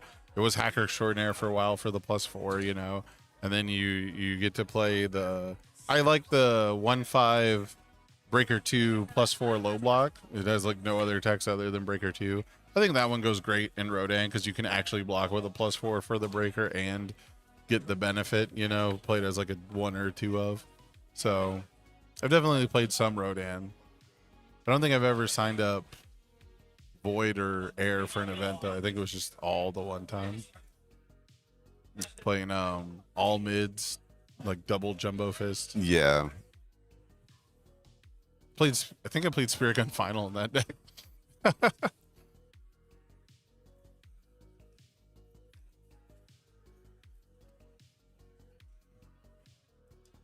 Got the Thunder Spear Barrage here. Ended up getting blocked, it looks like. Yeah.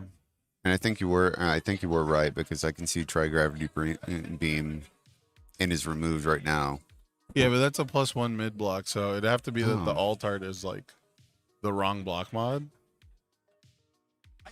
Unless it's an Altart of one of the newer attacks. Golden Destruction, it didn't look like that was the one though. Golden Destruction's a 5 diff. Yeah.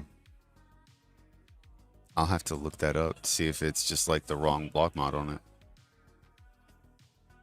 Got double Thunder Spear Barrage here. Echo is going to flip that first one face down. Mildly important, we won't get momentum from that. Because it's going to flip, even though it dealt damage and we turned it sideways. But that doesn't matter. This one's going to deal damage as well. Colby identifying these as low damage, non-threatening pokes. And good distinction to make that if you echo your attack, it flips. It doesn't go to your momentum whenever the end phase actually happens and you start cleaning up. Mm-hmm. Getting Yelena back once again. All right, which attack is going to kill Yelena this time? Hammerfall? Tri-Gravity Beam?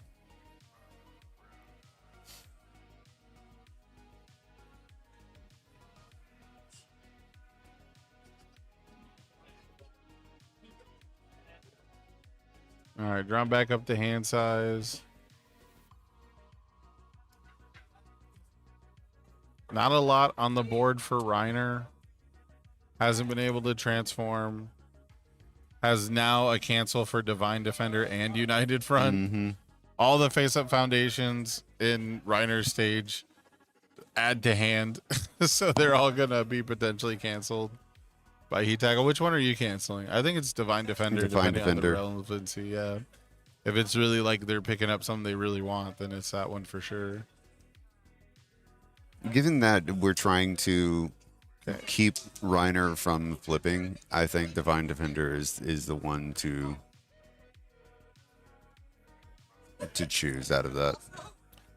Yeah, it looks like we opted to cancel the United Front, which I don't hate because that one is a commit cost, not flip. Mm-hmm. So you do get quite a bit of mileage for this turn, at least, by forcing him to do the second United Front. Mm-hmm. Basically viewing it more as a stun one than like a true cancel. But at the same time, you know, this is not the most damaging move. It's probably not going to blow up your whole stage. But we are going to commit halfway out here. And we are going to see the Roman cancel. I believe it's purple to clear the card pool. Yes. Purple's going to clear the card pool. We're going to get to draw another card. I think you're right. I think it is purple that clears out.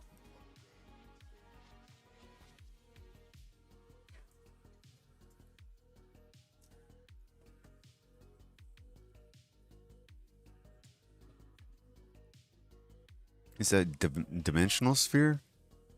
Yes, this is a dimensional sphere. It's a 5 mid for 1. I'm sitting on the side, so there's a bit of a glare. So sorry, I keep asking.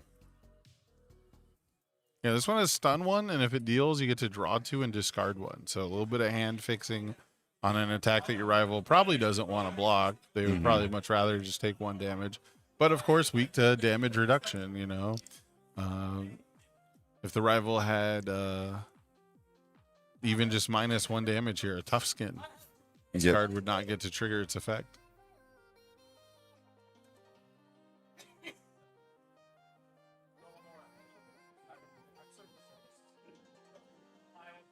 Also, maybe importantly, not enough damage to kill Yelena.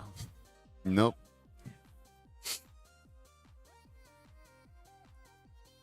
And that's one thing you can do, right? You know, if someone is attacking your backup, they happen to have, 5-6 health, you could do damage reduction to help keep your backup alive, but you can't block for your backup. Correct, yeah. So they can take a hit or two if you've got the right DR for it, but... Or if your rival's playing 1 damage moves. Yeah, they can take a couple 1 damage moves. That, of course, as well. Like we see right now. Yeah, not usually it's a really bad sign to see someone playing I almost said barrier shield. That's not the right one. Sphere. Dimensional sphere. Dimensional sphere. I don't know why that one left my my mind. Yeah, you normally don't see dimensional sphere being played as an attack. Yeah. Now we do see heat tackle. This one is an excellent attack, getting that Roman cancel back. We can only use each ability on the Roman cancel once per turn, so not going to be able to clear the card pool and draw again, unfortunately. But having that damage reset is going to make this so tough for Reiner. Having the Divine Defender cancel also going to make this pretty tough if we wanted to play a high attack to follow this up. But also just denying Reiner the ability to get back a small echo attack could be a big deal. And denying the transformation by killing Yelena once again.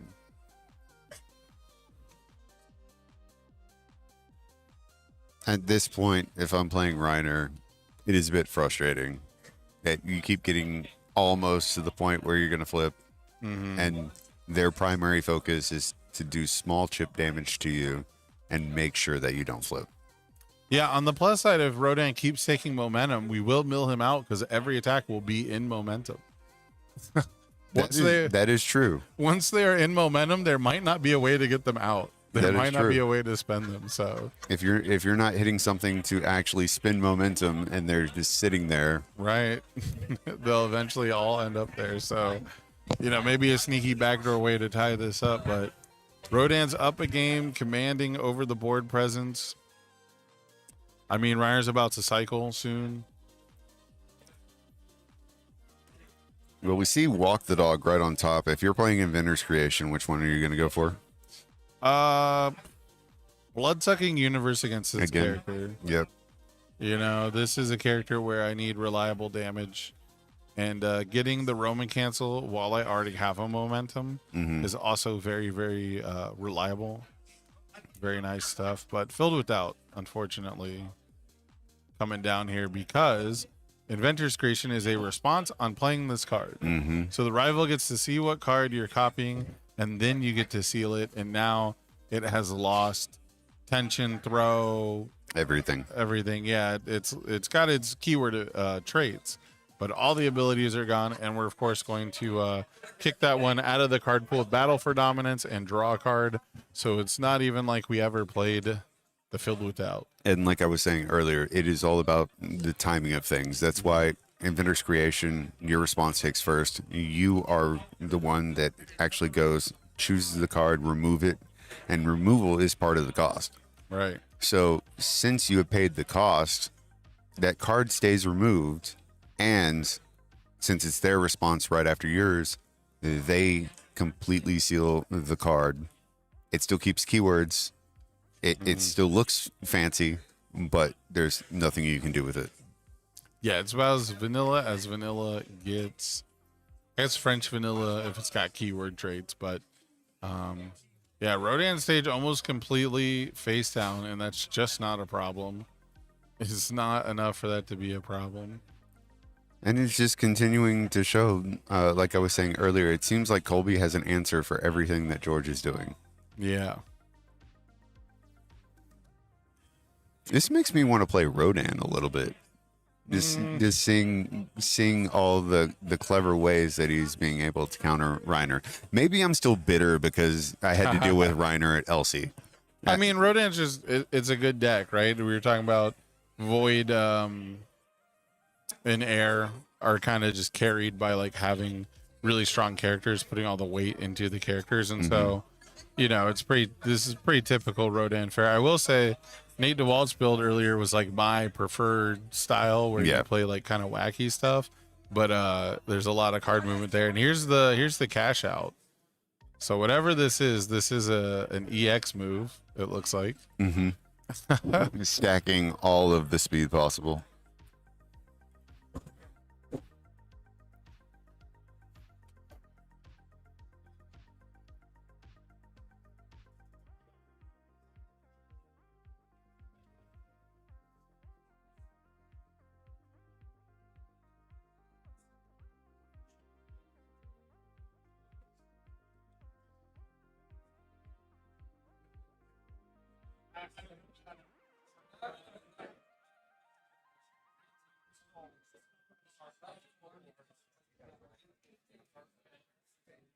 All right, George is going to attempt to block here. Checks a 5, 6, 7, 8, 9, 10, 11, and 12. Giving up on transforming because we don't have a backup, so it makes sense to commit Reiner here. This side of Reiner not really doing anything defensive. I guess the other side, you don't really have to do anything either. It's mostly statics. But Invite Hell, going to make the rival mill 3. Then we get to snipe a card out of the game from their discard pile. And they're pretty lucky. They almost made their opponent cycle, which would cause a pause condition. And then while they would lose 10 cards from their deck, you wouldn't be able to snipe one. And normally right now from Invite Hell, what you want is to snipe a very impactful card that whatever your deck is doing, whether it's King Ghidorah Unleashed, whether it's Gravity Beam Volley, whether it's Destructive Heat Rays, that Titan of Terror can form. You want to hit the good one more than you'd rather hit like 10 randoms. Yeah. And it's interesting you mentioned the pause condition. That actually just happened to me a few days ago because I was playing a damage pump Jester and BFE. Okay, yep. We love BFE. But the problem with that is you mill 3. Right. And since I only had 2, well, that's great. I mill the 2, have to cycle. Mill the third one. Mill the third one. Plus 0 damage. Plus 0 damage. Yes. Because it just got rid of everything that was in the discard pile. So, yep. That's how it goes sometimes. But hey, learning via experience is often the most, it's often the lessons that hit home the most. So you'll probably never make that mistake ever again. It was just bad timing, honestly. Yeah. It had it drawn and then looked down, only saw 2 cards left, and I went, whoops. Not doing that. Here comes the cycle. Cycling with this Reiner before being able to transform is genuinely crazy work. It goes to show how defensive Colby is playing to make sure that George essentially flipping almost is the win condition for, and I think Colby views it that way. Flipping is the win condition that George has. So chip at him and do everything possible to make sure that that flip never happens. Right. Yeah, the deck just doesn't become that threatening without it. We're opening up with a 3 diff. It's got targeted committal. And then the Batra arrives makes perfect sense to me. And then if your rival has too many foundations, it gets frozen. And he does. I think it's 10 or more, right? Yeah, it's fake deadlock because deadlock is more than 10. And this one's 10 or more, I believe. It just wants to be a little bit inclusive. Yeah, it wants to punish people who are trying to avoid it. You know? It'll look you up in the phone book. They still make those. Yeah. Those do still exist, and it will find you. Now we got the power token coming in. You can attack the power token now. Yeah. Yeah, we dealt some damage when this card, when monster versus machine deals damage, you get to respond and make a power token, and that's the only card we're going to play and then transform this turn. That allows it. That's kind of wild, though, that all we played was a 3-diff attack and then ended our turn. Well, we were talking about it earlier. You wouldn't normally see it played as an attack. Yeah, but there true. are certain circumstances where it makes sense to, and this would be one of them. Just getting it out there, getting easy chip damage, and getting power token out of it will give us yet another different card in order to flip, which is great. It's not something you can immediately go after like the backups. Yeah, we got Violent Anima Shot coming down now. 4 high for 5. After it deals damage, you can respond and make your rival remove a random card from the game. Absolutely insane stuff. Anyone who said Critical Role didn't have the power level just got a gesture at the... Who said that? Quite a few people. I didn't say that. Yeah, same thing with Teenage Mutant Ninja Turtles. It's like we're really talking about the set with Equipment Heist. Yeah. Like, yeah, they concentrated it all into like a few cards, but I mean, come on, So that's where I think, and I was saying earlier, that's where I think Guilty Gear holds its strength is that has so many like good economy cards, good strong cards, but it is a smaller set, and I think that's where it got its benefit. Is they put a lot more effort in, not effort. They put a lot more. We're getting they rolled a dice. Okay, yeah. So random cards. I got distracted by that. Badgie gets removed instead. Yeah, well, that's not a high block, so that one was not preventing Anima Shot from dealing damage, and that's crazy. So, like we said, Reiner played like one card, had ended up with 6 cards in hand there, and gonna get a random one removed after we take the damage. Rodan playing a 1 damage follow-up here. I gotta smell a Tri-Gravity Beam coming, or else I don't feel like playing a 1 damage move makes a ton of sense, but I've been wrong before. And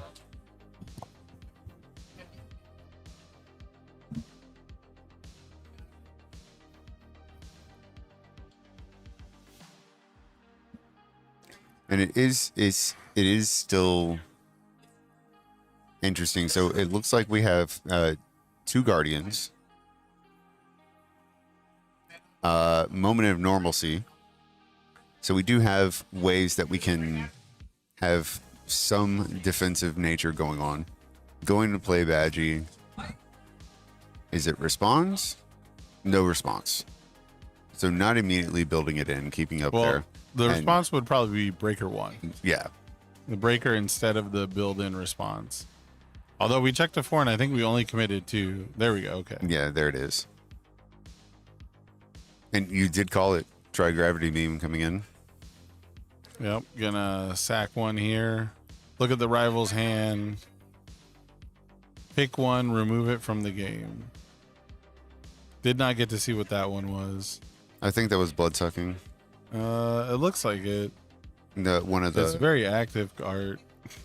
One of the local championship promos. Yeah. All right, so Tri-Gravity here. This is an easy 7 damage for Rodan. And it looks like the life counter on the opposite side of the table died, so they ended up splitting the one that they have down there. Luckily, they're twinning 11 each. Yes.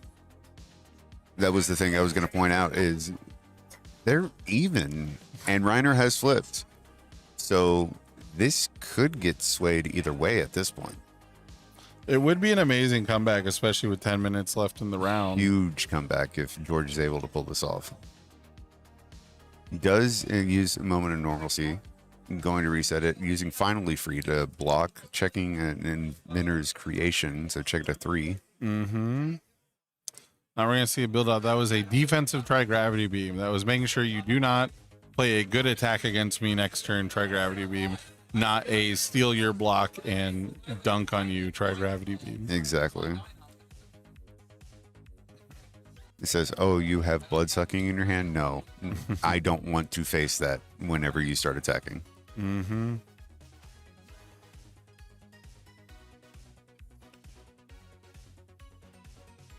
Colby's defensive strategy throughout this entire game has been amazing to watch as far as how is he's trying to control the tempo of the game and control exactly what George is doing on each of his turns. If George does pull this off, this would be a great comeback from game 1 to win game 2. 15 seconds in the round. And it is going to be close as far as what they're trying to do. Playing a walk the dog, going to have the stun initially. You do have pump from the 2 momentum that you currently have. Yeah, Rodan stage looking surprisingly small here. Only 4 cards ready. Botan's coming in, getting the supersonic on top of the discard pile, though. That means potentially -4 speed and a card draw, and we do see the activation here.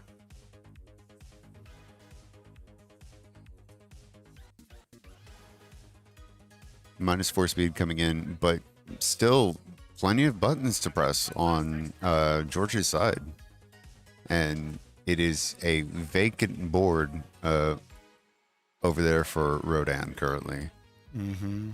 Going to pick up another power token using Crystal Formation. The 0 diff action that we have been seeing a lot of this weekend so far, and it's great to see it. Yeah. We've seen it not only been played offensively, but defensively as well. Yeah, the -2 to your check is actually wild text. And now we've got the block on the Science Bros happening. Looks like it's just going to be a partial. Yeah, partial block, and gets him down to 1 foundation remaining. Bloodsucking Universe coming out. Checks a 3. I think this might be it.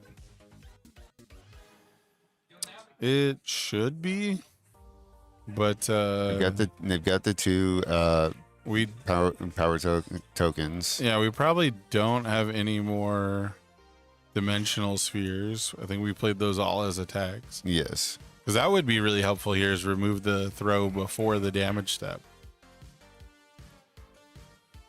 And it looks like that is it. And Yeah. George is going to take game 2. An amazing comeback from where we were throughout the majority of the match. Colby just making sure as much as possible, as hard as possible, to not have Reiner flip. Was able to pull it off as soon as he got that power token out there. Yeah, but Kept killing off the backups and said, you know what? I don't realistically need a backup. yeah, I think Colby's got to really feel like he did overextend there, though. You know, there was just a lot of control checks happening for attacks that were not necessarily winning the game. And imagine if we had the dimensional sphere instead of trying to force the tri-gravity beam next turn. You know, it's little things like that where maybe you actually end up in a worse position because you tried to go for that play instead of, you know, trying to push your own advantage, push your own luck. So very, very tough stuff, but we got a game 3. Colby's going to get to go first. However, I don't know if either of these characters can win the game in 7 minutes or less. I mean, it is one of those things that we have seen before, and if it just so happens to fall correctly, if George is able to flip within the first turn or 2, then it can be pulled off. He can be able to damage pump so quick that I don't think Rodan would be able to counter it. Great build going first.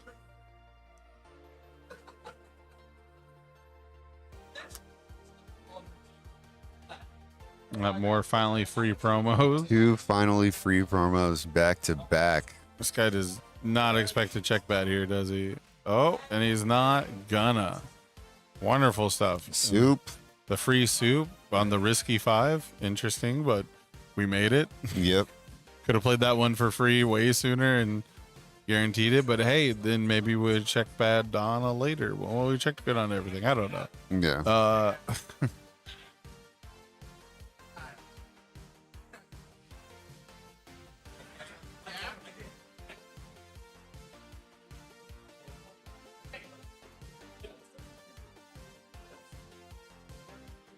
Is this?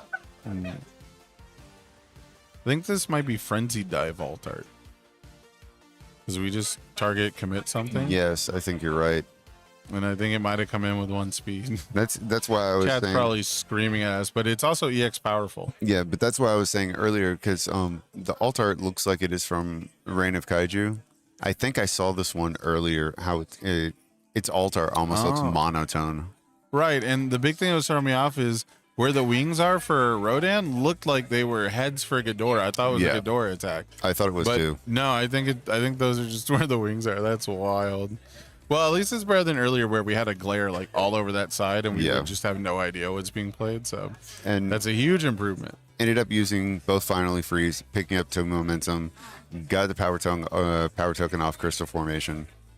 So going to block with Inventor's Creation, committing out for the half block. And I think that is George's hand. I don't think he has anything else in hand.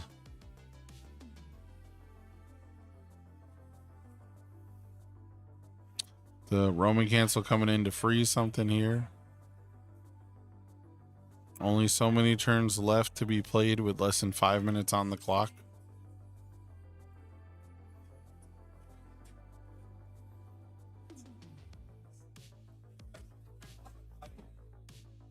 And Reiner going to transform right before starting their turn.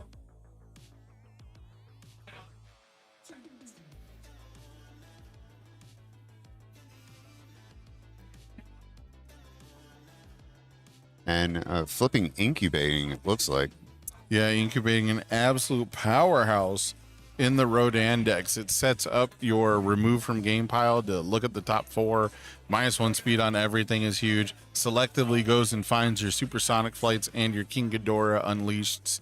And it sometimes turns into +1 damage on everything with Science Bros. And Bloodsucking Universe coming out, instantly getting filled with doubt. Yeah, sealed immediately, so it's no longer a throw. Not going to give a Roman cancel token. It's going to be -1 high for 9. It's going to be blocked, and boom, there's the supersonic flight on top of the discard pile for Rodan. Exactly what you want to see. Sidestep coming in for the block, negating the damage. So George is just going to build and pass turn.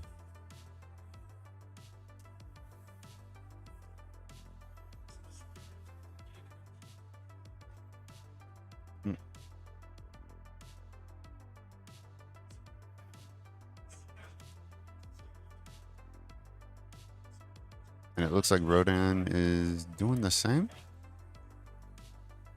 Yep, less Build than and 3 pass. minutes left.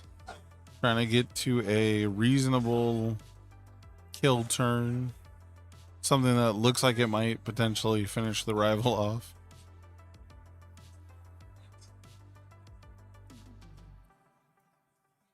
All right. Kind of feels like it's now or never.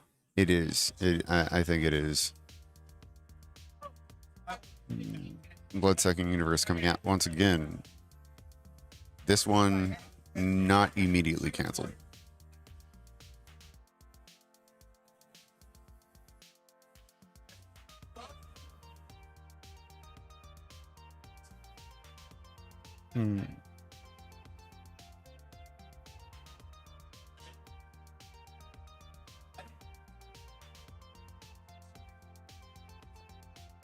Got United Front coming in here again.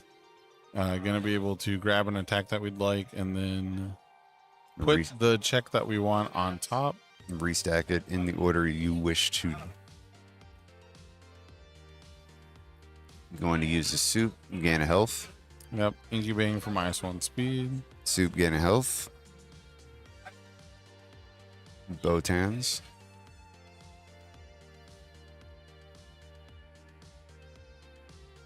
Dropping down to 15 health. Now can Reiner count to 15? It's gonna be tough if he can, but that is a what could this very be? slow attack. Yeah, what could this be? Not exactly cutting edge technology, it feels like, for the anti-Rodan matchups. Yeah. For the Rodan haters club.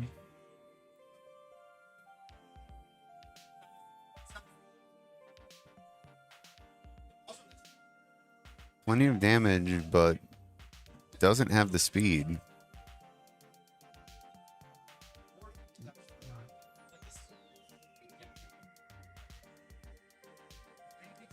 Cole will be clearing out Botans and going to the block step.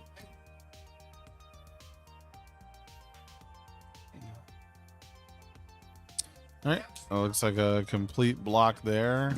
Do you have a third attack? We do. It's another what could this be? But we checked an attack on this one. An attack, I believe, gives bonus damage with the blitz. I think so. See that, or it's +2. I remember it being It's like attack is like +2. the worst. It's actually +2 speed for yeah. attack. So if you check that, it becomes a 4/4. Mm-hmm. I don't know if Rodan scooped there, or a lot of times in teams it matters what your rivals or what your teammates' record is. Mm-hmm. But it looks like they hit overtime and did not complete this game. I don't think there was a scoop to what could this be, but Yeah. It would be a first if there was a scoop to what could this be. right. That would be a first. I think it for would me, be for a sure. first. Yeah. All right. Well, we are going to take a quick little break because we are into overtime now. And we got to make sure that we get the next round set up before round 5 is up, or sorry, before Top Cuts announcement is up. We should be doing top 8 for teams, and we're still figuring out if that top 8 is going to be tonight or if it's going to be on Sunday. So we're going to get that information for you. We'll be back very soon. Please don't go anywhere.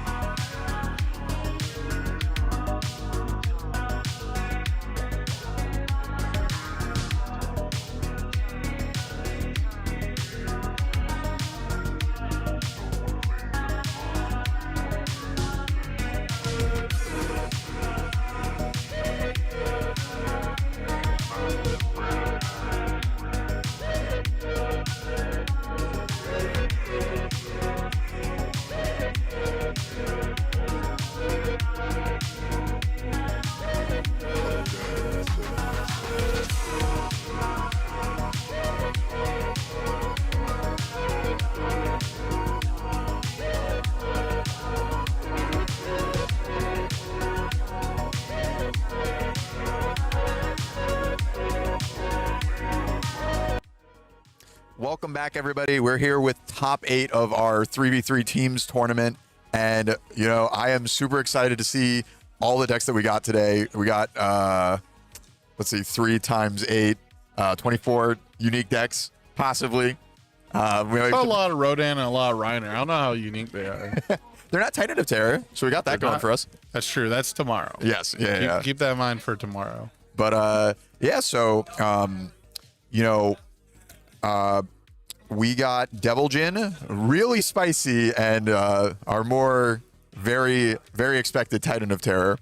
I said save it for tomorrow. Come on. Look, we have Devil Jin in front of us. This guy has gone away for like the past 4 months, I think. It's okay. Next set, they'll print something for him again. Yeah, some crazy chaos card. They'll have to ban it or errata him again. Well, he is the devil, you know, like he's got to leverage his power. The Bible, yeah. From the Tekken. The devil. From the Tekken, yeah. Absolutely. But great for them that they get to go first. I certainly think Devil Jin is a character that can count to 28. Oh yeah. What? Yeah. Like, Oh yeah. So He accidentally counted to 28 like 5 damage ago. You know? Yeah. And we might have lost, you know, teaming, equipment heist. They hit anything else? Am I forgetting anything? You can't Goblin Bolt for free on the rival. Right. There was that errata too. Yeah, but like, you still can do some messed up things with camouflage City counter. Rampage. Some people played Rampage Devil Jin. I don't think it was ever that popular, but you know that could have been an option for a chaos aggro deck. Yeah. Review the armbar, which if anyone, Of course. if everyone was watching back in December, very classic Devil Jin strategy. Armbar is an attack that gives a static 2 damage to all his moves. As long as it's in the card pool. Yes, yeah. So you can play it, or you can just cheat it in with Devil Jin. Which I'm sure we're probably going to see here. Yeah, and we lead off with a fantastic one for Devil Jin. Superfly Stomp. Saw this one in the King of Dora games. But yeah, Devil Jin's also an evil character. We can tutor any of the attacks we want in our graveyard. We've talked about Armbar, seen that one. Camouflage counters coming in. Yeah, Camouflage Counter is a really popular pick because it can offset the progressive. You're going to get the bonus damage because Devil Jin is add an attack to your card pool. You can change the zone to match the zone of the attack that you added. So we could make this a low attack, except it's already low. Super low. Yeah, and then you get 1 damage for every attack in your card pool. And then Camouflage Counter is if you deal damage, you can add it from your card pool to the top of your deck, which that Horrifying Realization could then draw. So a lot of combo-y stuff going on here for Devil Jin, but the most important thing about it is that it's all very, very, very high damage. It's all very punishing. And we've got a throw I don't think I've ever seen. I've seen this one because this throw is kind of an affront to the natural order of things. I think it's a 1 or 2 block, which usually we're expecting 3 blocks from our throws. And then it is also throw hate. Right, So, it's the throw where if you block a throw with it, it's not a throw anymore. exactly, yeah. Okay. So it's the counter throw. yes, yeah. And then specifically in Devil Jin, I think we saw this a little bit with Tentacle Graphs, where by having a throw, we can guarantee that our camos are going to go on top of our deck. Right. Okay. I'm starting to see the vision. We do got the armbar coming in here for a ton of bonus damage. It looks like our Titan of Terror is going to block, be okay with taking half. I mean, this looks... I've seen a lot of Devil Jin games, and this looks fantastic for the Devil Jin player. They know they can use their response from Devil Jin on their next move. Yeah, it's going to add that camo counter right back. We haven't used the Inspiring Song yet, and we could Horrifying to draw this back, but looks like we just have the camo in hand already. So we're going to play Camouflage Counter. We're going to check Camouflage Counter. When you add Camouflage Counter to the top of your deck, you get +1 to your next check. So you effectively check a 4 when you check that Camouflage Counter, and it's pretty common to check a Camouflage Counter while playing a Camouflage Counter. I think you can say Camouflage Counter a couple more times there. Yeah, well, I only needed to fill time until you had it on screen. So, so now we've got 5 attacks in our card pool currently. We're going to be able to add a 6th one to our card pool for +6. We've got +2 from the armbar. This is a 2 low for 12 stun 1. So still theoretically blockable, even with the 2 cards in our progressive, but unlikely. And especially unlikely for it to be a actual complete block, right? So I expect some damage to come down from this. And then I think camouflage counters win another attack, and it can't add from itself, right? Yeah, it can't be itself, but then we have 2 in the pool, so the one that isn't itself will Right, the still one go that's up not there. currently resolving can go to the top if the player so chooses. Get +1 to the check, but then we can just draw it off the top with horrifying. Yeah. So now we have +2 because we have +1 from inspiring, +1 from camouflage counter. We are going to do the flip here. Both players are going to discard a card and draw a card. Discard the high block. Makes sense when we're drawing our low attack. So +2 to the check, 2 resources and Devil Jin ready. If we check a 5, we can pass a 9 without committing Devil Jin. And that is what this is on. So we're going to check a 7, 8, 9. Devil Jin is still ready. But Dean, do we have an attack in our card or in our discard pile to pay the cost on Devil Jin? I feel like we milled a Besiege. I think I saw that. Yep. Oh, there it is. Yeah, off the inspiring song. Really, you can hit him. You can try and keep the devil down, but there's some truths of this world that if Devil Jin has the grip of attacks, puts damage on all of them, like, you better full block all of them. If you can't, well, and this is what have people been saying about Titan of Terror, who is, the most talked about deck in the format, is you got to be able to just out aggro him. And Devil Jin doing exactly that, just saying, look, you have fraudulent defense, you have a old school health total, we'll say, you have a retro health total for a 6-hander, and exploiting that perfectly with a long chain. I mean, that was 4 attacks in our 5-hander. What more can you ask for? Yeah, and honestly, it's always interesting to me when these when a deck that has fallen to the wayside because of erratas or bans or just rotation. Yep. Like, how much brain space do players keep in their mind for it? So if in December, when Devil Jin had access to Equipment Heist, you better know what he can do to you. Whereas, like, going into this weekend, I wouldn't be surprised if people have forgotten or just any new players don't know his strings. And so it can be really dangerous to full block the early moves. Right. If it makes sense, you don't want them to put the camouflage counter on top of their deck, but then that means you've sold your full block on their super blockable lethal moves.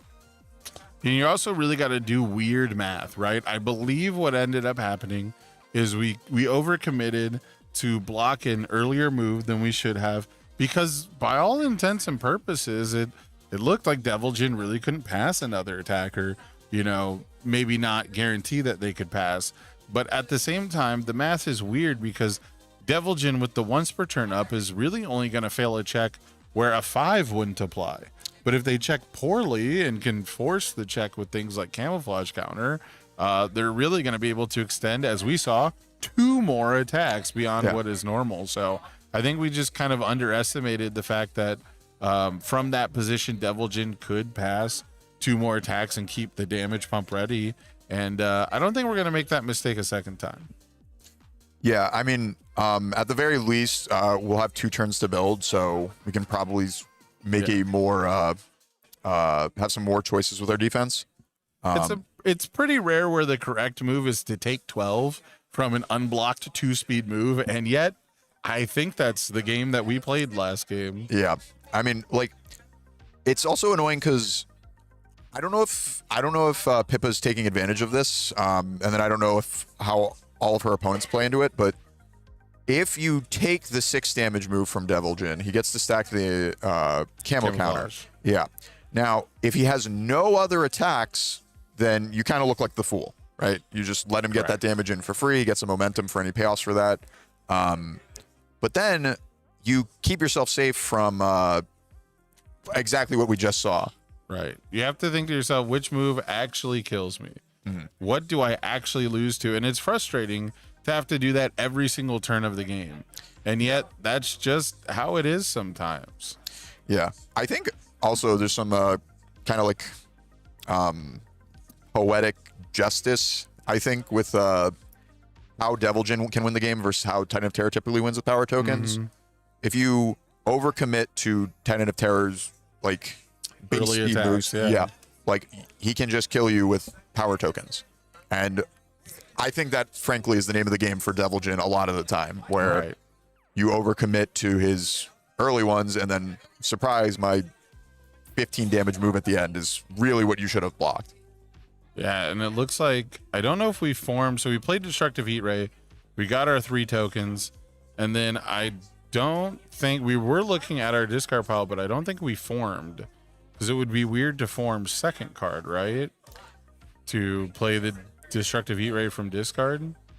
Yeah, I think I'm trying to see how many cards are left in the Titan of Terror's hand. Yeah, I think we did form just because we Yeah, I checked the think 3 we on. do have 5, yeah. Yeah, and we checked the 3 on the first one, and so like if we played a, we would. Yeah.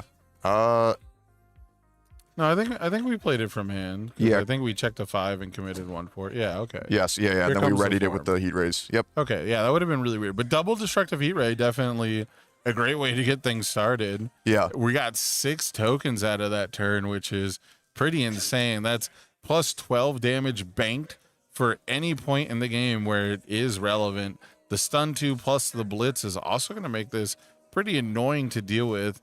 Devil Jin with this many cards in hand after a turn 1 build almost certainly has non, 2 difficulty or less cards, but yeah, not too bad of an opener for Dayton here. You got 2 attacks in for potential momentum. Got a ton of power tokens, which will be, very, very, very handy in making sure that this game doesn't go too long. However, last game didn't go too long because Devil Jin turned 2 Titan of Terror, and that could very much happen again here. Yeah. The destructive heat rays flipping Devil Jin's capture the targets, really big deal. Inspiring Song and Capture the Target kind of do the same role in this Devil Jin deck, where our one diff essentially counts as 2 foundations. And like they're on the kill turn, they're largely the same thing, but Inspiring Song is not repeatable. Capture the Target, absolutely insane if you get to keep using it over and over again. So, Well, and here's the anti-throw. Very handy against the singular growing grasp that's going around in Titan of Terror decks.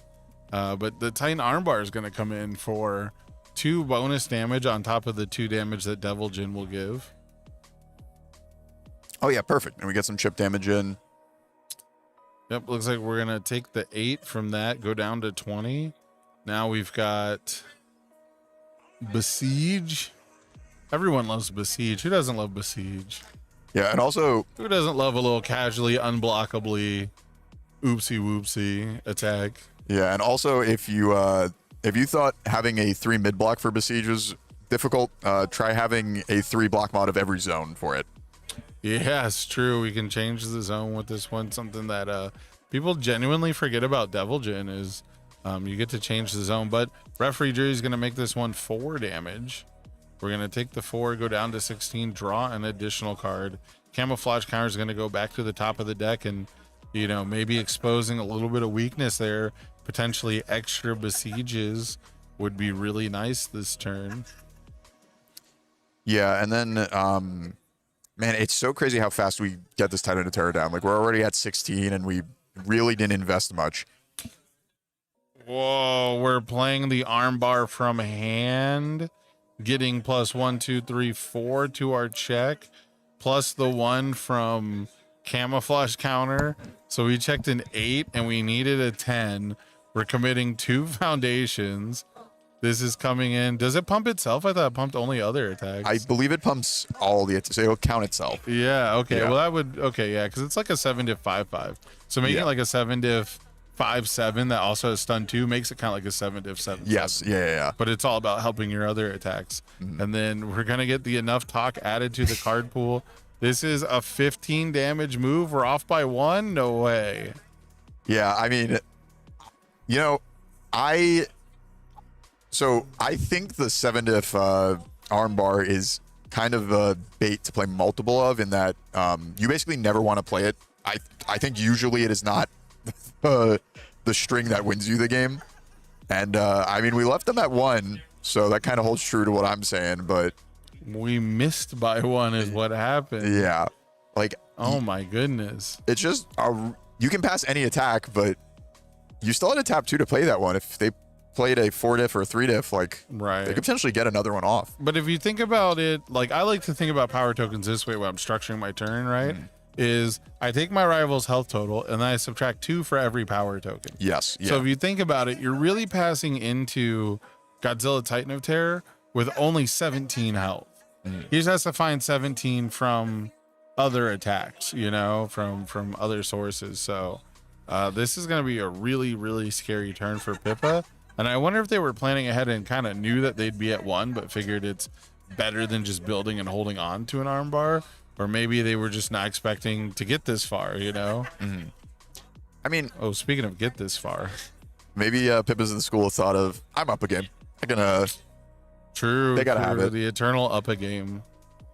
So we're going to add a foundation to our card pool. Then we're going to draw a card. And then hopefully we're going to blitz and build that foundation down. Yeah, definitely. Like you have game 3 if you lose here as Devil Jin. But if we effectively have 17 health as Devil Jin because of those power tokens, Queen of the Monsters puts us to 10. 2 more moves says like, you know, we basically got there. And then we have the Aaron's Determination adding 2 damage to all our moves. Yep. We're 10 or less health. Yep. Took that. Yeah, there was actually a downside of putting your rival to 1. Before that, they wouldn't have gotten that extra damage pump.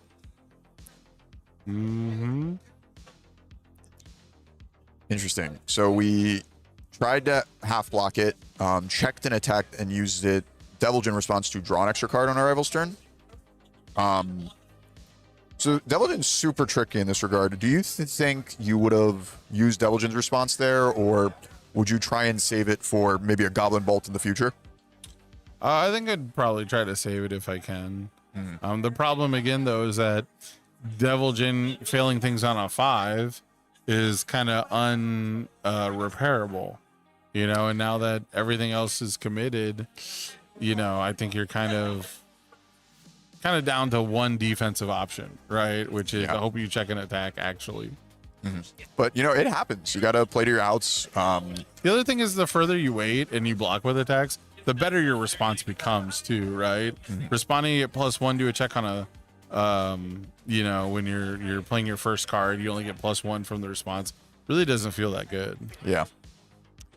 I really do just think of it as like I'm trying to Hail Mary into a Goblin Bolt, and then that gets me out. We do have the Goblin Bolt block. Ooh. Okay, so we got the half block with our 1 mid. Okay. Okay. Not looking good. Yeah, because we still have 8 damage from our power tokens, and Genghis Frog is a static 3 damage. So Yeah, here they come. yeah, does I don't think canceling a power token in hand saves us on this Goblin Bolt, does it? That would be wild, Yeah. truthfully. I don't think the math is gonna add up there, but he raised 3 printed damage. I think the writing might just be on the wall, but you know, we gotta get him down to 0. We gotta actually get enough damage presented. And so we're at 6 because of the Genghis Frog static, and we just need 6 more. Yeah, well, I mean, we got the tokens for that. Yep. Oh, okay. Sam, do you know the powerful Devil Jin card exam strategy?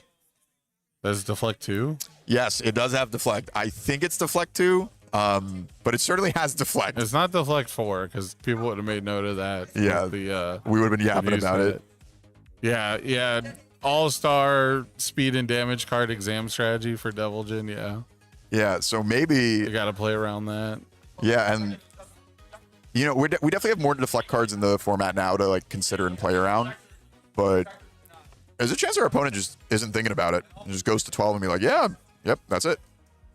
Oh, and I think we're there. Yep. Womp womp. Let them at 2. Play one more attack. Oh, there it is. Form. Play a guy. Man, the exam strategy would have been so cool. We live, we get our crack back. Obviously, we draw attacks next turn. We don't 5-hander there. All right, there we go. So we're gonna be moving on to a game 3 here. Devil Jin gonna be going first once again. All right. Well, great for Devil Jin. Definitely where we want to be. Trying to get.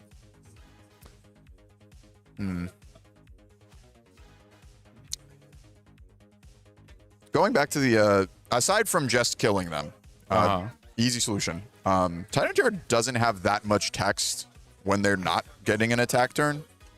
Right. You got to exploit the non-existent defense, essentially. Yeah, like, oh, you blocked with a 5-diff, got a power token? That's really cool, man. Yeah. Hey, that has been the difference between flipping manipulations of Zeke turn 2 or not, sir. Yeah, but you know, you might not get there if you're sitting across from this Devil Jin. Did we happen to see manipulations at all? Because I know that used to be a Devil Jin thing where he's. Was it? Yeah, because Goblin Bolt's ranged, Camouflage Counter's ranged, Armbar's a Titan move. Armbar is a Titan card. Huh. It fills up your discard pile too, technically. Yes, yeah. I don't think I've ever seen a Devil Jin player play it. The only decks I've seen play manipulations I thought were like Zeke Jaeger decks. Oh, I mean, I'm going way back to, I don't know, pre-errata Devil Jin. Like, I don't think the Zeke decks were during Equipment Heist era. But like, No, yeah, no, not. I'm talking like way back too. But okay. Yeah, I'm not. interesting. I mean, it's definitely Usually, I hard. feel you gotta have a way to like cheat it into play, right? You gotta have a way. I guess if you play manipulations on a 5 and check a 3, you get to check a 4 instead, and then commit Devil Jin. Yeah, So you can but play it going second, technically. Excuse me. not as good as Titan of Terror. That's for sure. Yeah, Titan here just getting it for free with upside. Yeah. Get it for free and a token. I'm actually really hoping that we see an exam strategy from Pippa, because man, does that card change Devil Jin's kill lines. Like, Yeah. you thought like 5 damage on this move was crazy. All right, what if, hear me out, I give it 5/10? Right. That's more than Massive Mutant Machine. It's very mutant machine shaped. Yeah. And I can commit it to pass checks if I really want to. True. Is she thinking about it? Okay.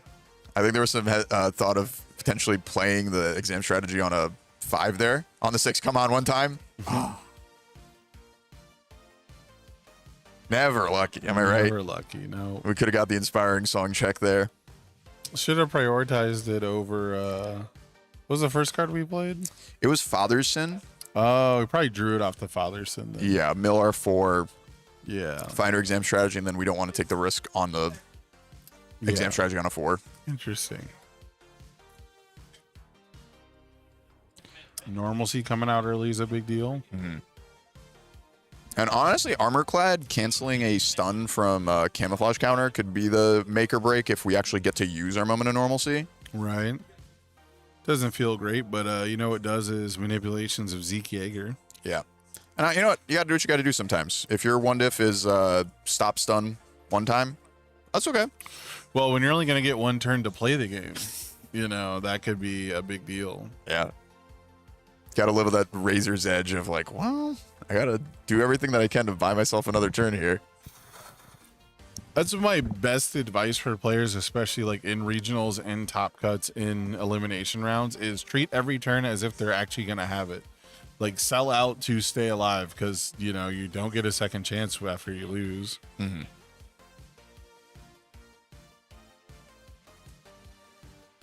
Playing for a later turn just isn't an option so much of the time, you know, and like you said earlier, you kind of feel like the fool when it turns out to not be the greatest hand ever, but, you know, one of these still gives you a second chance if it is. So Yeah, because like now, you know, if you've fallen for it and become the fool, Right. they've gotten that extra resource, and now it's that much easier for them to get you on the following turn if Yeah. you don't find the stones. speaking of falling for it, we have Superfly stomped a Titan armbar down. Now we've got the camouflage counter. This one's going to sit here threatening to help Devil Jin out anytime you don't block.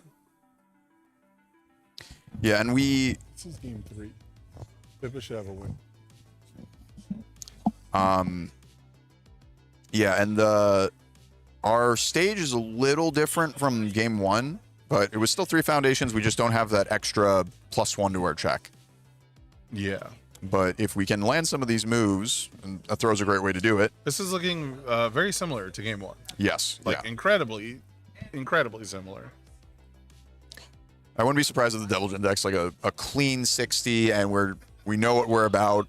We bait their lows with our Superfly Stomp, and then we guarantee some poke damage with our throws, so that which guarantees the camouflage counter, which guarantees we pass our next check. Yeah, very well-oiled Even machine. if it's a Titan armbar.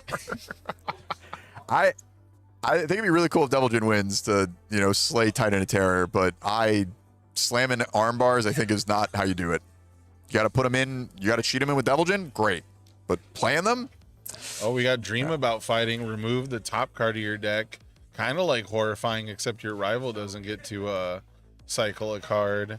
We checked a 4. We're going to Devil Jin response for a 5, 6, 7, 8, 9. Way over the top. Way past what we needed. Yeah, basically, Devil Jin response on a 4-diff or 3-diff, it passes. Yeah. That is the easiest way to do it. Now, do we have another armbar? Any more camouflage spice? I don't think so. I think this one's just going to be big, and it'll be the last one. Yeah, and I mean, we're still getting a big chunk out of them. The Titan of Terror is not set up as they were before, so we'll probably get another turn as Devil Jin. Also, playing these incredibly blockable low moves to force out some of the attacks in their hand. And fortunately for Devil Jin, they blocked on a We're counting it up. 5 and couldn't pass it. Check their 3 on the block. Looking at the old discard pile here. Finding out what Titan of Terror is going to use to deal 35 damage next turn. Nah, no way. They only got 1 power token. 3, I guess. For now. Yeah.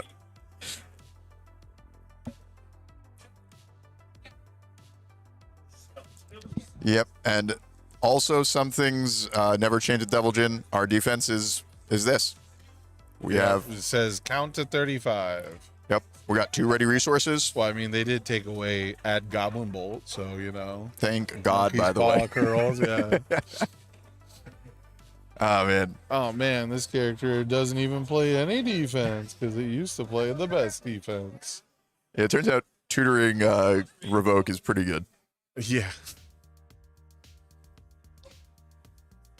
Did we... Speaking of tutoring, strategic meeting, get a momentum Yes. for Queen of the Monsters to go probably get another strategic meeting. Yeah, I Or forgot about it. Zinc. Oh, that'd be fantastic. I forgot about the form on strategic. I was like, how do we get a momentum? What did I Yeah. miss? I was like, this is turn 2, right? It's also how people are going to be able to use City Rampage on turn 2. Do you think they're still going to be running it this weekend? If they wanted to, that's how I would do it. Mm-hmm. I don't think Titan of Terror does it. I don't think Titan of Terror benefits actually that much from having huge strings.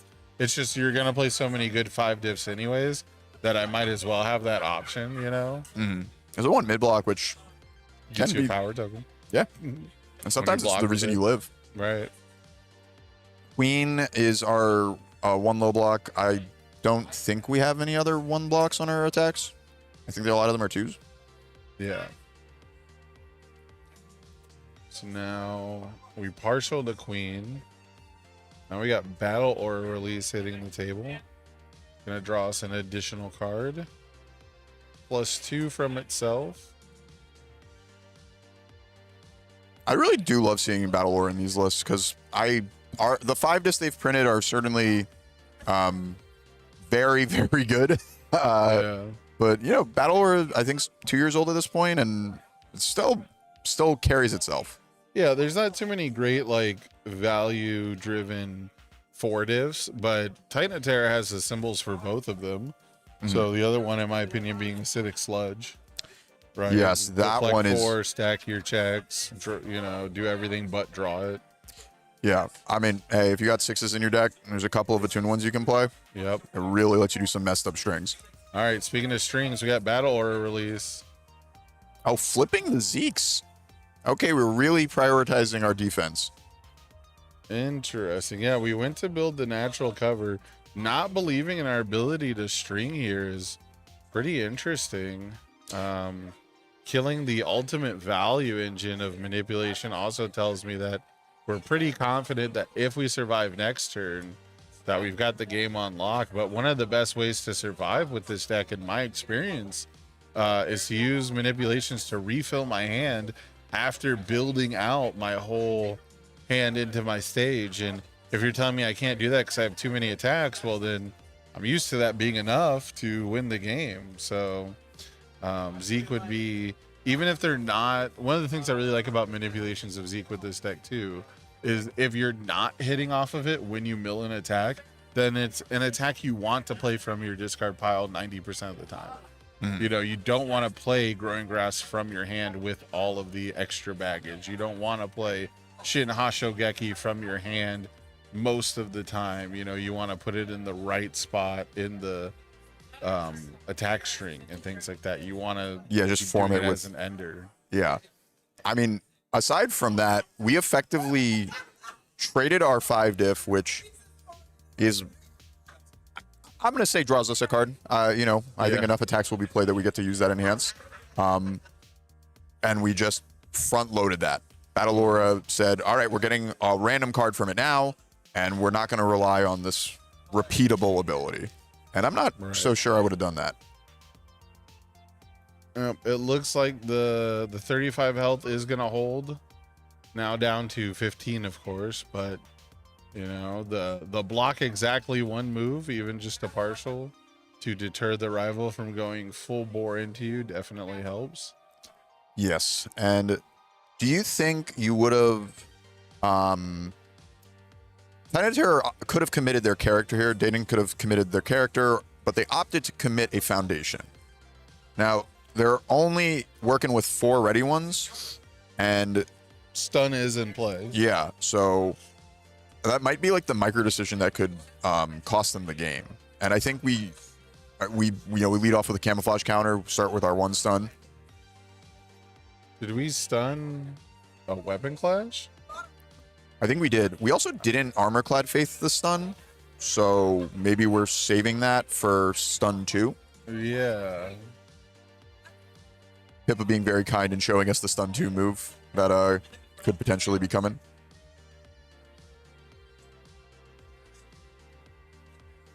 Yeah, right now, just same sort of, we've seen it before. We're doing our Devilgen stuff, making our moves big, threatening, kind of force our opponent into a bad position to feel like they have to block it.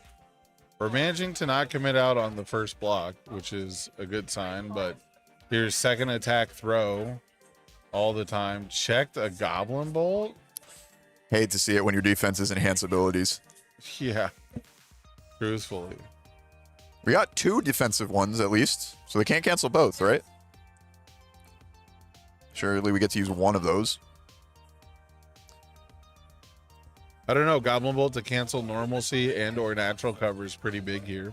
Absolutely. You do have to, fight through both of them, but a stun move would do it. So there's that.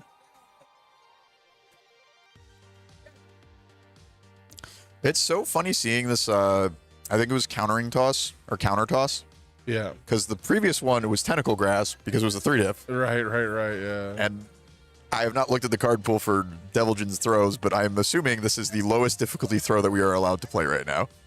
Yeah. Well, I mean, also just having the anti-throw text is definitely better than just 1 less difficulty in this format, I think. Yeah. I think Growing Grasp is real. Hedora is real. Mm-hmm. There is like more of an emphasis on decks that are using throws in a win condition, whether it's constantly with every attack or it's, being able to summon it at the correct time. Mm-hmm. I'm very curious if there was a lot of Hedoras in this team's event, so yeah. I would imagine it came up. That would be my jumping on the bomb pairing. Did we didn't save the exam strategy for deflect? We just threw it out as a block, just empty our hand? Yeah. Wait. Oh, man, Sam, this move was at 2, wasn't it? Because of natural cover? Uh-huh. And so we could have deflected it and it did 0 damage, right? Yeah, and then you don't get the camouflage put on top. Oh, man. That one might be a blunder if, We missed out. yeah. Well, they didn't play a move immediately after. So maybe we're okay. Never punished? Yeah, never. Not terrible. 1 attack. 2 attacks, so we'll draw off the Father's Sin. And then if we wanted to play a 4 diff, it'd be on a 9. Ooh. No, not going for it. We did use Divulgent Response already, so. Yeah, unfortunately gonna pass back into the Titan of Terror and have to survive, but this time only from 15. And Titan of Terror basically can't brick. Yeah. You know, we got. see Heat Ray already in hand. Yeah, I mean, we got 5 ready resources. That's way more than we've had before as Divulgent defense. Huh? Maybe that's something? Maybe. I like the angle that you're shooting for. I like that. I like that you have hope. Yeah. You just have faith. I gotta root for the underdog. Yeah, I always like to see what's possible. I always like to think, okay, if it was possible, what would it take? So, but that's a lot of power tokens. Yeah, that thinking about them as effective burn is, I think, the right way to do it. It really helps the mental load of like, instead of thinking, oh man, this heat ray could be 5 damage or it could be 7. It's no. Yeah. I have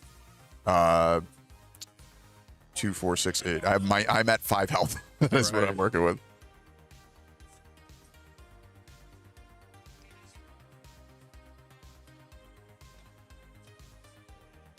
I mean, maybe Titan of Terror did brick. Maybe we only have 2 moves.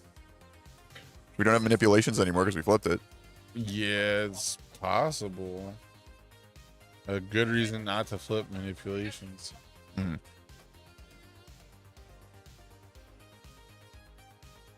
And we did actually full block the heat ray. Yep. Preventing redding a resource, I suppose. Mm.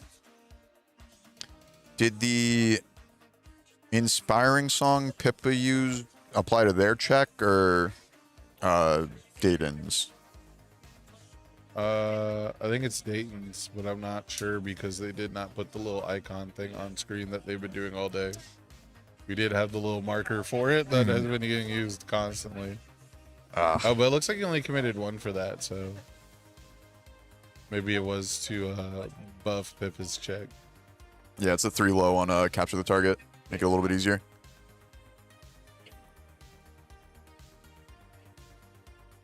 You know, I'm not going to do it, and I don't think anyone should, but it would be really funny if at the end of the weekend we have like a toll of a count of how many times Destructive Heat Ray is going to appear on screen. Good drinking game, I guess. Maybe a dangerous one. Maybe just a little bit. I don't know. I think we pick pretty good stream matches. We get a good variety. UniVersus players, you could tell them Titan of Terror has form commit win the game, and they'd still be like, yeah, but what about? Look, I just play characters I like, okay? Yeah, and also, why would I want to play the character that everybody's playing? I want to be special. I want to be different. Yeah, I want response commit win the game after your rival plays an ability that wins the game. Yeah, I got to find that one. You win instead. And then we can argue about what instead means in this context. Yeah, and then, so I think we're going for it, and maybe we'll have the counter toss, potentially, as a answer to this very fast throw.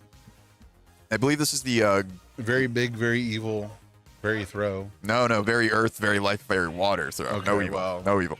Throws are evil by nature. No. It would have the symbol if they wanted it to be. Yeah, life by nature. It's evil by nature. Oh, it's like, you know, west by southwest. Yes, yeah. You it's gotta like, it's go the product. through one, yeah. Okay, I see what you're saying. It's evil by way of life, you know? Yes, yeah. Or if you were in the UK, it's evil upon life. Giving them a shout out? Okay. Evil upon this earth. evil upon ye.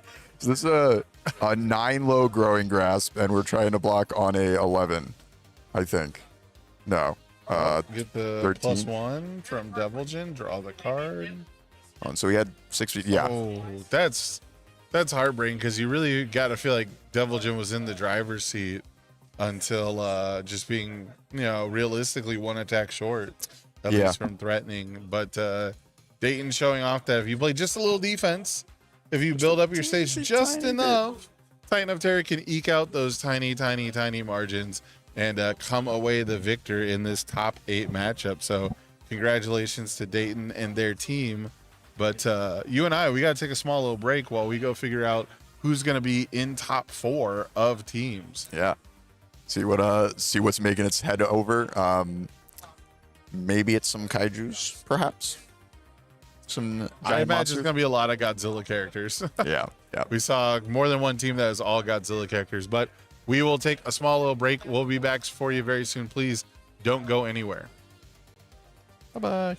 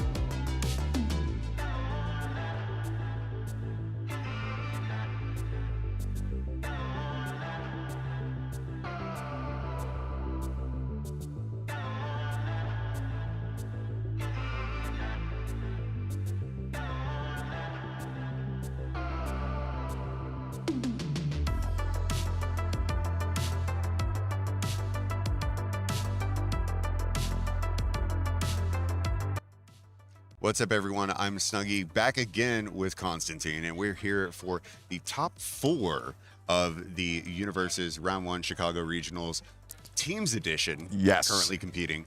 What have you liked so far of the teams that you've seen? Well, I love that we're seeing a bunch of not the boogeymen in the room.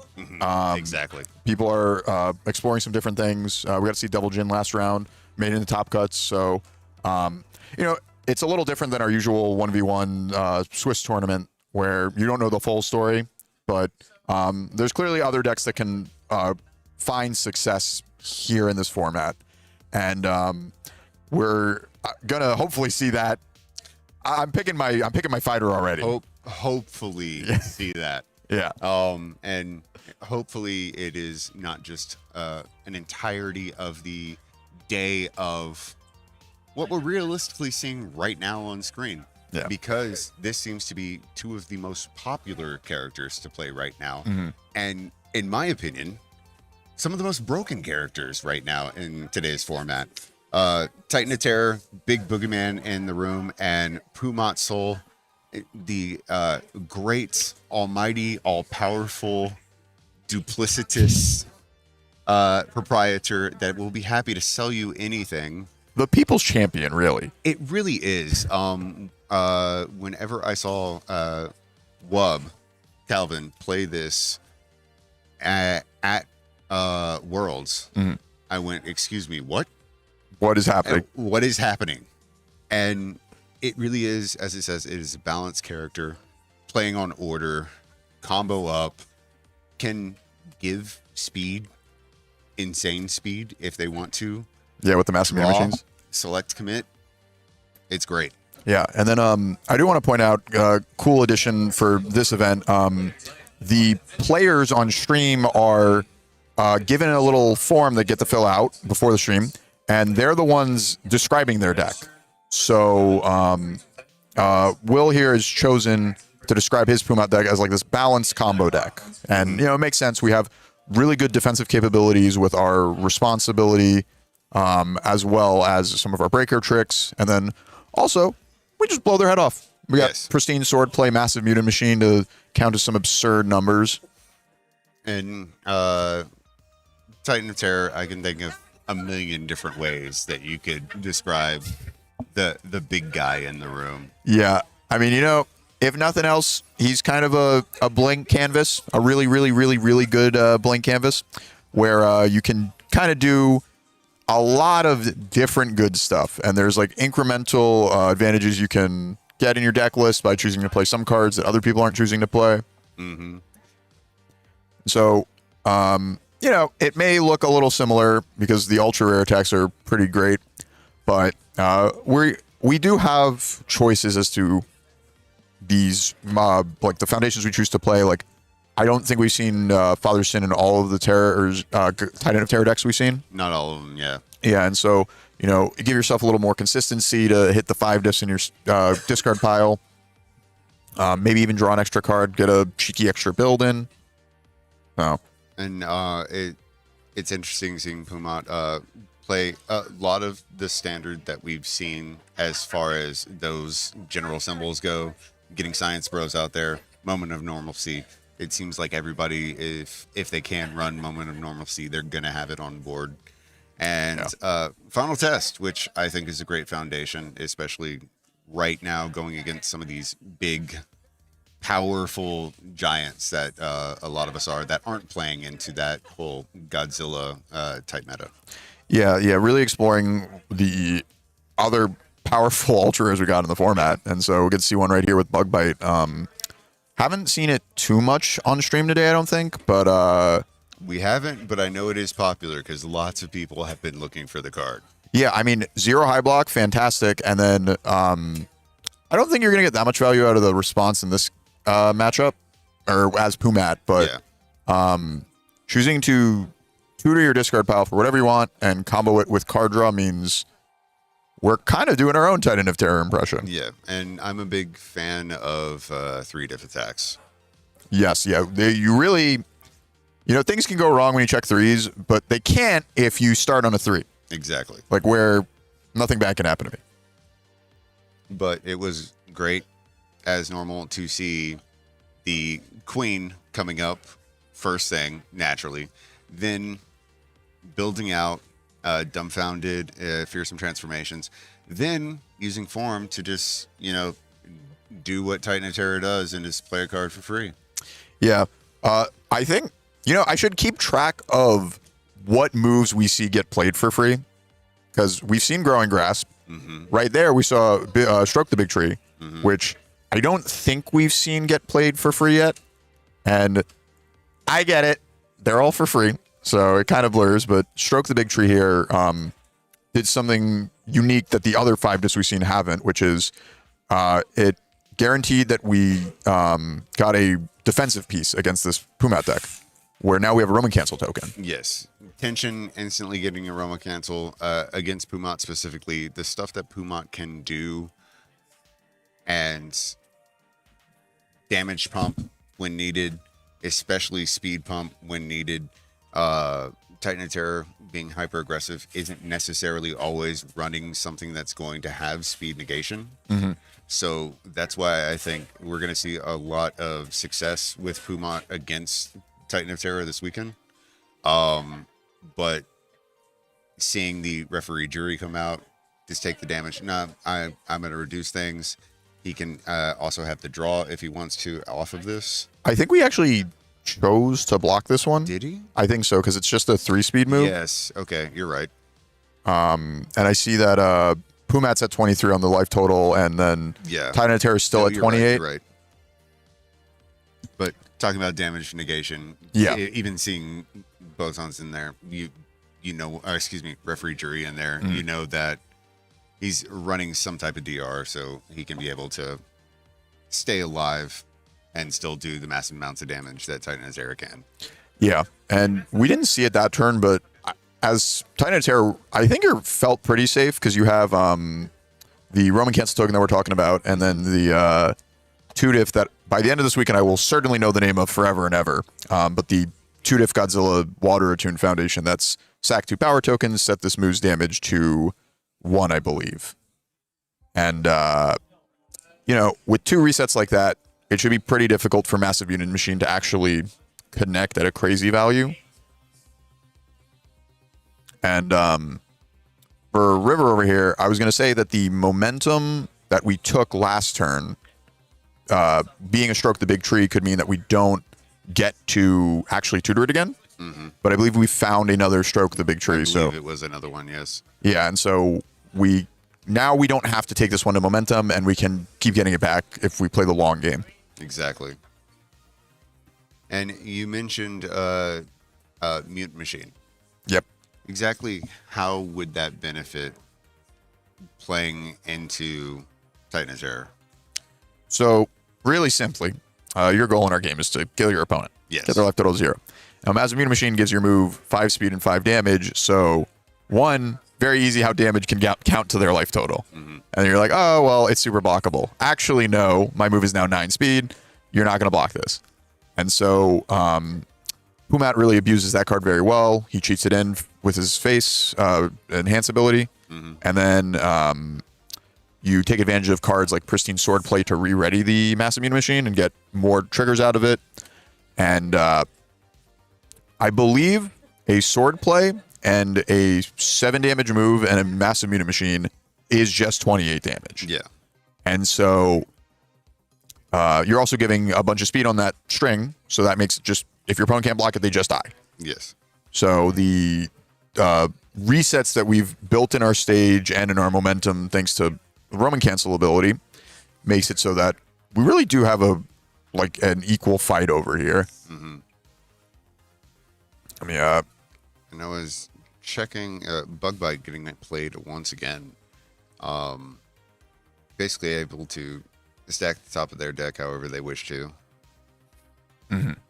Yeah, and we really have gotten some pretty crazy skill testing cards with Reign of Kaijus. Usually card draw there's skill testing with card draw, but it's still a random card at the end of the day. Having complete control over what you stack with Bug Bite or some of the other stuff, we'll see this. We've seen already with like Jet Haymaker or Immense Showdown. really forces you to like think ahead. Bug Bite, top of the deck, much easier than that, but really, like, we have probably like 20 cards in our graveyard as Pumat, a lot of options to pick from. And it was interesting just then, William stacked the deck, put the card he wanted on top, then played Botons, instantly drew it. So was just able to essentially just draw out of his discard at that point. Yes, yeah, and you know, I'm gassing it up where I'm saying, oh, we have so many options. We chose Massive Unit Machine, and yeah, that makes sense. Keep it simple. That card is incredibly powerful. We've built an offense relying on it, and if our 3-diff attack can help us find it, then we're off to the races.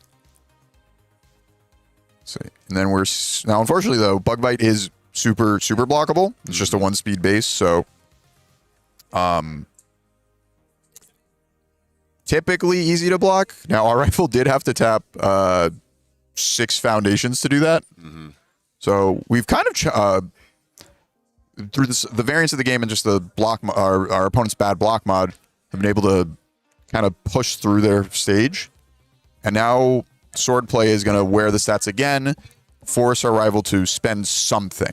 Yeah. Either they're going to spend the momentum that they've gotten from the Roman, either the momentum they've gotten for Roman Cancel Purple reset, or maybe they'll spend the foundation in their stage that surely a natural cover. I will not be forgetting Natural that. cover. Yes. They do end up using the purple on Roman Cancel.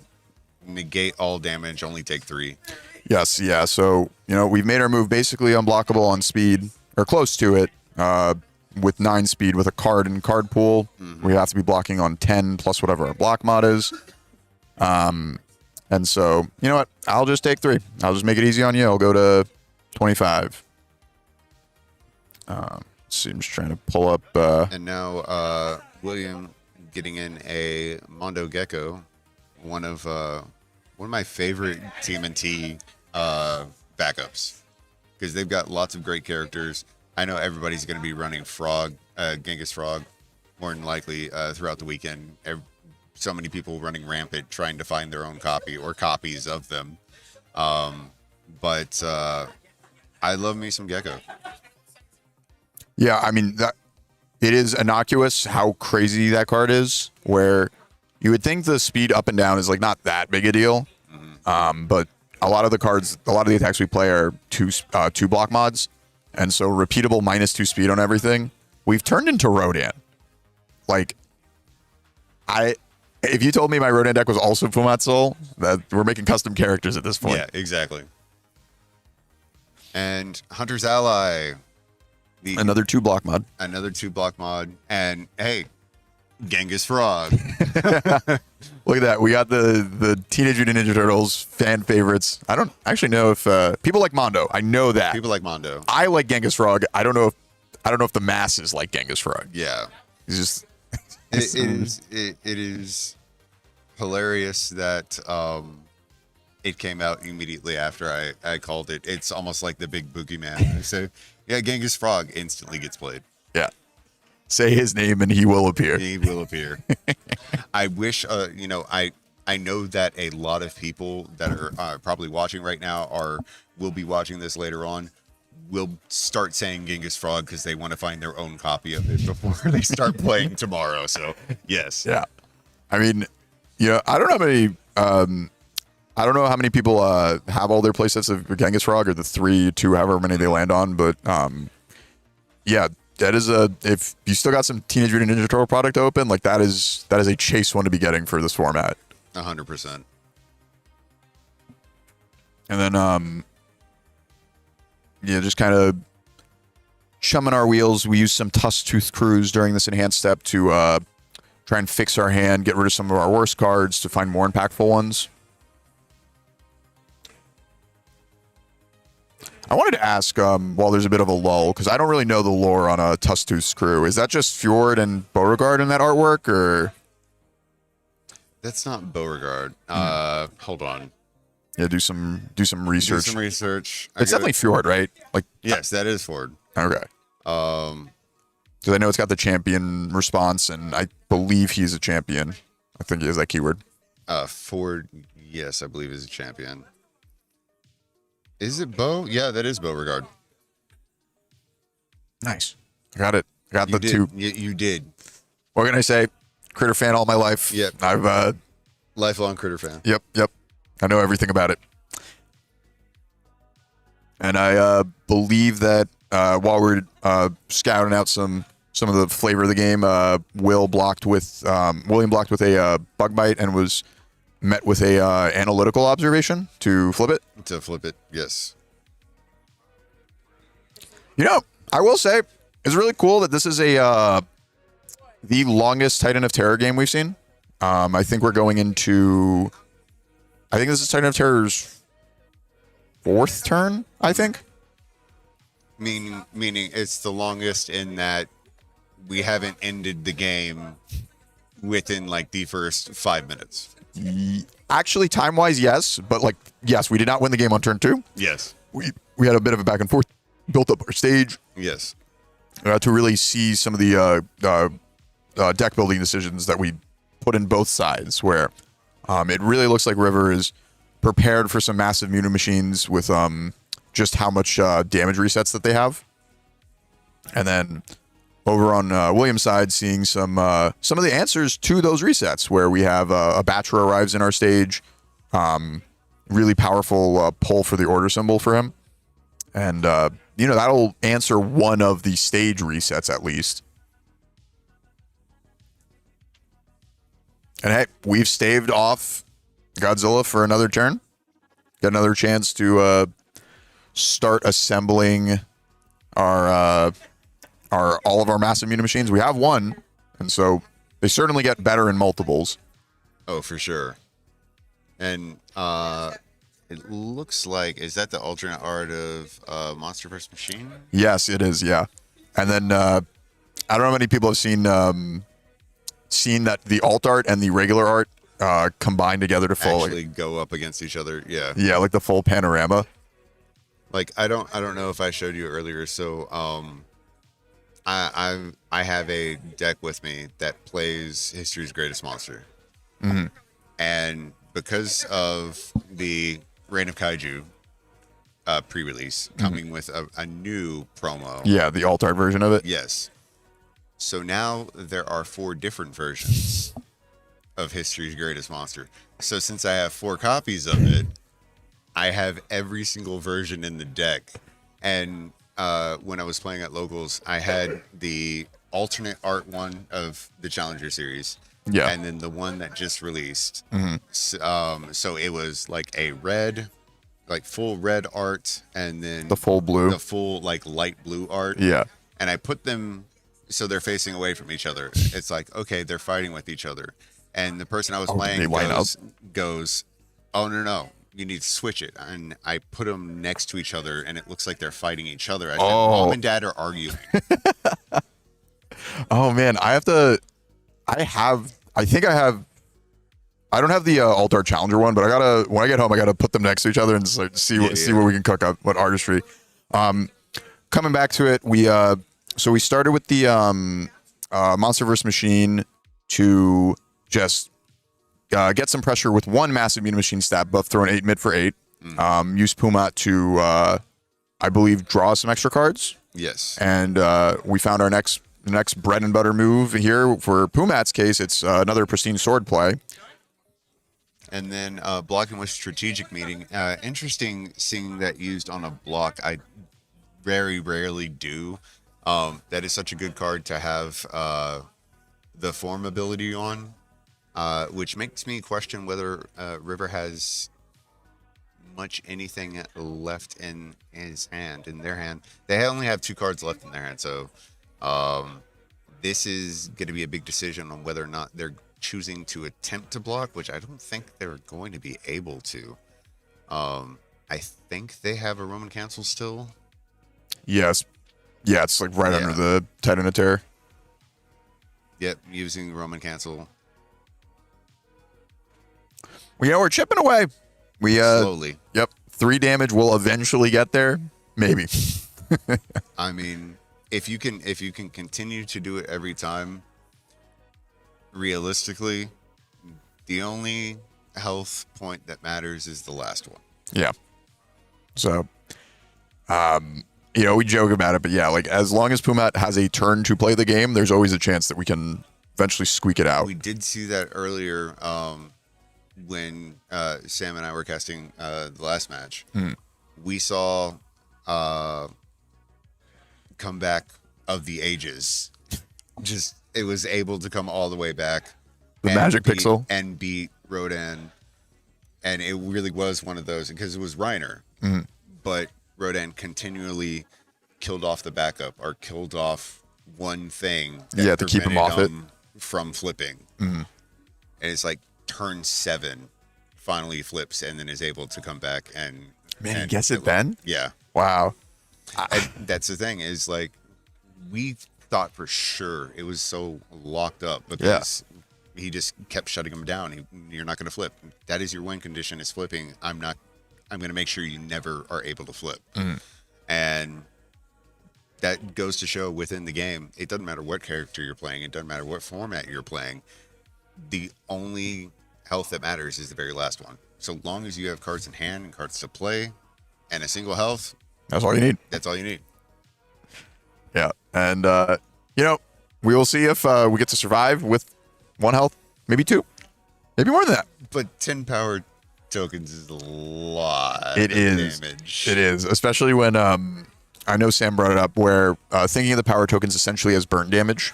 So when you're staring down a bunch of power tokens in your rival stage, you kind of have to think, oh, I have minus that much health. And so my rival has 10 power tokens, I have minus 20 health. I'm currently at -6 health. Yes, and so if we ever say you can't have it, we like use all our block mods for a zone or empty our hand. If they can play a move, they can just make it lethal. Exactly. And Destructive Heat Ray, one of the promos from the local championships actually coming out. I am going to have a hot take. What do you got for me? I don't like those promos. You don't like this promo? You don't like the Destructive Heat Ray? I don't like the promo. Okay. What about Queen of the Monsters? Like Queen bright of the red? Monsters, I think is interesting. It's cool. The slime green. I had my slime green in the ooze cards that we had in TMNT, those alts, and I was kind of a fan of those. I thought it was a little kitsch because it's like it's black light reflective. I'm like, cool. I'm never playing the game in black light, but these, I get the appeal. I know why people like them. It's just not for me. Yeah, I mean that's so great about it, where you get all the choices. Where I think there's 3 heat rays right now, and so I know in one of the previous stream games that I watched, they chose to use the a mix of the secret rares and the regular set art, and so you have the choice of, do you want to play 4 of the slimy green LC one? Do you want to play the like ancient civilization alt art secret rare? Yeah. The like vibrant colors of the base art, and you get that customization. It also could be as simple as, I need 4 of this card in my deck. I will play whichever ones I get my hands on. Whichever one you're able to pick up. Yeah. I mean, or you could be like me with History's Greatest and just play one of each of every variation they've released. Yeah. Honestly, I hope we see people doing that, because I know people have talked about strategically you shouldn't do that, because if your rival sees one artwork and then another, they know you're playing 2 of the card, and that keeps going, where it's like, all right, so I know you're playing 4 Greatest History. I've seen literally 4 different cards. Yeah. But I don't buy it. But that helps me keep track as well. Oh yeah. Like I haven't seen my red one yet. Yep. We got our squad, like our Power Rangers, to look through. And that's fine. It may be helping out my my opponent. Oh, and there it is. Going to 8 health, playing Crushing Impact, absolutely just going to annihilate. Taking that up, I think that was 14 speed low. Yeah. Yeah, I think it was something around 14 speed. It might have been 13, because I think we used Oh, no, we didn't use any on the Heat Ray. Yeah, so 14 speed, and then writings on the wall of like, all right, well, I can't block this one. We also might not have had the low block. And so we're like, all right, well, I'm going to die on the half here. And so really Titan of Terror really, the inevitability of the power tokens is pretty nuts. And then because we have so much control over what attacks we get to tutor, we also can play the zone mix-up game kind of at a dime. Yeah. So. And I think that's the important thing in the decks that we've seen today, right? And because we're going to see very similar throughout the rest of the weekend, but there have been some unique ones that we've seen today. I think the biggest thing is keeping in mind what are the common gotcha cards. You know, everybody knows Queen of the Monster is one. Everybody knows Destructive Heat Ray is one. For Pumat, Pristine Swords play is going to come into play a lot. Oh, yeah. You have to know about that one when you're calculating their damage. Exactly. So keeping in mind at least and this is what I love about UVS Ultra Metaverses and those people that are aggregating the different deck combinations, win total percentages and everything like that, is you can look to see, okay, what have other people been successful with? And what should I prepare and be wary of going into the weekend? Yeah. And I've heard some people talk about it already. Something that's so cool about this competitive season is we've basically had a ramp up of Reign of Kaiju's released, LC started, every weekend is the metagame evolving. So I think our first LCs were like March 23rd. And so that weekend, people are still getting their hand on Reign of Kaiju's. Decks are going to look a little different. People are going to explore the different characters. Saw a lot of Anguirus, I think. And, the weeks keep going, the things keep changing, where I know some people have moved away from City Rampage for Battle Auras. Now, quite literally, there is a different City Rampage in the game. I mean, yes. But that is the thing, as someone that I like messing around with Jester, I'm like, City Rampage is still viable. Yeah. Like, you have a trick to make it work pretty easily. She gives herself her own momentum. Yeah. So yes, a little bit of a bit of an edge there. Yeah. But still, there are ways to still make City Rampage work. I think that the nerf that they did, the errata that they did, making it cost you a momentum, isn't as detrimental as people think it is. It was just aggressively hitting the characters that were taking advantage of it only being, it's just a 5-check. Yeah. So you can't just like free roll it, and Titan of Terror or Godzilla, you got to do a little bit of extra work. Yeah. But just like, with these weeks that have gone by, we finally have found Pumat Sol as potentially the people's champion of like, this is going to be the deck that can beat Titan of Terror. But now it's a known quantity, and it looks like, at least for River's deck, we're pretty prepared for it. Yes. And that was the one thing that I saw with the Rodan deck going into Reiner that Sam and I watched and commentated on. It was amazing to me how he had a counter for every single thing that Reiner was doing and making sure he prevented the flip. And I think we're going to see, hopefully, a lot of that with Titan of Terror, and the opposite, like we're seeing here, Titan of Terror being ready for everything else going on. It's going to make for some really competitive play, and I hope that continues throughout the weekend. I don't want to see the quick matches. I want to see two characters going against each other and fighting out, trying to get the edge, trying to get the win. Yeah, and again, because the games go longer, we get to see more of the decisions that they've put in their deck, like more of the card choices they've chosen. And so I'm not sure if this was in the main board of the game, but my eyes widened when I saw River build a Driven by Retribution. Driven by Retribution, such a great card. Yeah. It should be in more decks. Yeah, absolutely. And the best part about it here against Pumat is Driven gets rid of any card in your rival stage. And so what better way to answer some annoying assets, then my driven by retribution. So I'll take whatever dinky move. Maybe I'll Roman cancel it and make it 3, or use one of my resets to make it 1, like natural cover, and then my driven will then answer the mutant machine. And so even if you have sword play, you now have to find another mutant machine to ready with sword play, sacrifice it to it for the 7 damage. It is great that it removes not only what is currently happening, but then take something out of your stage and go, no, we're going to stuff your card pool as well. Yes, yeah. Like there's so many different modes of things. Like you probably bring it in for the asset hate, because Earth doesn't have that much great asset hate outside of, I think, Titanstone Knuckles.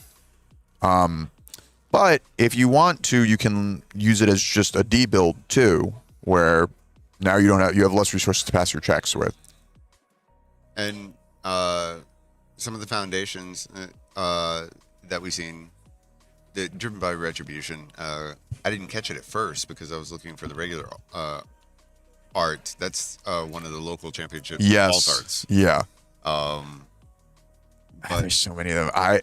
I'm gonna guess it's the top 4 one. I think it's top 4 because it's gold. Yeah, but we got a wide array of choices. I do want to point out my folly. Driven by Retribution, super awesome, and does all the things we said it did. However, Batra arrives, nutso card that says no Driven by Retribution. Yes, which had to just use 1, making sure, staying on top of things. Destructive Heat Ray out again. I still don't like it. It's just too green. It's just too green. It's just not a fan. Everything it does, I just despise. Look, haven't you ever stared at your opponent's stage and been like, man, I could win this game if you just didn't have that card in your stage? Yes, and I feel that about every opponent I go against. Man, I could win if you just didn't have a stage.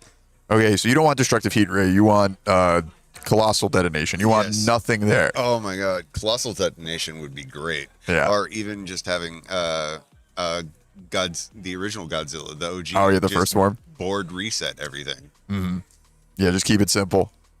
We do get to see. I don't think we had a breaker to remove for Inventor's Creation, but solid low block into Heat Ray, and we get to use Pumat's Response to draw an extra 2. And usually this is not a great game state to be blocking in, but we have substitute members, so we can make any of Titan Terror's moves 3 speed, and we probably can pass 3 speed plus 1 in our card pool 4 on a 6. We could do it. 2 block mod.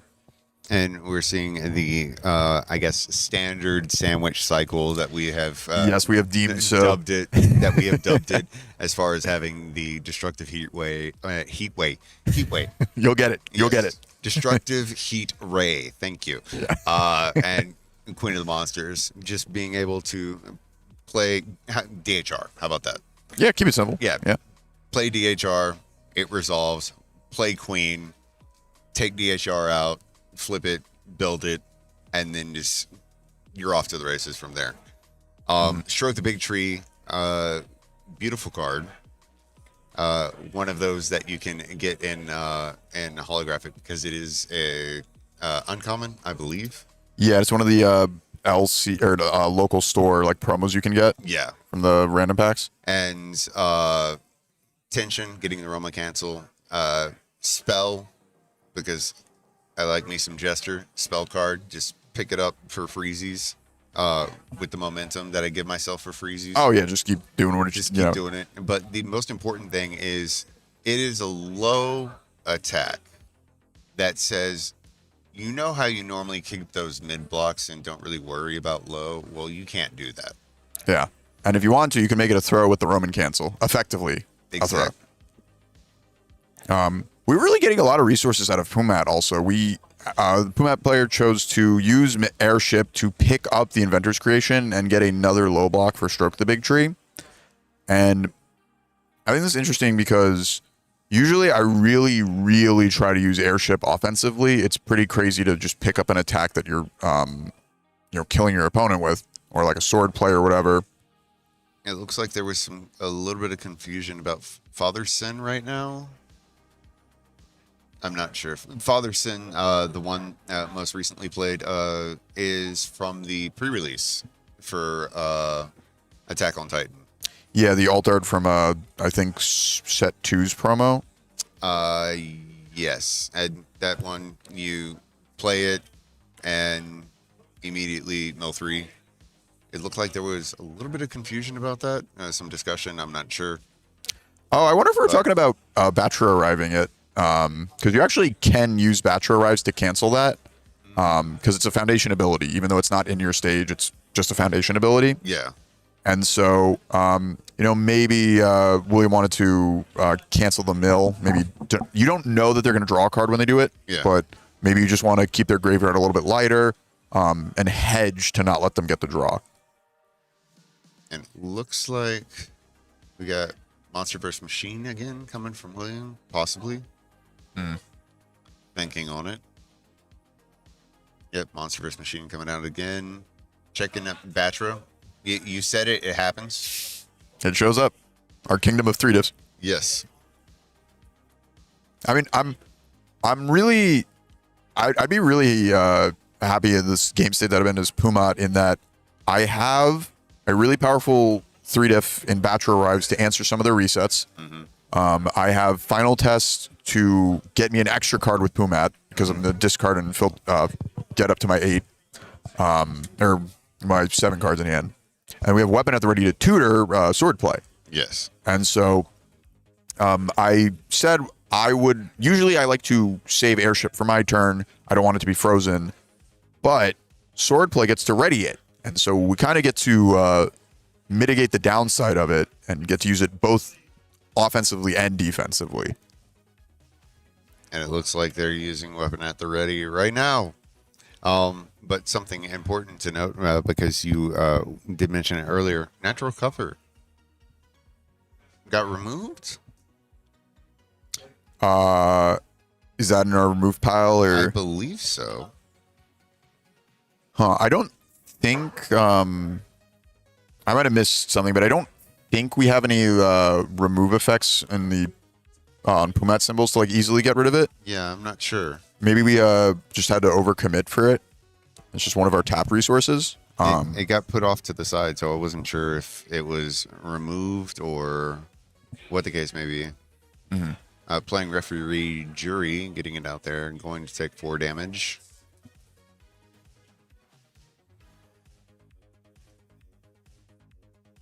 Yeah, and this time we did do the enhance because we drew the extra card from jury's static.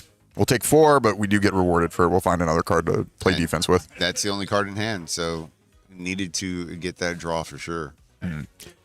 William stacking Inventor's Creation, instantly picking it up. Yeah, and a lot going on. So we also used Driven by Retribution when we took the damage from the attack. Yes. We responded, as Pumat responded with Batra Arrives to cancel the Driven by Retribution. And so now we don't have to worry about Driven terrorizing our assets. Now we just have to push through the, I believe, 3 resets that Titan of Terror can have access to, and 2 natural covers, and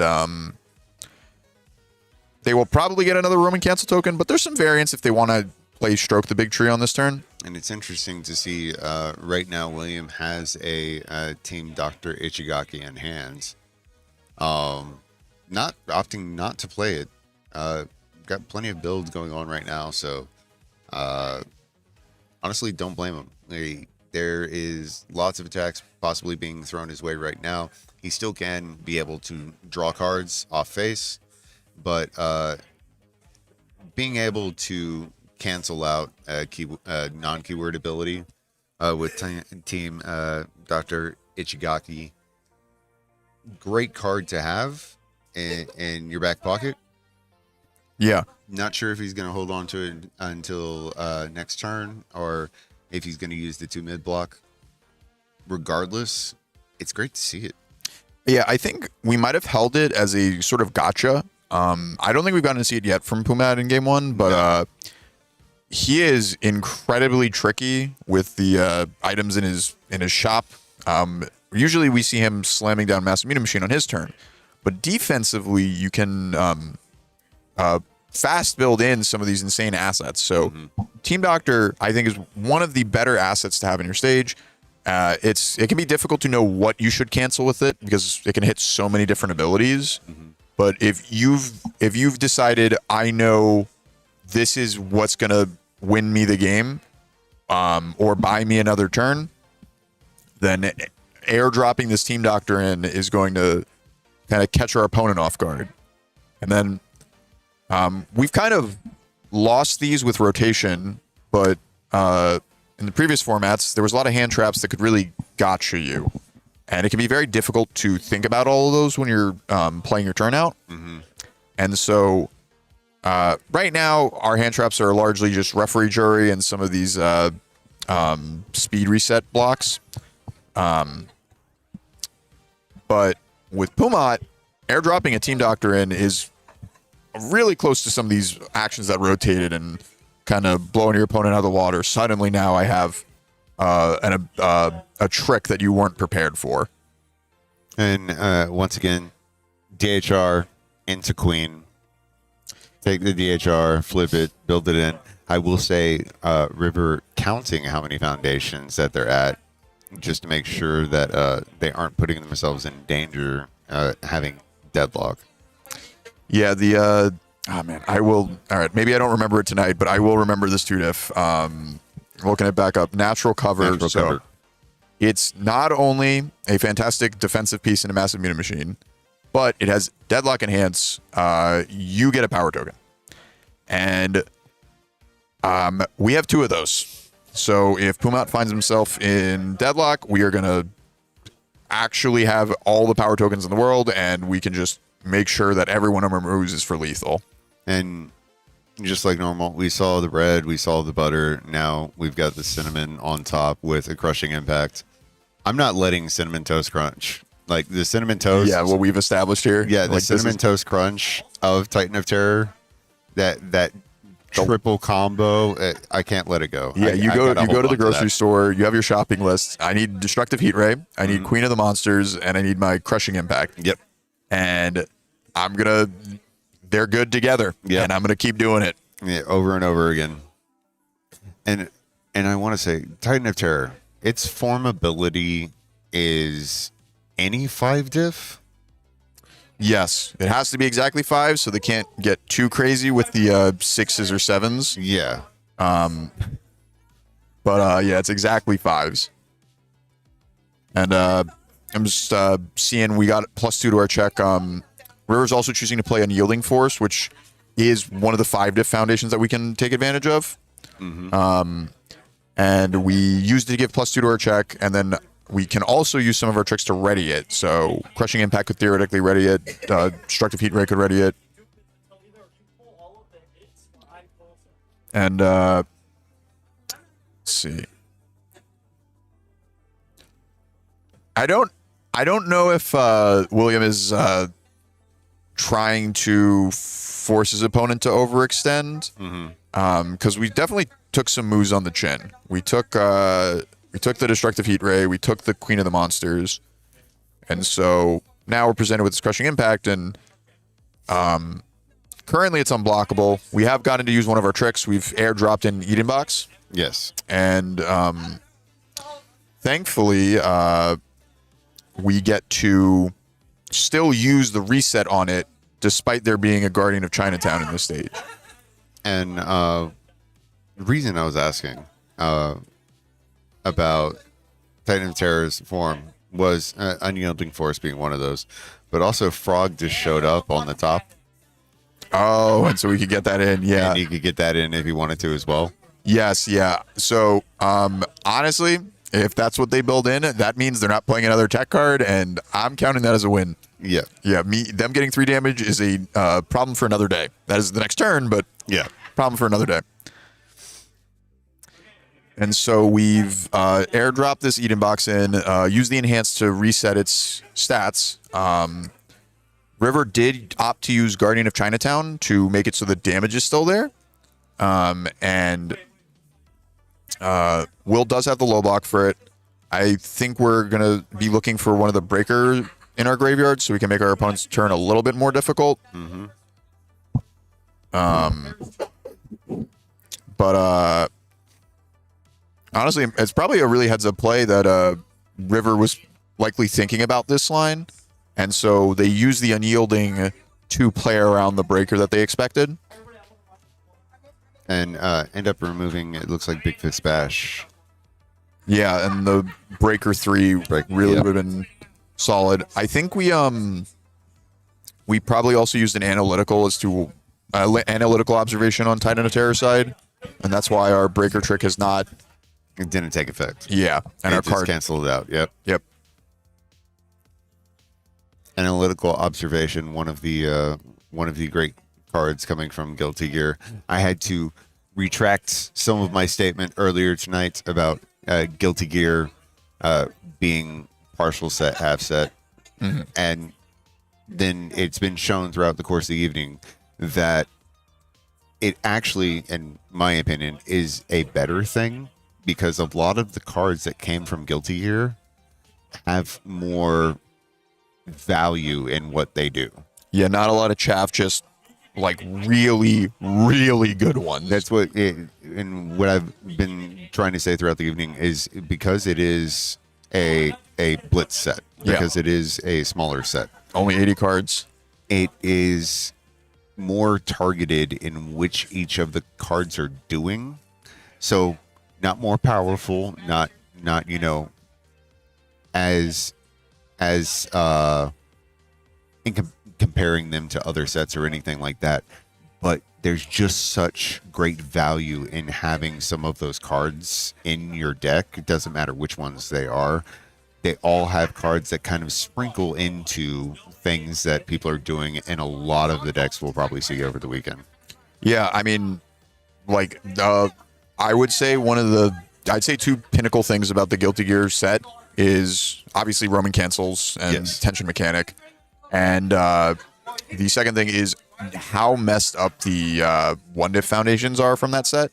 A lot of them are very, very good defensive pieces in stopping your opponent. I also want to retract, not just defensive, but the one diff from Guilty Gear cancel a lot of different things. And so with analytical observation, we get to sort of push through our rivals' block tricks. If we see any Scales of Juno this weekend, we get to stop our opponent from clearing any card from their card pool. Cancel airships. Armor-clad Faith is one we've been seeing over the weekend already, where cancel stun, cancel powerful, cancel EX. Yeah. You can stop echo, you can stop throw, you can even stop tension. Yes. So really a lot of power there. And my eyes widened as we wrapped up that last turn. Violet Animus shot coming out. Yeah, the one low block from Animus shot, making it so that we don't take any damage from the Stroke the Big Tree. That was, I believe, at lethal. And River could have made it a different zone to try and zone check our opponent, but I like us playing safe. We still have a Roman cancel token, so we feel pretty confident that we're not going to die this turn. But William has established some really good pieces in their stage. We already have one Massive Meat Machine. Possibly we find another, and then we have an airship. So Airship, Eden Box, Mutant Machine. Yeah. And then Botans can draw. We've got what is it, Batra? Disused Botans. We have all the enhances that we have on face. And speaking of, that's another another Guilty Gear one diff appearing as our discard, distraction, shiny. But looking on River's side, because River down to one card in hand. Looking on River's side, you've got two natural covers. You've got two unyielding forces. One is committed, granted. Just played Tough Skin to give a little bit of damage negation. Excuse me, two cards in hand. But Tough Skin coming out.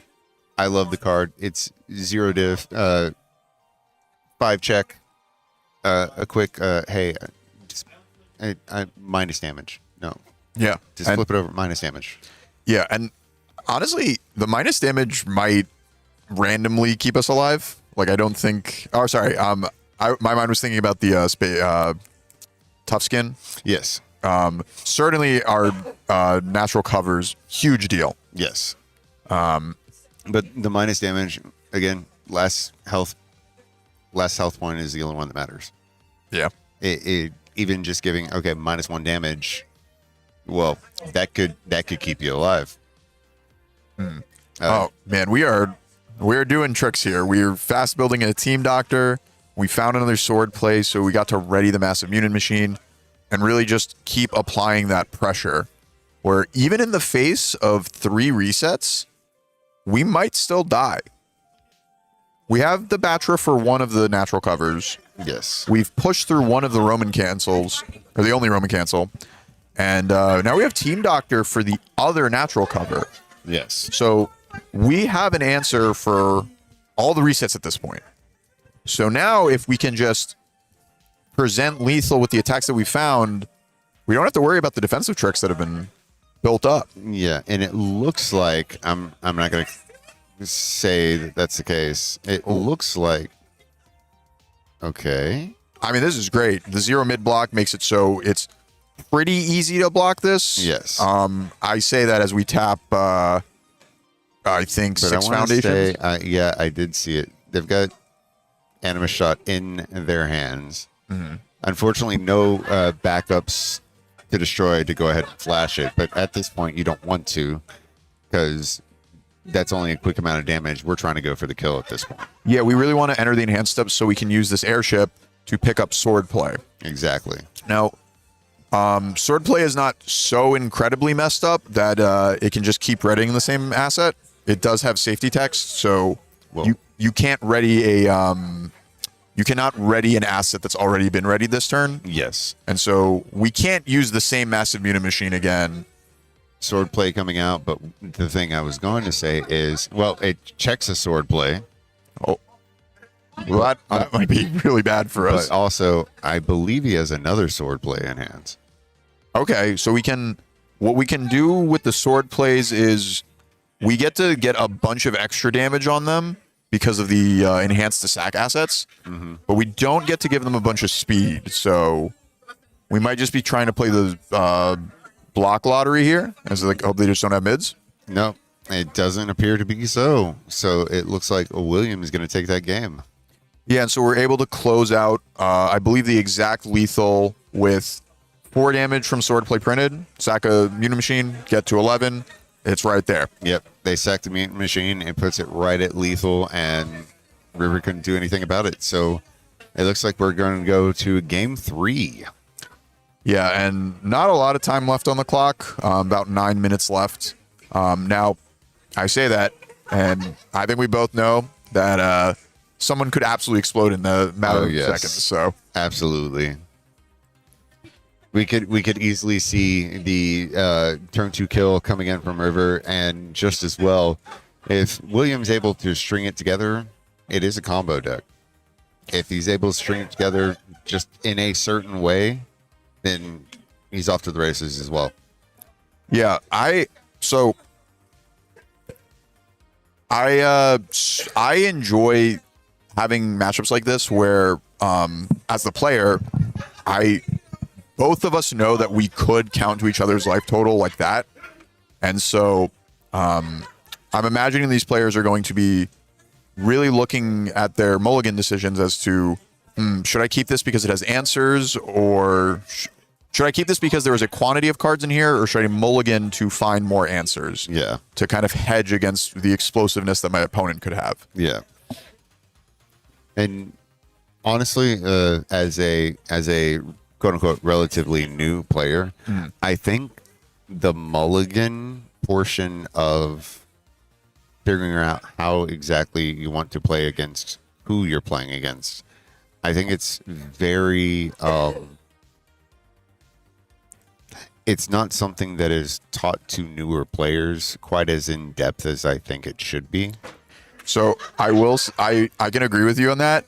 I think it is some of the hardest decisions we make because at least so going first, you can kind of simplify it down to quantity versus quality, where all right, how many buildable cards do I have versus like how much do I value a 3 build versus a 4 build? How much do I value a 3 build that has a very specific piece versus a potential 5 build? And then the going second player gets even more options with that because of the partial, where William has chosen to mulligan 3. Usually it's pretty reasonable to mulligan attacks, but maybe we want to hold some of our breaker blocks. Maybe we want to hold our violent aim shot because it's a 1 low. Guarantee we could block some of the crushing impacts and the destructive heat rays. Maybe we want to hold bug bites.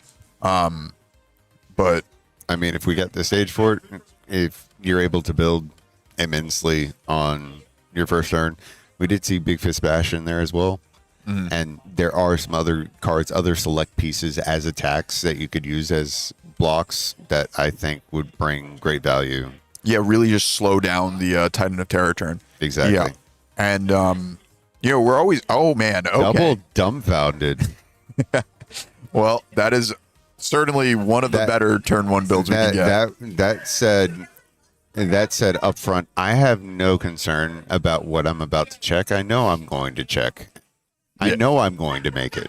Yeah, because Dumbfounded is one of the more powerful zero diffs in the game. Yeah. Where essentially every check we made as Titan of Terror was on a 3 or less. And so there was no variance. They were passing. Yes.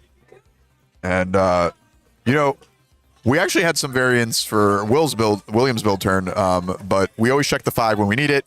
Inspiring Song on a 5. Check our Doty. We're good. We've matched a 5 build. Oh, instantly turning up.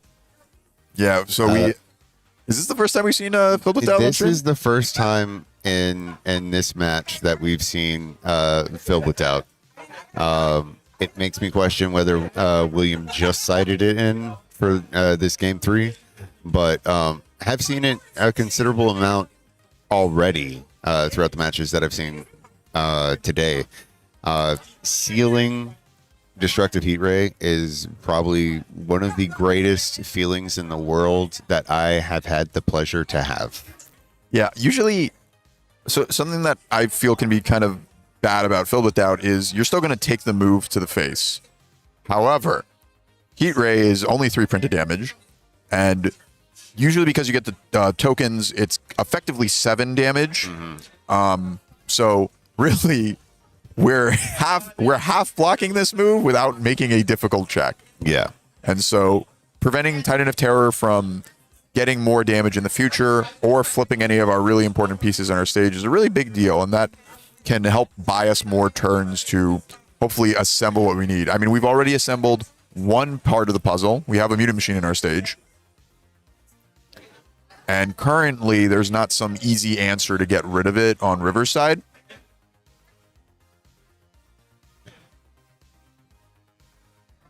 Now, does take the 3 damage. Like you said, it's just 3 damage on face. Yeah, on the printed text. Yeah, having to take that, but being able to seal all the other abilities on it, I call that a win. Yeah. And not a queen. Didn't go immediately to queen, so either doesn't have it in hand or doesn't have it in hands because or doesn't have it in their graveyard. Oh yes, or doesn't have it in their graveyard. They could have played it there if they wanted to. Because if you are stringing, I don't think that is a bad call, especially on turn 2, to go form, grab it, and play it. Yeah, and at least here though, we are getting some really good value out of Crushing Impact, where we get to abuse Godzilla versus Biolante, which, for those that don't know, despite this card saying that you clear a face down from your card pool, that is not a part of the cost of the card. So, right now, it's just a 2-diff that says commit, draw a card. Yep.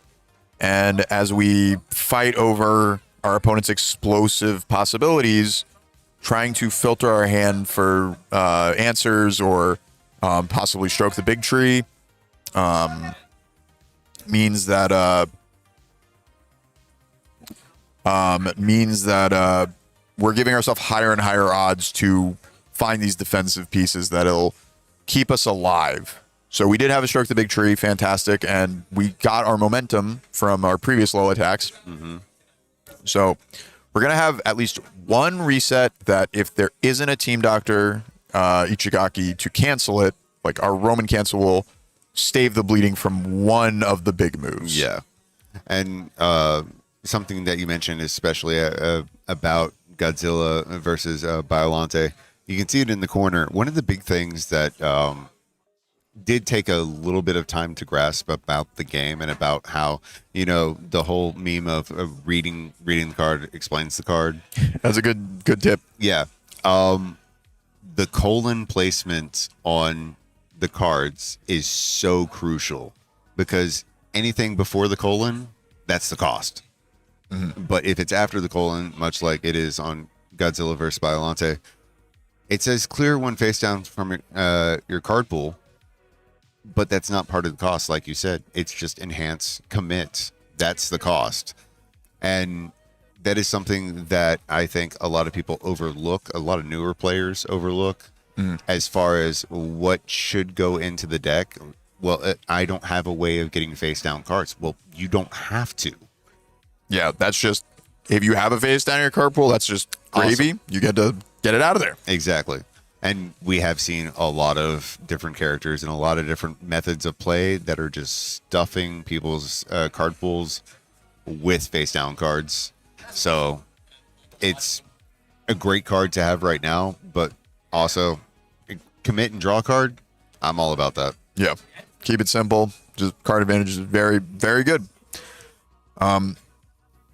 I felt a little sad looking at Will draw's hand. I think I didn't see any orange cards. No, I don't. So, really want to leverage that massive new machine we built in. Really want to dome them or make them spend some momentum.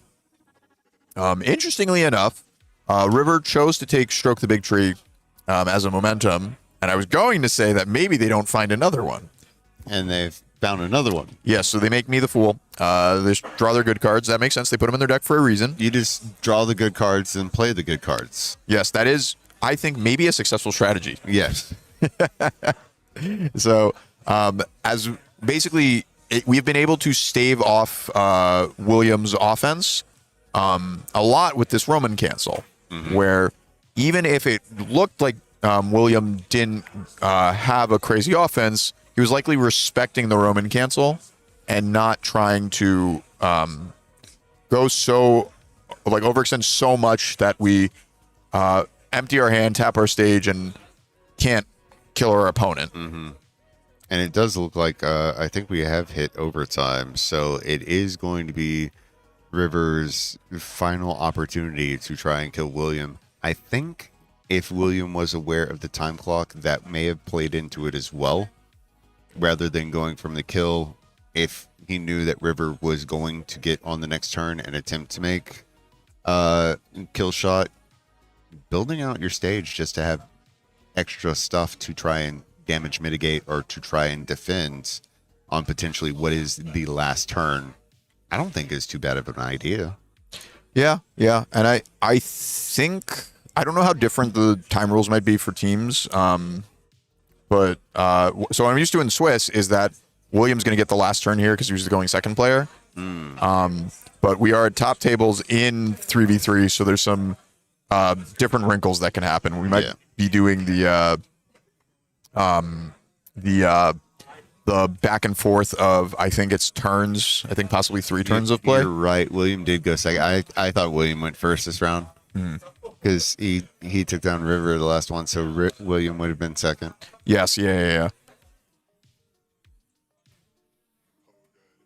And so,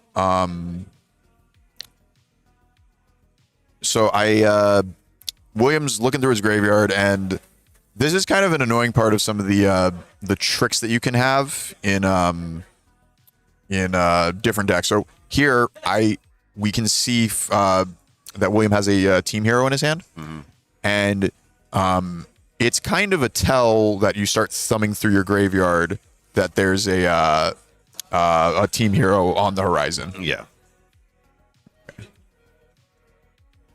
And that being said, I have to ask, Team hero or team rival? So, team hero is okay. Team rival. Oh man, I'm putting team rival. Okay. I'm like, come on, it's one or the other. Yeah. I was gonna. We're putting our foot into the sand. I'm picking team rival. That's where I'll die on that. Team hero is the better card. I will acknowledge that, but it's team rival. I'll disagree with the second part, but I'll choose team rival as well. I don't know. Team hero is messed up, and we might be one of the first times I've seen it today. Shin, I'm Hashogeki. You got it. Got it in one. Got it in one. Nailed it. Yeah. Yeah. So I had people at my locals take every single copy I had. I mean, it is fantastic with power tokens. I mean, we're seeing it in Titan Terror, but in Geras players can use it as well. Basically, overload it with stats to tap your rival out. Put as many power tokens in as you want, and they'll have to commit a foundation for each power token that you sacrifice. And this would be one of those moments for me. Just saying, did I use Filled with Doubt too early? Oh, you're saying like hold it for the pivotal. Yeah. Yeah. I mean, it's always so difficult because there's the like small advantage of we used it early, and so now they have 2 less power tokens to work with on this turn. Yes. And by using it, we got to draw more cards because then it's not clogging our hand. Because there's a bit of a cost to hold Filled with Doubt for multiple turns. It effectively means that we have 1 less card every draw step. So if you think of Pumat as a 6-hander, but you're always holding the Filled with Doubt, you get closer to a 5-hander and progressing your game state, trying to find the attacks you want, the assets that you need. Doing the sacrifice of the power tokens, giving it 2 damage each time, also gives the response.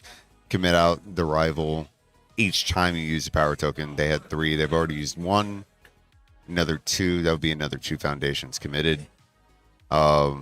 Going to make this a little difficult to block. It coming in at a 6 speed mid, just starting off. Checks a 3.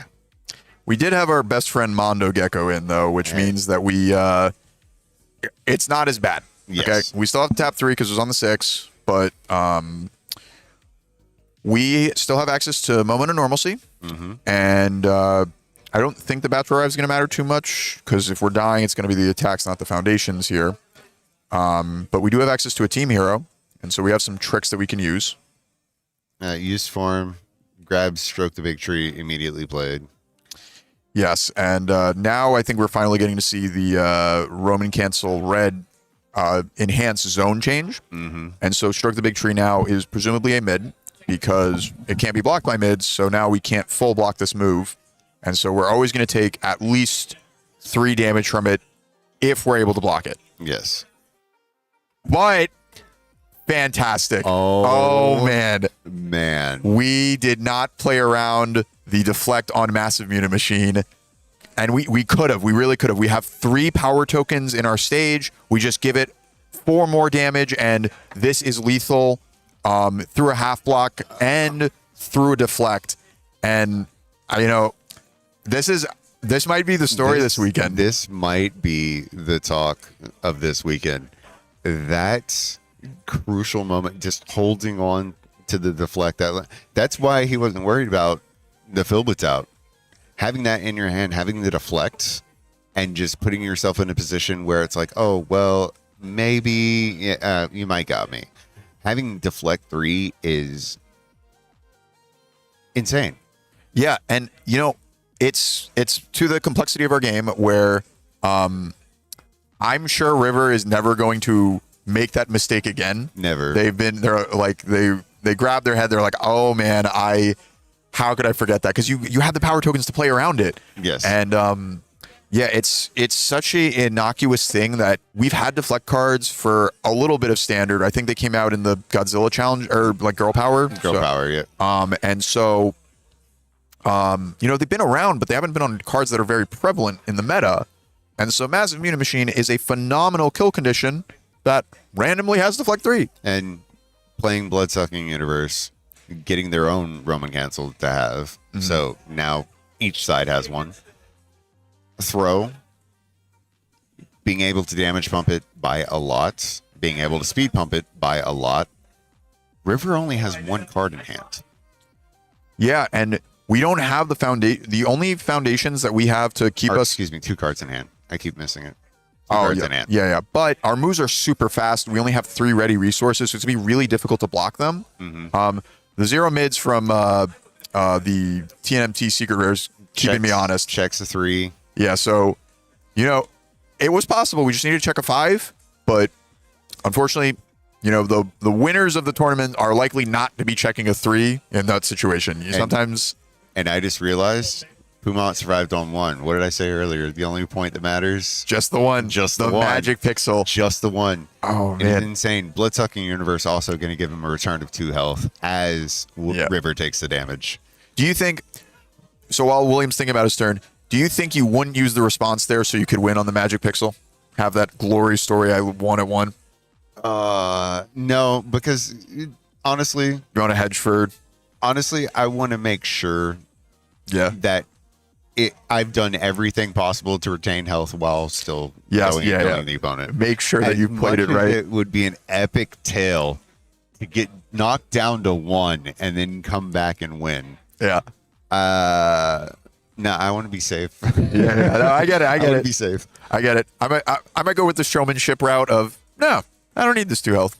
I'm going to magic pixel it up. Well, I mean, as somebody that also loves me some backup decks with Death Rattle, like Yeah, you get randomly burned out. You get randomly burned out. You're at 1 health, and they randomly burn you.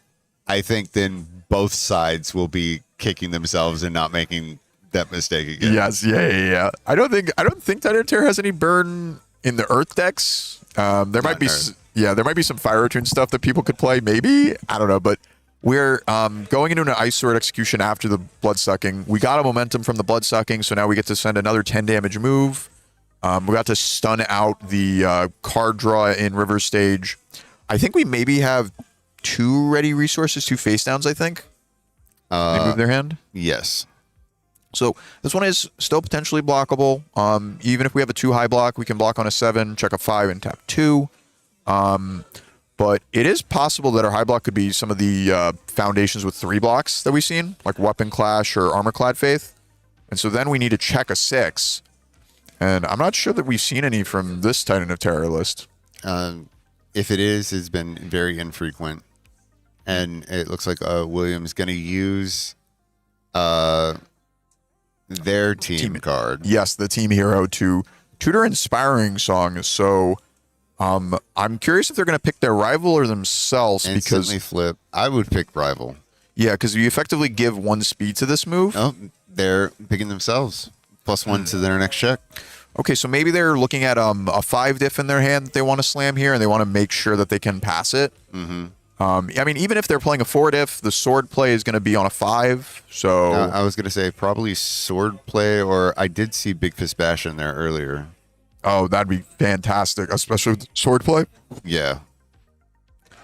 Man, I think we got to see it play out, but I'm feeling like William has stolen this game off the back of Deflect 3. And the Roman Cancel coming into play, immediately going to knock it down in just 3 damage. So William just needs to count to 17, which I think is more than feasible right now. Yeah, I mean, swordplay readying a massive Muni Machine goes to 9/9, and then you sack the Muni Machine and you get 16 damage. So, and there's swordplay, and he still has Big Fist Bash in hand. We see that. Yeah. I mean, it's looking like the writing's on the wall, and I mean, we're coming down to the wire. We're on the overtime, and I think the hall should be closing soon. The hall has already closed. We are still here. Yeah. But we are coming to the magnum opus of this game. This is ridiculous. I love every bit about this. Yeah, we got to see the power of Deflect 3, catching our opponent off guard, into the very clear power of Muta Machine. Going down to 8, Big Fist Bash coming out. On a 6. Check a 3. Okay. 4, 5. So it's 6. So we're still able to pass it. Yes. The Big Fist Bash is not lethal, though. It's only 5 damage, and our rival has 8. So they're going to still need to pass the sword play that they're presumably picking up with the enhance. and they pick up the sword play. So they're going to have to pass it with no. They've got 3 foundations available. Oh, and the gonna Puma. call it. Yeah, because then we play it on the 7, and then if we check a 3, it's fine, tap out, and River cannot block it. And that is Cannot believe that just happened. Yeah, what a crazy, crazy turn of events. You gotta, everyone at home, you have to respect the fleck. Don't forget about it. But so we do have to wrap up. We're gonna be back tomorrow at 9:30. 9:30. Yeah, and we're gonna be streaming the main event where winner is gonna get a backup card of their likeness. Hopefully, we're gonna show the finals for teams on Sunday. But we gotta wrap it up. We got a little overtime, so we'll all catch you guys tomorrow. And what better note to go out on than the game we just witnessed? Oh, this is Levi. Yeah, you guys might know. You might know him, just maybe, but couldn't be a better note to close out on. That was an epic match, going all the way down to the last second, and like I said, The last pixel, the last one. the only health point that matters is the very last one. So thank you guys for tuning in. Hope to see you again tomorrow. We'll be here all weekend, both on YouTube and Twitch. So tune in, check out all the great action that we have coming here from Round 1 Regionals UniVersus in Chicago. Take care. Have the best rest of your time zone, and we'll see you next time. See you tomorrow.